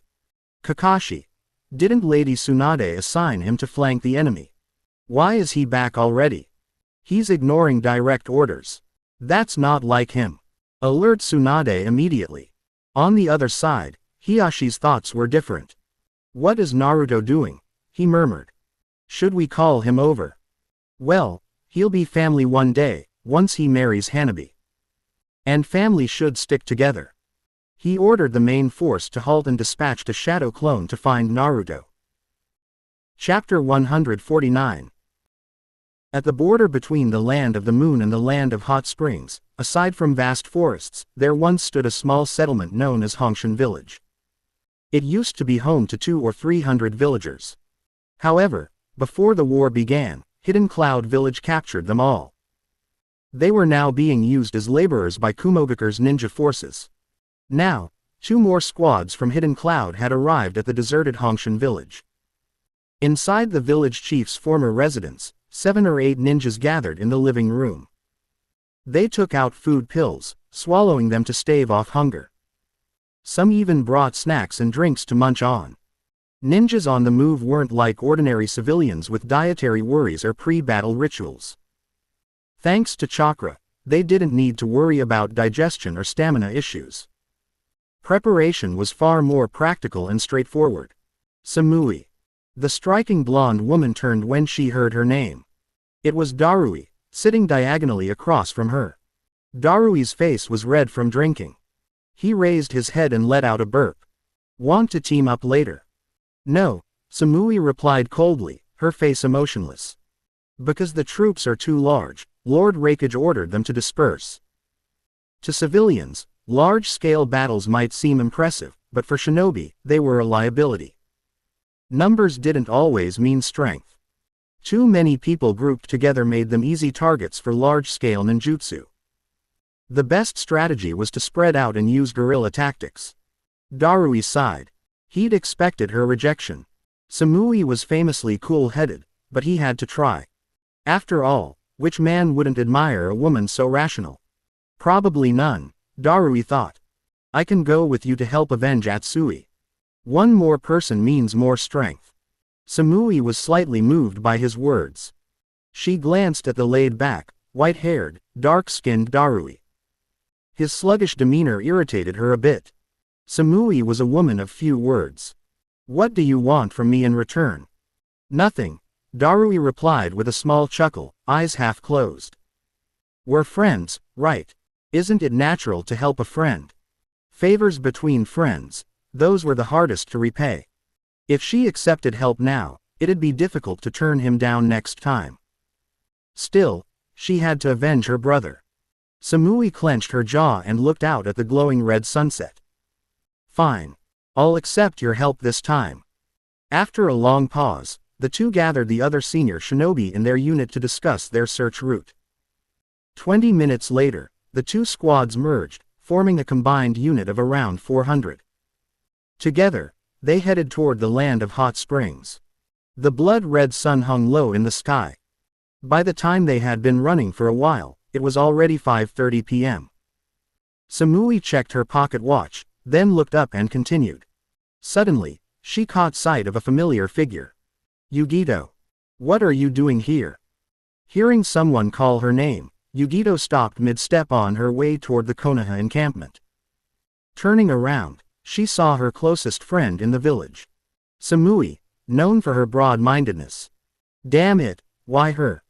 All of Samui's family had died. Yugito didn't have the heart to deceive her. Thinking quickly, Yugito considered making up an excuse to find another group. But before she could move, Darui stepped forward. Yugito, judging by your outfit, you've only just returned, haven't you? He said. Why not join us and contribute to the mission? Samui and I will take responsibility for your earlier failure when we report to Lord Raikage. Darui was here too. Looking behind them, Yugito spotted several groups of ninjas hiding not far away. Roughly 400 people. That should be enough for what Naruto had asked her to do, bring a large force to him. Yugito smiled apologetically. Sure. We can't locate Lord Raikage right now anyway. I'll go with you guys. Konoha Camp. One of Naruto's shadow clones hung from a tree, but the person approaching wasn't an enemy. It was a shadow clone of Hinata Hiyashi, Naruto's future father-in-law. Hello, Naruto-kun, Hiyashi greeted warmly. Despite his square, stern features, his smile was surprisingly gentle, gentler even than the late third Hokage.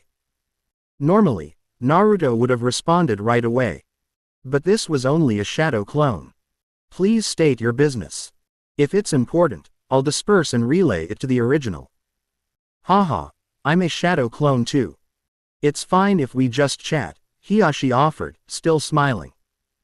But Naruto's clone remained stoic, its expression as cold as Sasuke's. Arrogant and detached. Please state your business. If it's important, I'll disperse and relay it to the original. Same line, repeated. Hiyashi's clone was momentarily speechless. Naruto had recently figured out how to program his shadow clones. All of them were now brainless combat dummies, meant solely to assist in battle. They couldn't think or act independently. Naruto remembered, from his past life watching anime, how shadow clones sometimes attacked their original or fought over trivial things, like using the toilet. Seemed harmless, but if you thought of it like AI turning on its creators, it was dangerous. Better to have obedient idiots than rogue intelligences. Looking at the clone's expressionless face, Hiyashi's clone twitched a little. Probably a bad batch, he thought. Hehe, I just wanted to ask if you need any help. Don't worry about owing me a favor. You're my daughter's close friend, so you're a friend of the Hyuga clan. Silence. Hiyashi's clone asked again, why don't you disperse? Please state your business. If it's important, I'll disperse and relay it to the original. Damn it, you said you'd inform the original if it's important, so why not just poof already? Just as Hiyashi's clone was about to continue, Naruto's clone suddenly raised its palm. A massive swirling Rasengan formed and, in an instant, he shot from the tree like a meteor, smashing into the ground with a boom. A cyclone burst outward, alarming everyone nearby. Hidden Konoha ninjas leapt out, led by Kakashi and Hiyashi himself. Kakashi frowned, ready to scold Naruto for making noise and giving away their position, until he saw the crater. Lying inside it was the corpse of a hidden cloud ninja. Both Kakashi and Hiyashi were stunned. When did that enemy get here? Even with the Byakugan and Sharingan, they hadn't noticed him. Yet Naruto's clone had. Incredible. Kakashi murmured. Naruto, when did you notice him? The clone replied, please state your business.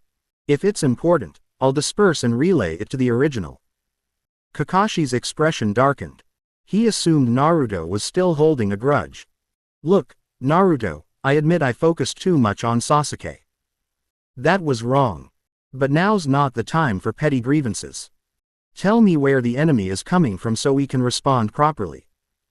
But again, the clone simply said, please state your business. If it's important, I'll disperse and relay it to the original. Kakashi finally understood what true helplessness felt like. Hiyashi, too, had just received intel from his own clone. At first, they thought Naruto had been reckless, but now, it seemed like Naruto had predicted everything. That earlier attack was no accident, it was a calculated move. Hiyashi opened his Byakugan to scan the area. Kakashi, as a sensei, Maybe stop relying on your students so much. Use your own eyes. The jab hit home.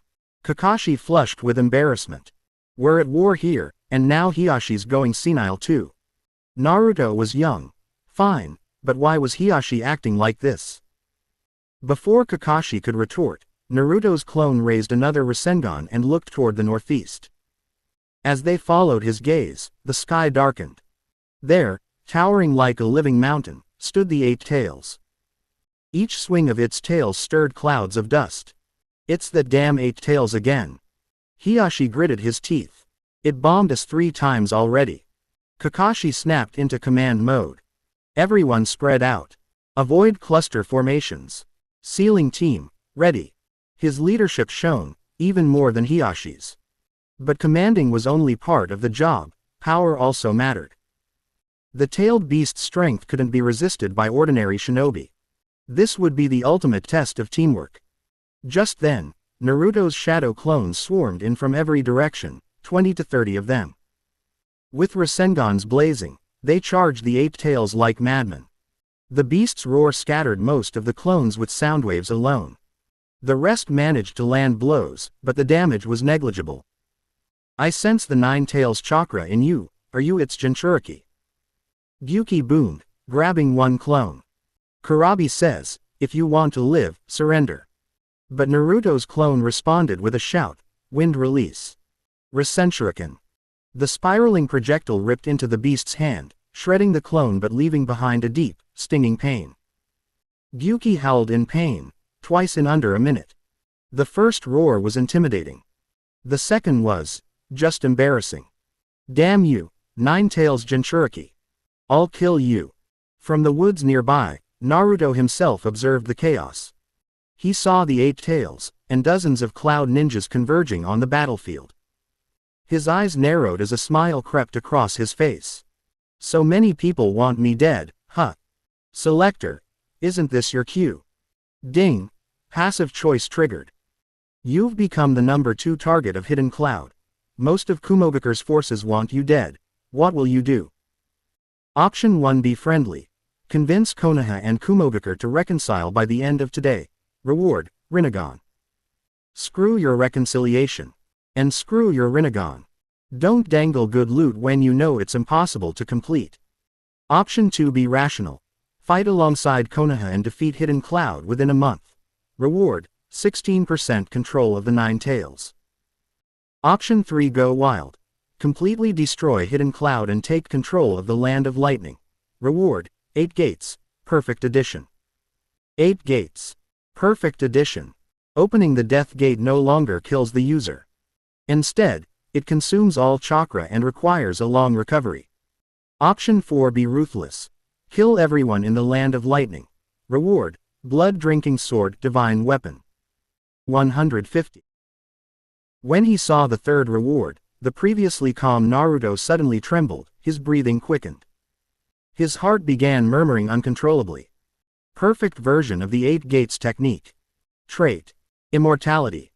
The 8 gates technique was known as a terrifying suicide move, a 1-for-1, or even 1-for-many, attack capable of killing nearly anyone in the world. But the price for using it had always been death. Now, that fatal drawback was gone. He wouldn't die anymore. The only cost: temporary chakra depletion, which would recover over time. Looking more carefully at the completion conditions, Naruto's breathing grew heavier. It matched perfectly with what he was already planning to do. It was as if the system feared he wouldn't act unless offered a reward for something he already wanted to do. In that case, he'd give it his all. After standing there stunned for a moment, Naruto snapped out of it and shifted his gaze to the fourth and final option. But once he saw the condition for completion, he dismissed it immediately. Naruto wasn't a good person, you could even say he leaned toward being a bad one. But he had his limits. A massacre. No, even when he had ordered the annihilation of the Fire Nation's leadership, he hadn't felt any guilt, but the wholesale slaughter of civilians. That crossed the line. Even if the final reward was a legendary, blood-drinking sword. Once calm again, Naruto closed the system panel. The setting sun was like a blazing fire about to dip below the horizon. The sky and earth turned red, and the sunlight poured into the forest. The bare branches of the trees looked like the flushed cheeks of a woman, the red glow reflecting in Naruto's eyes. Suddenly, his hand grew hot. The character, C, appeared across the back of his hand. He raised it, and heard the faint voices of two people coming through the mark. Yukito and another ninja were quietly speaking as they walked. "Sir, I'm heading toward the Konoha headquarters with 2 elite jonin. I have 400 chunin under my command," Yukito reported softly. "They're all strong, but not stronger than me." Naruto's eyes glinted red, overlapping with the dying sunlight. His pupils turned into crimson beast-like slits. If he was going to seize control of the Land of Lightning, he needed someone obedient in power. And Yukito, she was the perfect candidate.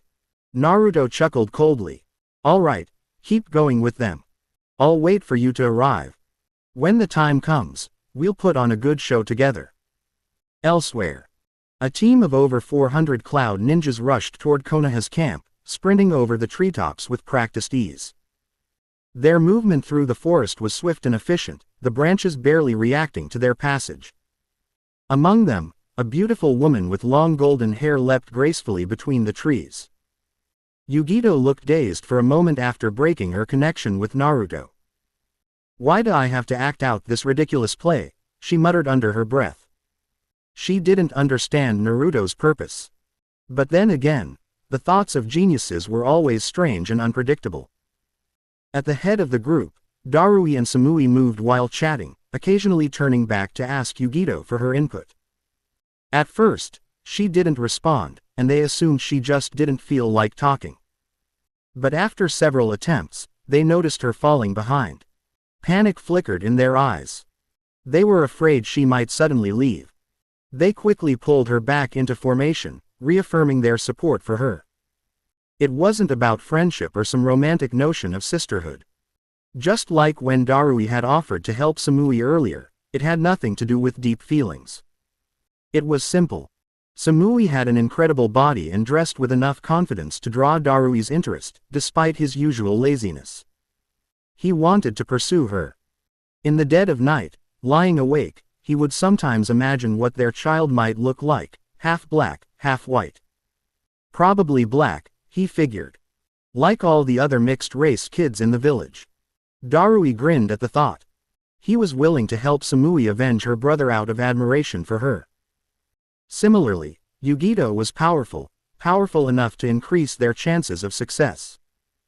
That alone was enough reason for them to share responsibility for her earlier mission failure. Although they hadn't fought life or death battles together, both Darui and Samui were confident they couldn't beat Yukito one-on-one. She was among the top-tier combatants in the village. No matter what happened, her punishment wouldn't be severe. "Samui, wait up for Yukito," Darui called out. His gaze swept over Samui's curvaceous figure and he swallowed hard. "We should ask her for information about the Nine Tails Jinchuriki." Samui felt his gaze, bold and undisguised. She frowned, but said nothing. For the sake of revenge, she would endure it. As she spoke, she glanced sideways, eyes filled with disdain. Samui didn't hate Darui, he was a fellow citizen of the Land of Lightning. But that didn't mean she wanted to be with him. In fact, that kind of interracial union was rare in their country unless the couple was madly in love. Trust. Sure. Marriage. Not even close. If asked to choose, Samui would reject Darui without hesitation. Just imagining their child, dark-skinned, completely different from her, made her uncomfortable. "Darui, I'm sorry. If we succeed in our revenge, I'll repay you in other ways. I can help you kill enemies or give you all the money I've saved over the years. But if you want to be with me, that's not going to happen." Samui glanced at Darui, who was still staring at her dreamily. If not for her desire for vengeance, she would never have asked him for help. Looking up, she thought she saw her family smiling at her from the clouds. She smiled back. The setting sun glowed, painting the clouds gold. The wind stirred the trees, and Samui's skirt fluttered gently. Her brows relaxed, her gaze shining like stars. When she smiled slightly, it touched Darui's heart. He became even more determined to win her over. Why did you stop? Yugito's pleasant voice interrupted his thoughts. Darui turned and saw her approaching. Yugito was beautiful, too, more modestly dressed than Samui, her figure less explosive, but she radiated a dignified elegance that Samui lacked.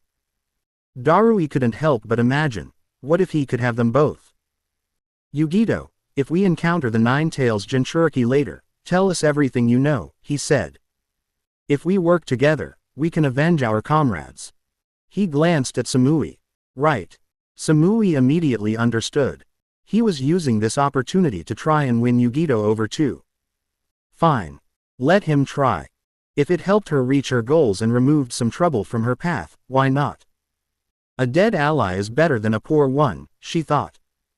Yes, Yugito. Let's fight side by side, Samui said with a soft smile. The cold wind blew gently. Yugito smiled. Thank you. Having two friends like you, it's the greatest blessing of my life. As the three Jonin resumed their journey, Darui asked about Naruto.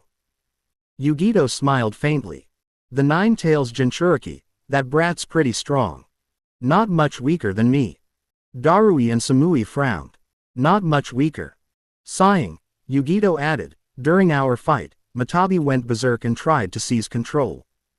I was distracted. That's how he beat me. You know the rest. While I struggled with Matabi, he killed the others and escaped. But he was seriously injured. I doubt they can fight properly right now. Darui blinked. Then why didn't you chase them? Sadness flickered in Yugito's eyes. By the time I regained control, they were long gone. And I couldn't leave our comrades' corpses in the open. I had to bury them properly. Her long hair lifted in the wind, her expression pained. Samui felt her heart ache. Yes. Our fallen comrades deserve a proper burial, she agreed. It was rare for fallen ninja to be recovered on the battlefield. For Yugito, a Jinchuriki despised by many, to care so much, was deeply moving. Just as she spoke, countless red lights lit up the forest ahead. Massive fireballs came crashing down, exploding into the advancing cloud team with devastating force. The center of the attack, where Darui, Samui, and Yugito stood, was engulfed in heat. Yugito, knowing what was happening, reacted instantly. She transformed into her tailed beast form, throwing her massive body between the flames and her comrades. Lady Yugito. More than 400 cloud ninja watched in shock. Had she not shielded them, dozens of Chunin would have died instantly. When the flames cleared, she reverted to human form, her face pale with pain. But she stood tall. I'm fine, she said, voice steady.